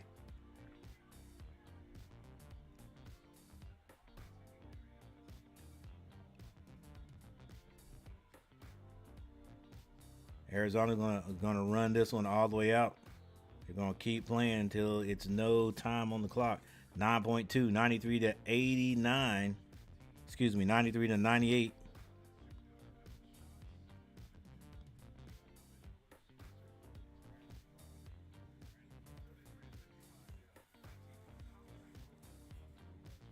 Yeah, at this point, you got Brandon Miller, who's gonna get come back out there. I mean, hey, just like LaMelo. What was LaMelo? LaMelo was number 3. Yeah, I think we made the best pick that year to get him at 3, because I don't even know where that big guy is that we were looking at getting. But hey, do the same thing with Brandon Miller. Love for 3. Can't hit this one. And that is it, ladies and gentlemen. The Blue Devils are going to the Elite Eight.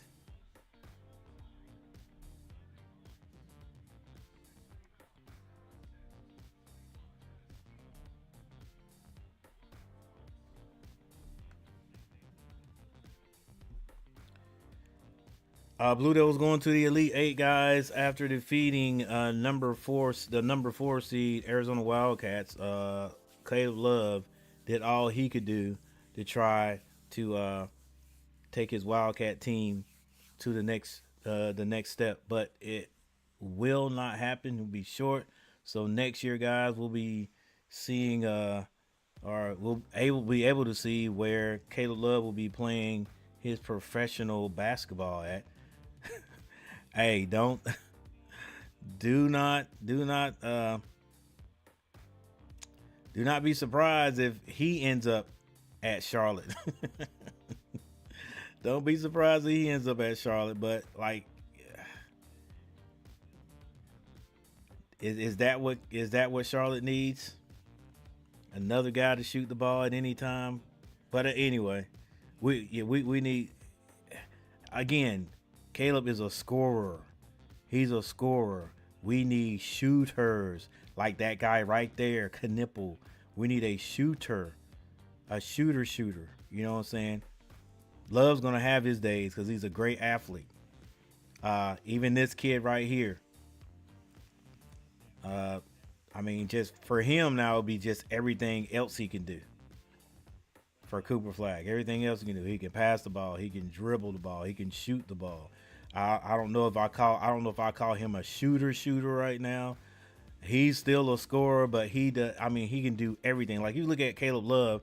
Do you look at Caleb Love as all around? Is he a passer? Is he a guy that gets assists? And we'll look at it right here today, see how many assists Cooper Flagg had or whatever. Do you think of that? Do you think of Caleb Love as being a rebounder? You think of him as being like that guy that's got the size to play defense? That's what I'm talking about. All right. So for whoever will get on here and say, "Oh man, how you gonna be on Cooper Flagg?" You know, I'm looking for the next level. Like, I ain't even thinking about Duke right now. But yeah, I'm only thinking about this for my team, for the Charlotte Hornets.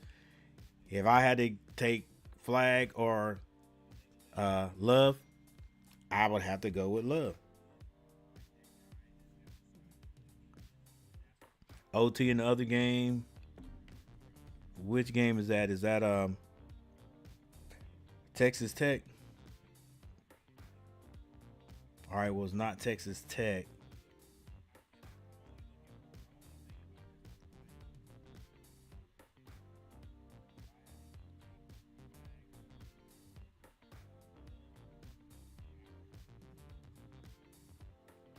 Because it looks like Texas Tech, with 3 minutes and 21 seconds, looks like Texas Tech is going to go down.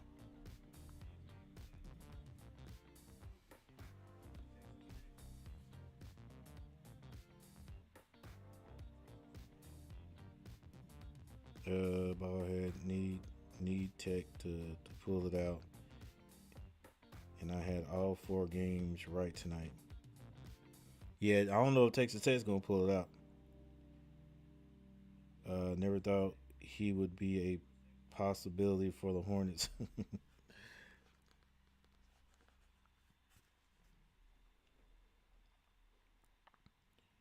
Go to the other game.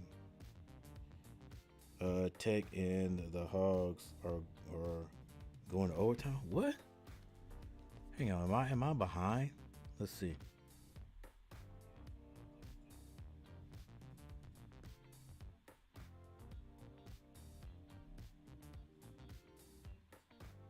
Oh, it is. Wow, I think my this app has been freezing, so that's what the deal is. Okay, I got you.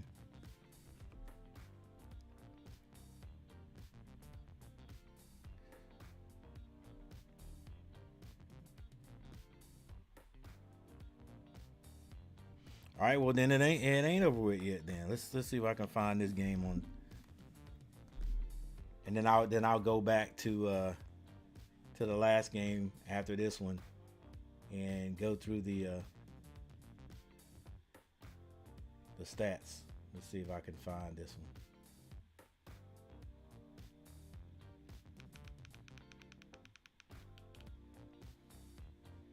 Come on now. All right, that's on TBS, I think.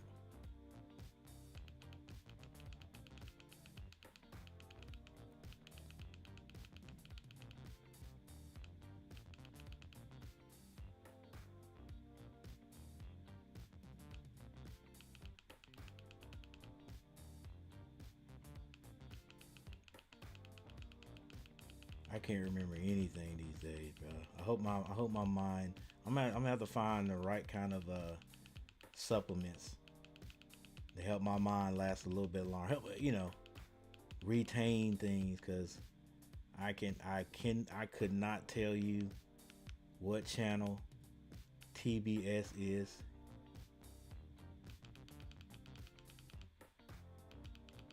I remember 612. That's my the ACC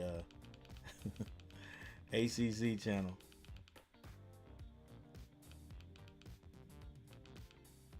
All right, TBS. Heck, is this it?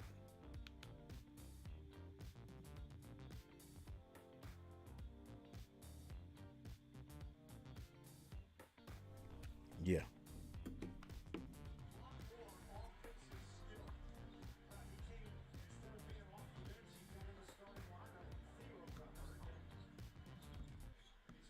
All right, guys, bonus action. We've got a 74-74 game here. It's an OT. Arkansas and Texas Tech. Arkansas led this game for most of the game. And somehow Texas Tech has awakened, and it is tied up in OT. 3 minutes and 50 seconds left. Davis kicks it. Baseline drive and one.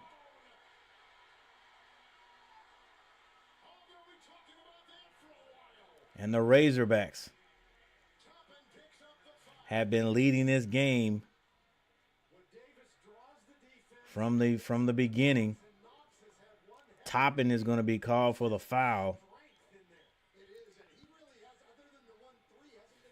Arkansas Razorbacks. Oh, he can't finish the 3-point play. Heck, is Kerwin even in the game? Did he foul out or something? We'll take a look. Spin move. No good. Rebound. Arkansas.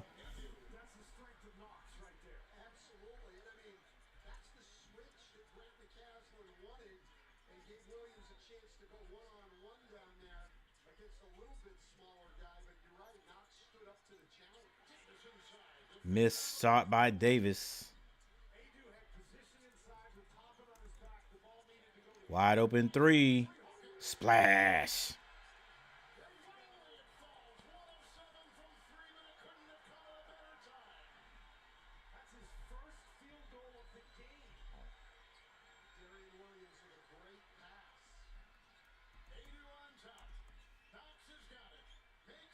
Knox to the basket. I think a foul's going to be called. Topping 2 fouls in a row.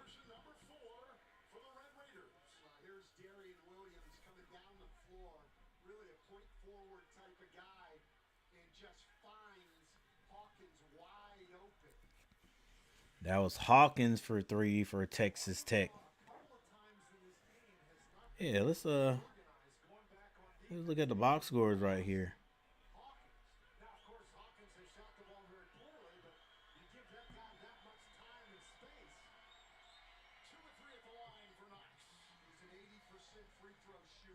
So Janelle Davis with 30 points. Knox has 20. That's for Arkansas. For Texas Tech,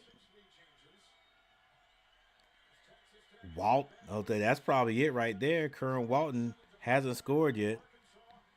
2 fouls. Did he get hurt or something?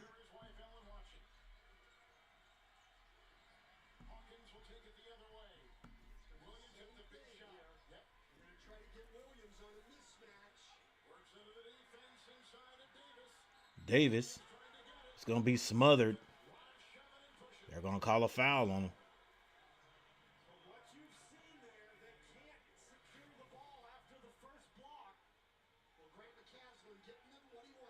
Williams strong to the basket. Probably could have been a foul call right there.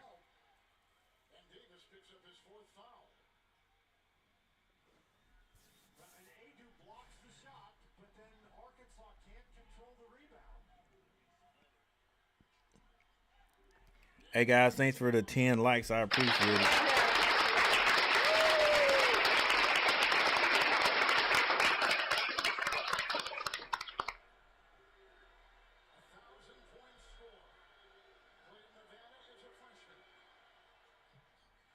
And the free throw, the first one, is good for Williams. Yeah, Kerwin Walton. He must have got hurt or something. Cause he was hitting good shots. He was 2 games ago when I watched. Here we got bonus action, ladies and gentlemen. Yes, I know. Right here you see uh, Arizona and Duke. That game was over. Duke won, but we have overtime right here, and Texas Tech trying to make the comeback. They have been trailing this game forever. Now they have a 1-point lead. Arkansas. Oh, nice hezzy. Williams knocks it away. It's going to be Hawkins. 1:55 left. Hawkins just scored his first points on a 3-point shot earlier. Williams with the spin move. Oh, nice moves. And the baby hook is good.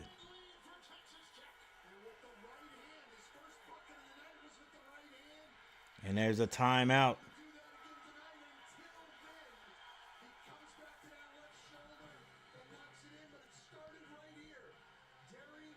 Nice little block right there.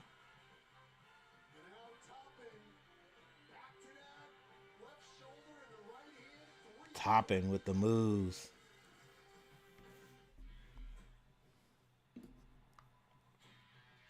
I wonder if he's kin to Obi Toppin, his other brother. Right? There are two of them, all right? There are two of them, right? You know, that's one of those names, one of those unique names. So you just, when you hear it, you would think, hey, they are related to each other. And was the first game we watched today with Maryland and Florida.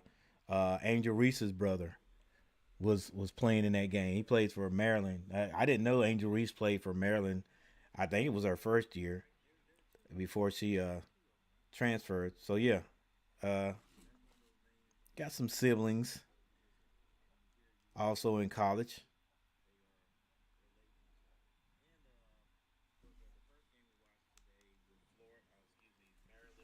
All right, we still got 5 people hanging in here, guys. Thank you for hanging with me today. Um, Coach, just be positive. Yeah, I'm positive. Thanks for the 10 likes. We should have it should be 500 or more views, but it is what it is. All right, 81-78. Still a whole minute and 34 seconds on the clock. Arkansas, I'm sure they were going like wow the whole game. Now they're concerned. All they got to do is score right here, and it don't have to be a three. Don't have to be a three.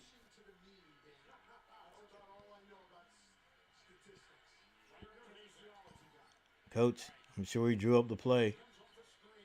Wide open three. It's good. Tied up, baby.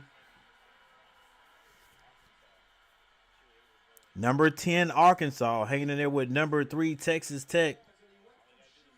Hawkins. They're trying to hand it off. They get it back to Hawkins. Hawkins comes off the screen, gets it to the big man. The baby hook is good with the lefty. A dagger throws it in there. 2-point lead by Texas Tech. What do you guys think? You think Arkansas is going to end up winning this game? Will it be a double overtime? 43 seconds, 12 to shoot. The drive to the basket, off the glass, and everybody's being a hero, guys. It's tied up again.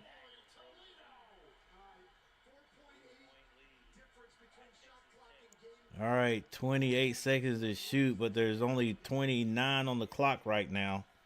Hawkins with the ball. They're going to bring it down as close as they can get it. They need to start going like right now at 10 seconds. They hand that to Williams. Williams doesn't want to give it up. Goes into the paint. Spin move off the glass. It's good. 7 seconds left. Coach is not going to call a timeout. 3, 2, behind the back. 1. Good if it goes. It's short. And Texas Tech comes all the way back.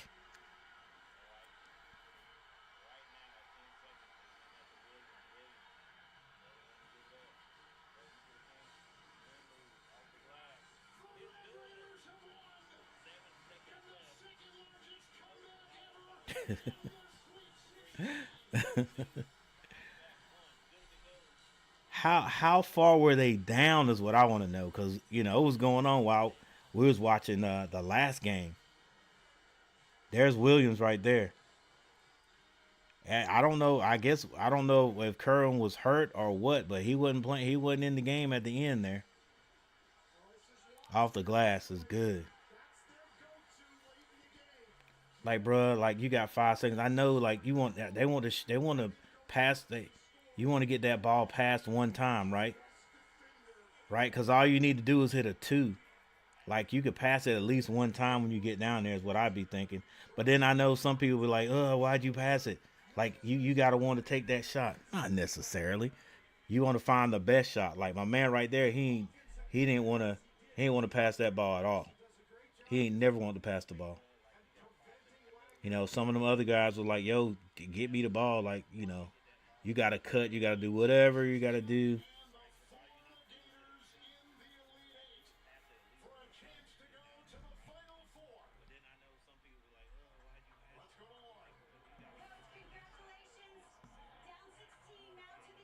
All right, so it was down 6. They were down 16.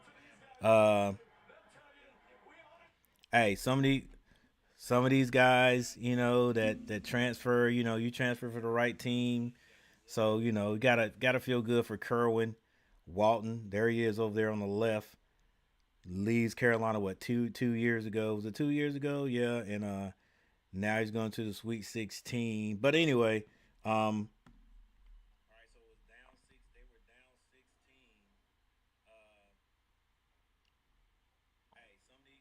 but yeah, but think about how if Carolina could keep some of these guys that they recruited, everybody's not jumping into the transfer portal.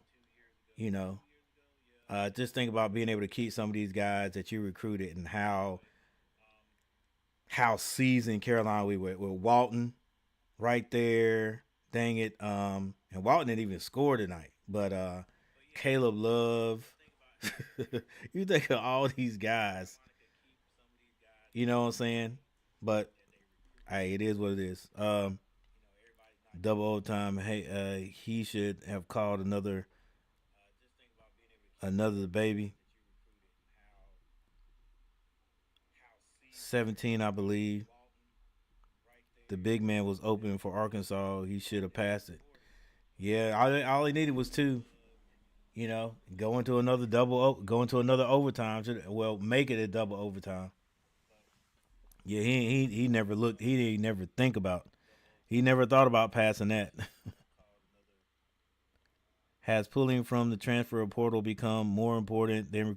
I think it has. I think it has. Sure, you're going to get some guys, and a lot of guys from, and I think they've been doing this for a long time. I just hadn't really paying attention. Like, you always think about seniors as being the group that colleges go they recruit. That's the one you give the scholarships to.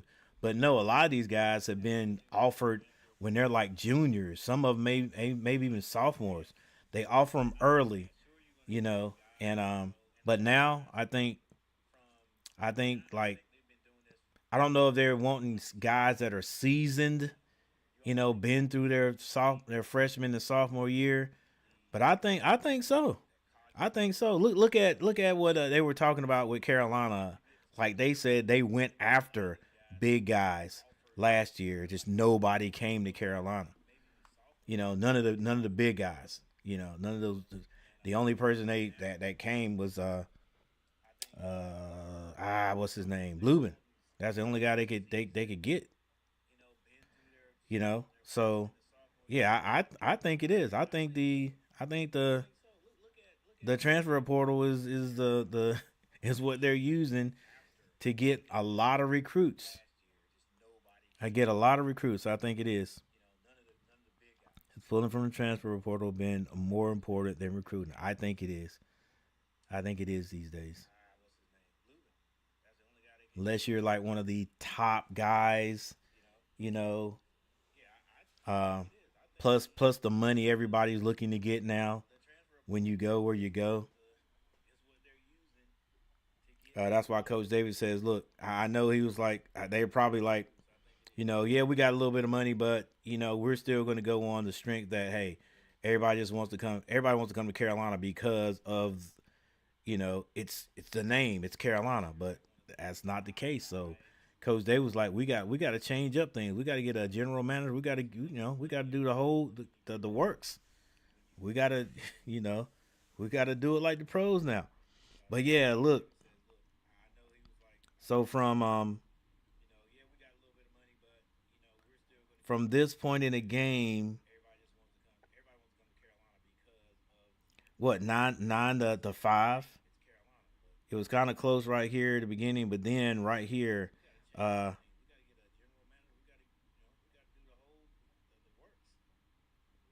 Texas Tech was in the lead at that point, but then 8-5. And after that, this was with 16:37 left. Arkansas feeling good about themselves, dominating basically. All right, Texas Tech did make a little bit of a run right here, but Arkansas again stretched that lead. What was it, 38-31 at halftime? So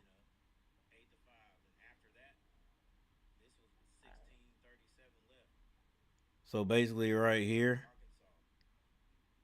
right there, that's halftime. All right, boom. And right here, a big stretch right there. So I know they were definitely feeling good right there with 10 minutes and 35 seconds left on the clock. Yeah. Yeah, they felt like, we basically have this. Got a little bit of a run right there, but they still weren't worried about it because right here, they sort of, you know, stretch it. But that was actually a turning point right there. With 4 minutes and 43 seconds on the clock, you down you up 13. Like you ain't looking to lose this game. And then Texas Tech just came alive. I don't know if there were turnovers or what. I think even right here, you still got to believe you got this game, right? You still got to believe you got this game with a minute 28 seconds on the clock. That's 6 points, right? That's 6 points. Wow. They hit a three, and that just changed the whole complexion. Wow. Like, well, to go to OT, and then all right, well,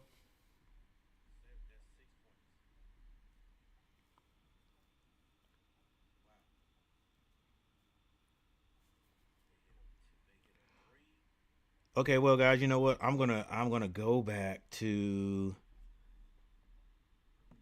go over the stats for this game right here. I don't even know why it's here. Okay, 100 to 93. Look at the scores right here. All right, so not Carolina, Duke and Arizona go at it, and Duke wins to go to the Elite Eight. Arizona, uh, Arizona 42 points at half and 51 points in the second half. Like I said, like they really kept it close. They really kept it close. Duke can blow you out at one point, and then they'll let you get back in the game. They just know how to do the right things there at the end of the game to sustain a win. All right, Awaka 2 points. Townsend had 5. Uh, Del also Del Del Orso had 6 points. Caleb Love 35 points to end his college career. Bradley 15. Vasar 13. Bryant had 8. Martinez with 3, and Lewis with 6 points. For the Duke Blue Devils, Cooper Flag 30 points. Malawak 13. A lot of those came off of just dime pass alley oops from Cooper Flag. Knipple had 20 points. I'm telling you, he's a silent killer, guys. Like, everybody's gonna be like Cooper Flag, Cooper Flag, Cooper Flag. But this dude right here, I'm telling you, if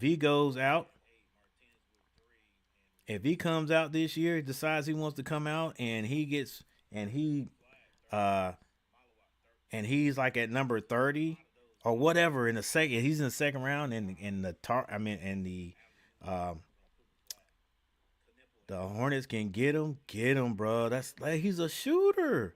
He's a shooter, and he's 6'7". All right. Malawat 13 points. Knipple 20. Proctor has 7. Uh, James with 16. Arizona would be glad that Proctor wasn't on today. You know what? He was 1 of 4 from behind the 3-point line, and I guess you can feel it. A guy who can shoot, you can feel whether you're on or not. So, unlike some guys where that 1 of 4 would have ended up being like 1 of 8 or 1 of 9, I think he said, I'm not hitting tonight, so I'm not just gonna take threes. I'm gonna do other things. You know what I'm saying? I'm gonna do other things. I ain't gotta just sit out there and hit threes. I can create whatever. He only had 1 rebound. He had 3 assists. 1 turnover, 3 personal fouls. So still 7 points.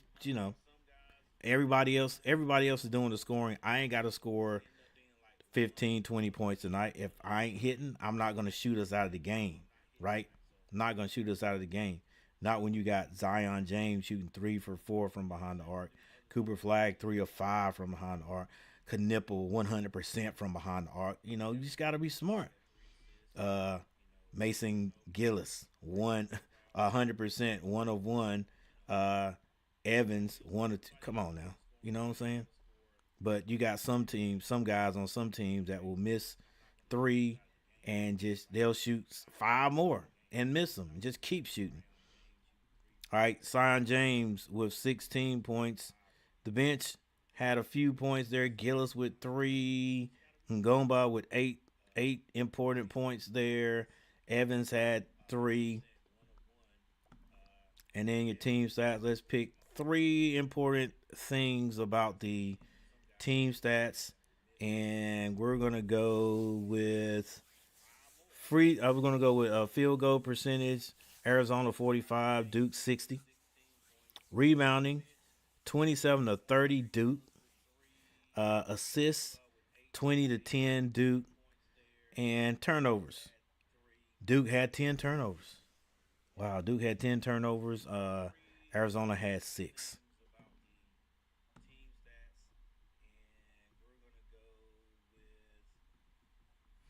All right.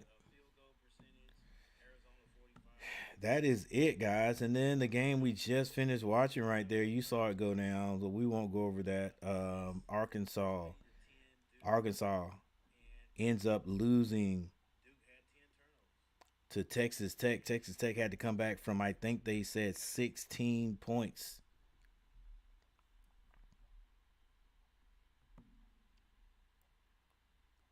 16 points. Arkansas 10 turnovers. Texas Tech 8. Texas Tech shot 41% from the floor. Arkansas 41.5. What was the key thing? Ooh, rebounding. Texas Tech out rebounded Arkansas 51-39. That could help you a lot. I think Arkansas stayed in this game close because they were 40% from behind the 3-point line. Texas Tech was only 25%.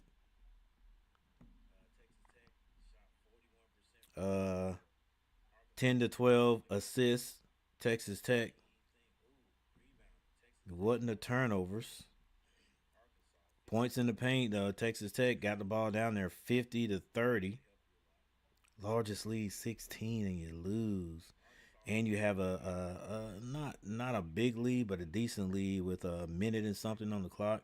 That's gotta hurt. That's gotta hurt. All right. But anyway, with that said,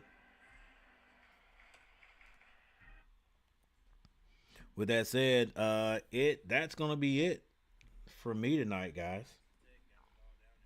I don't know when I'll be back on, not sure, but I do want to thank all those people. Let's see how many people still in here. 3 people for hanging out with me. NC Aggie 02.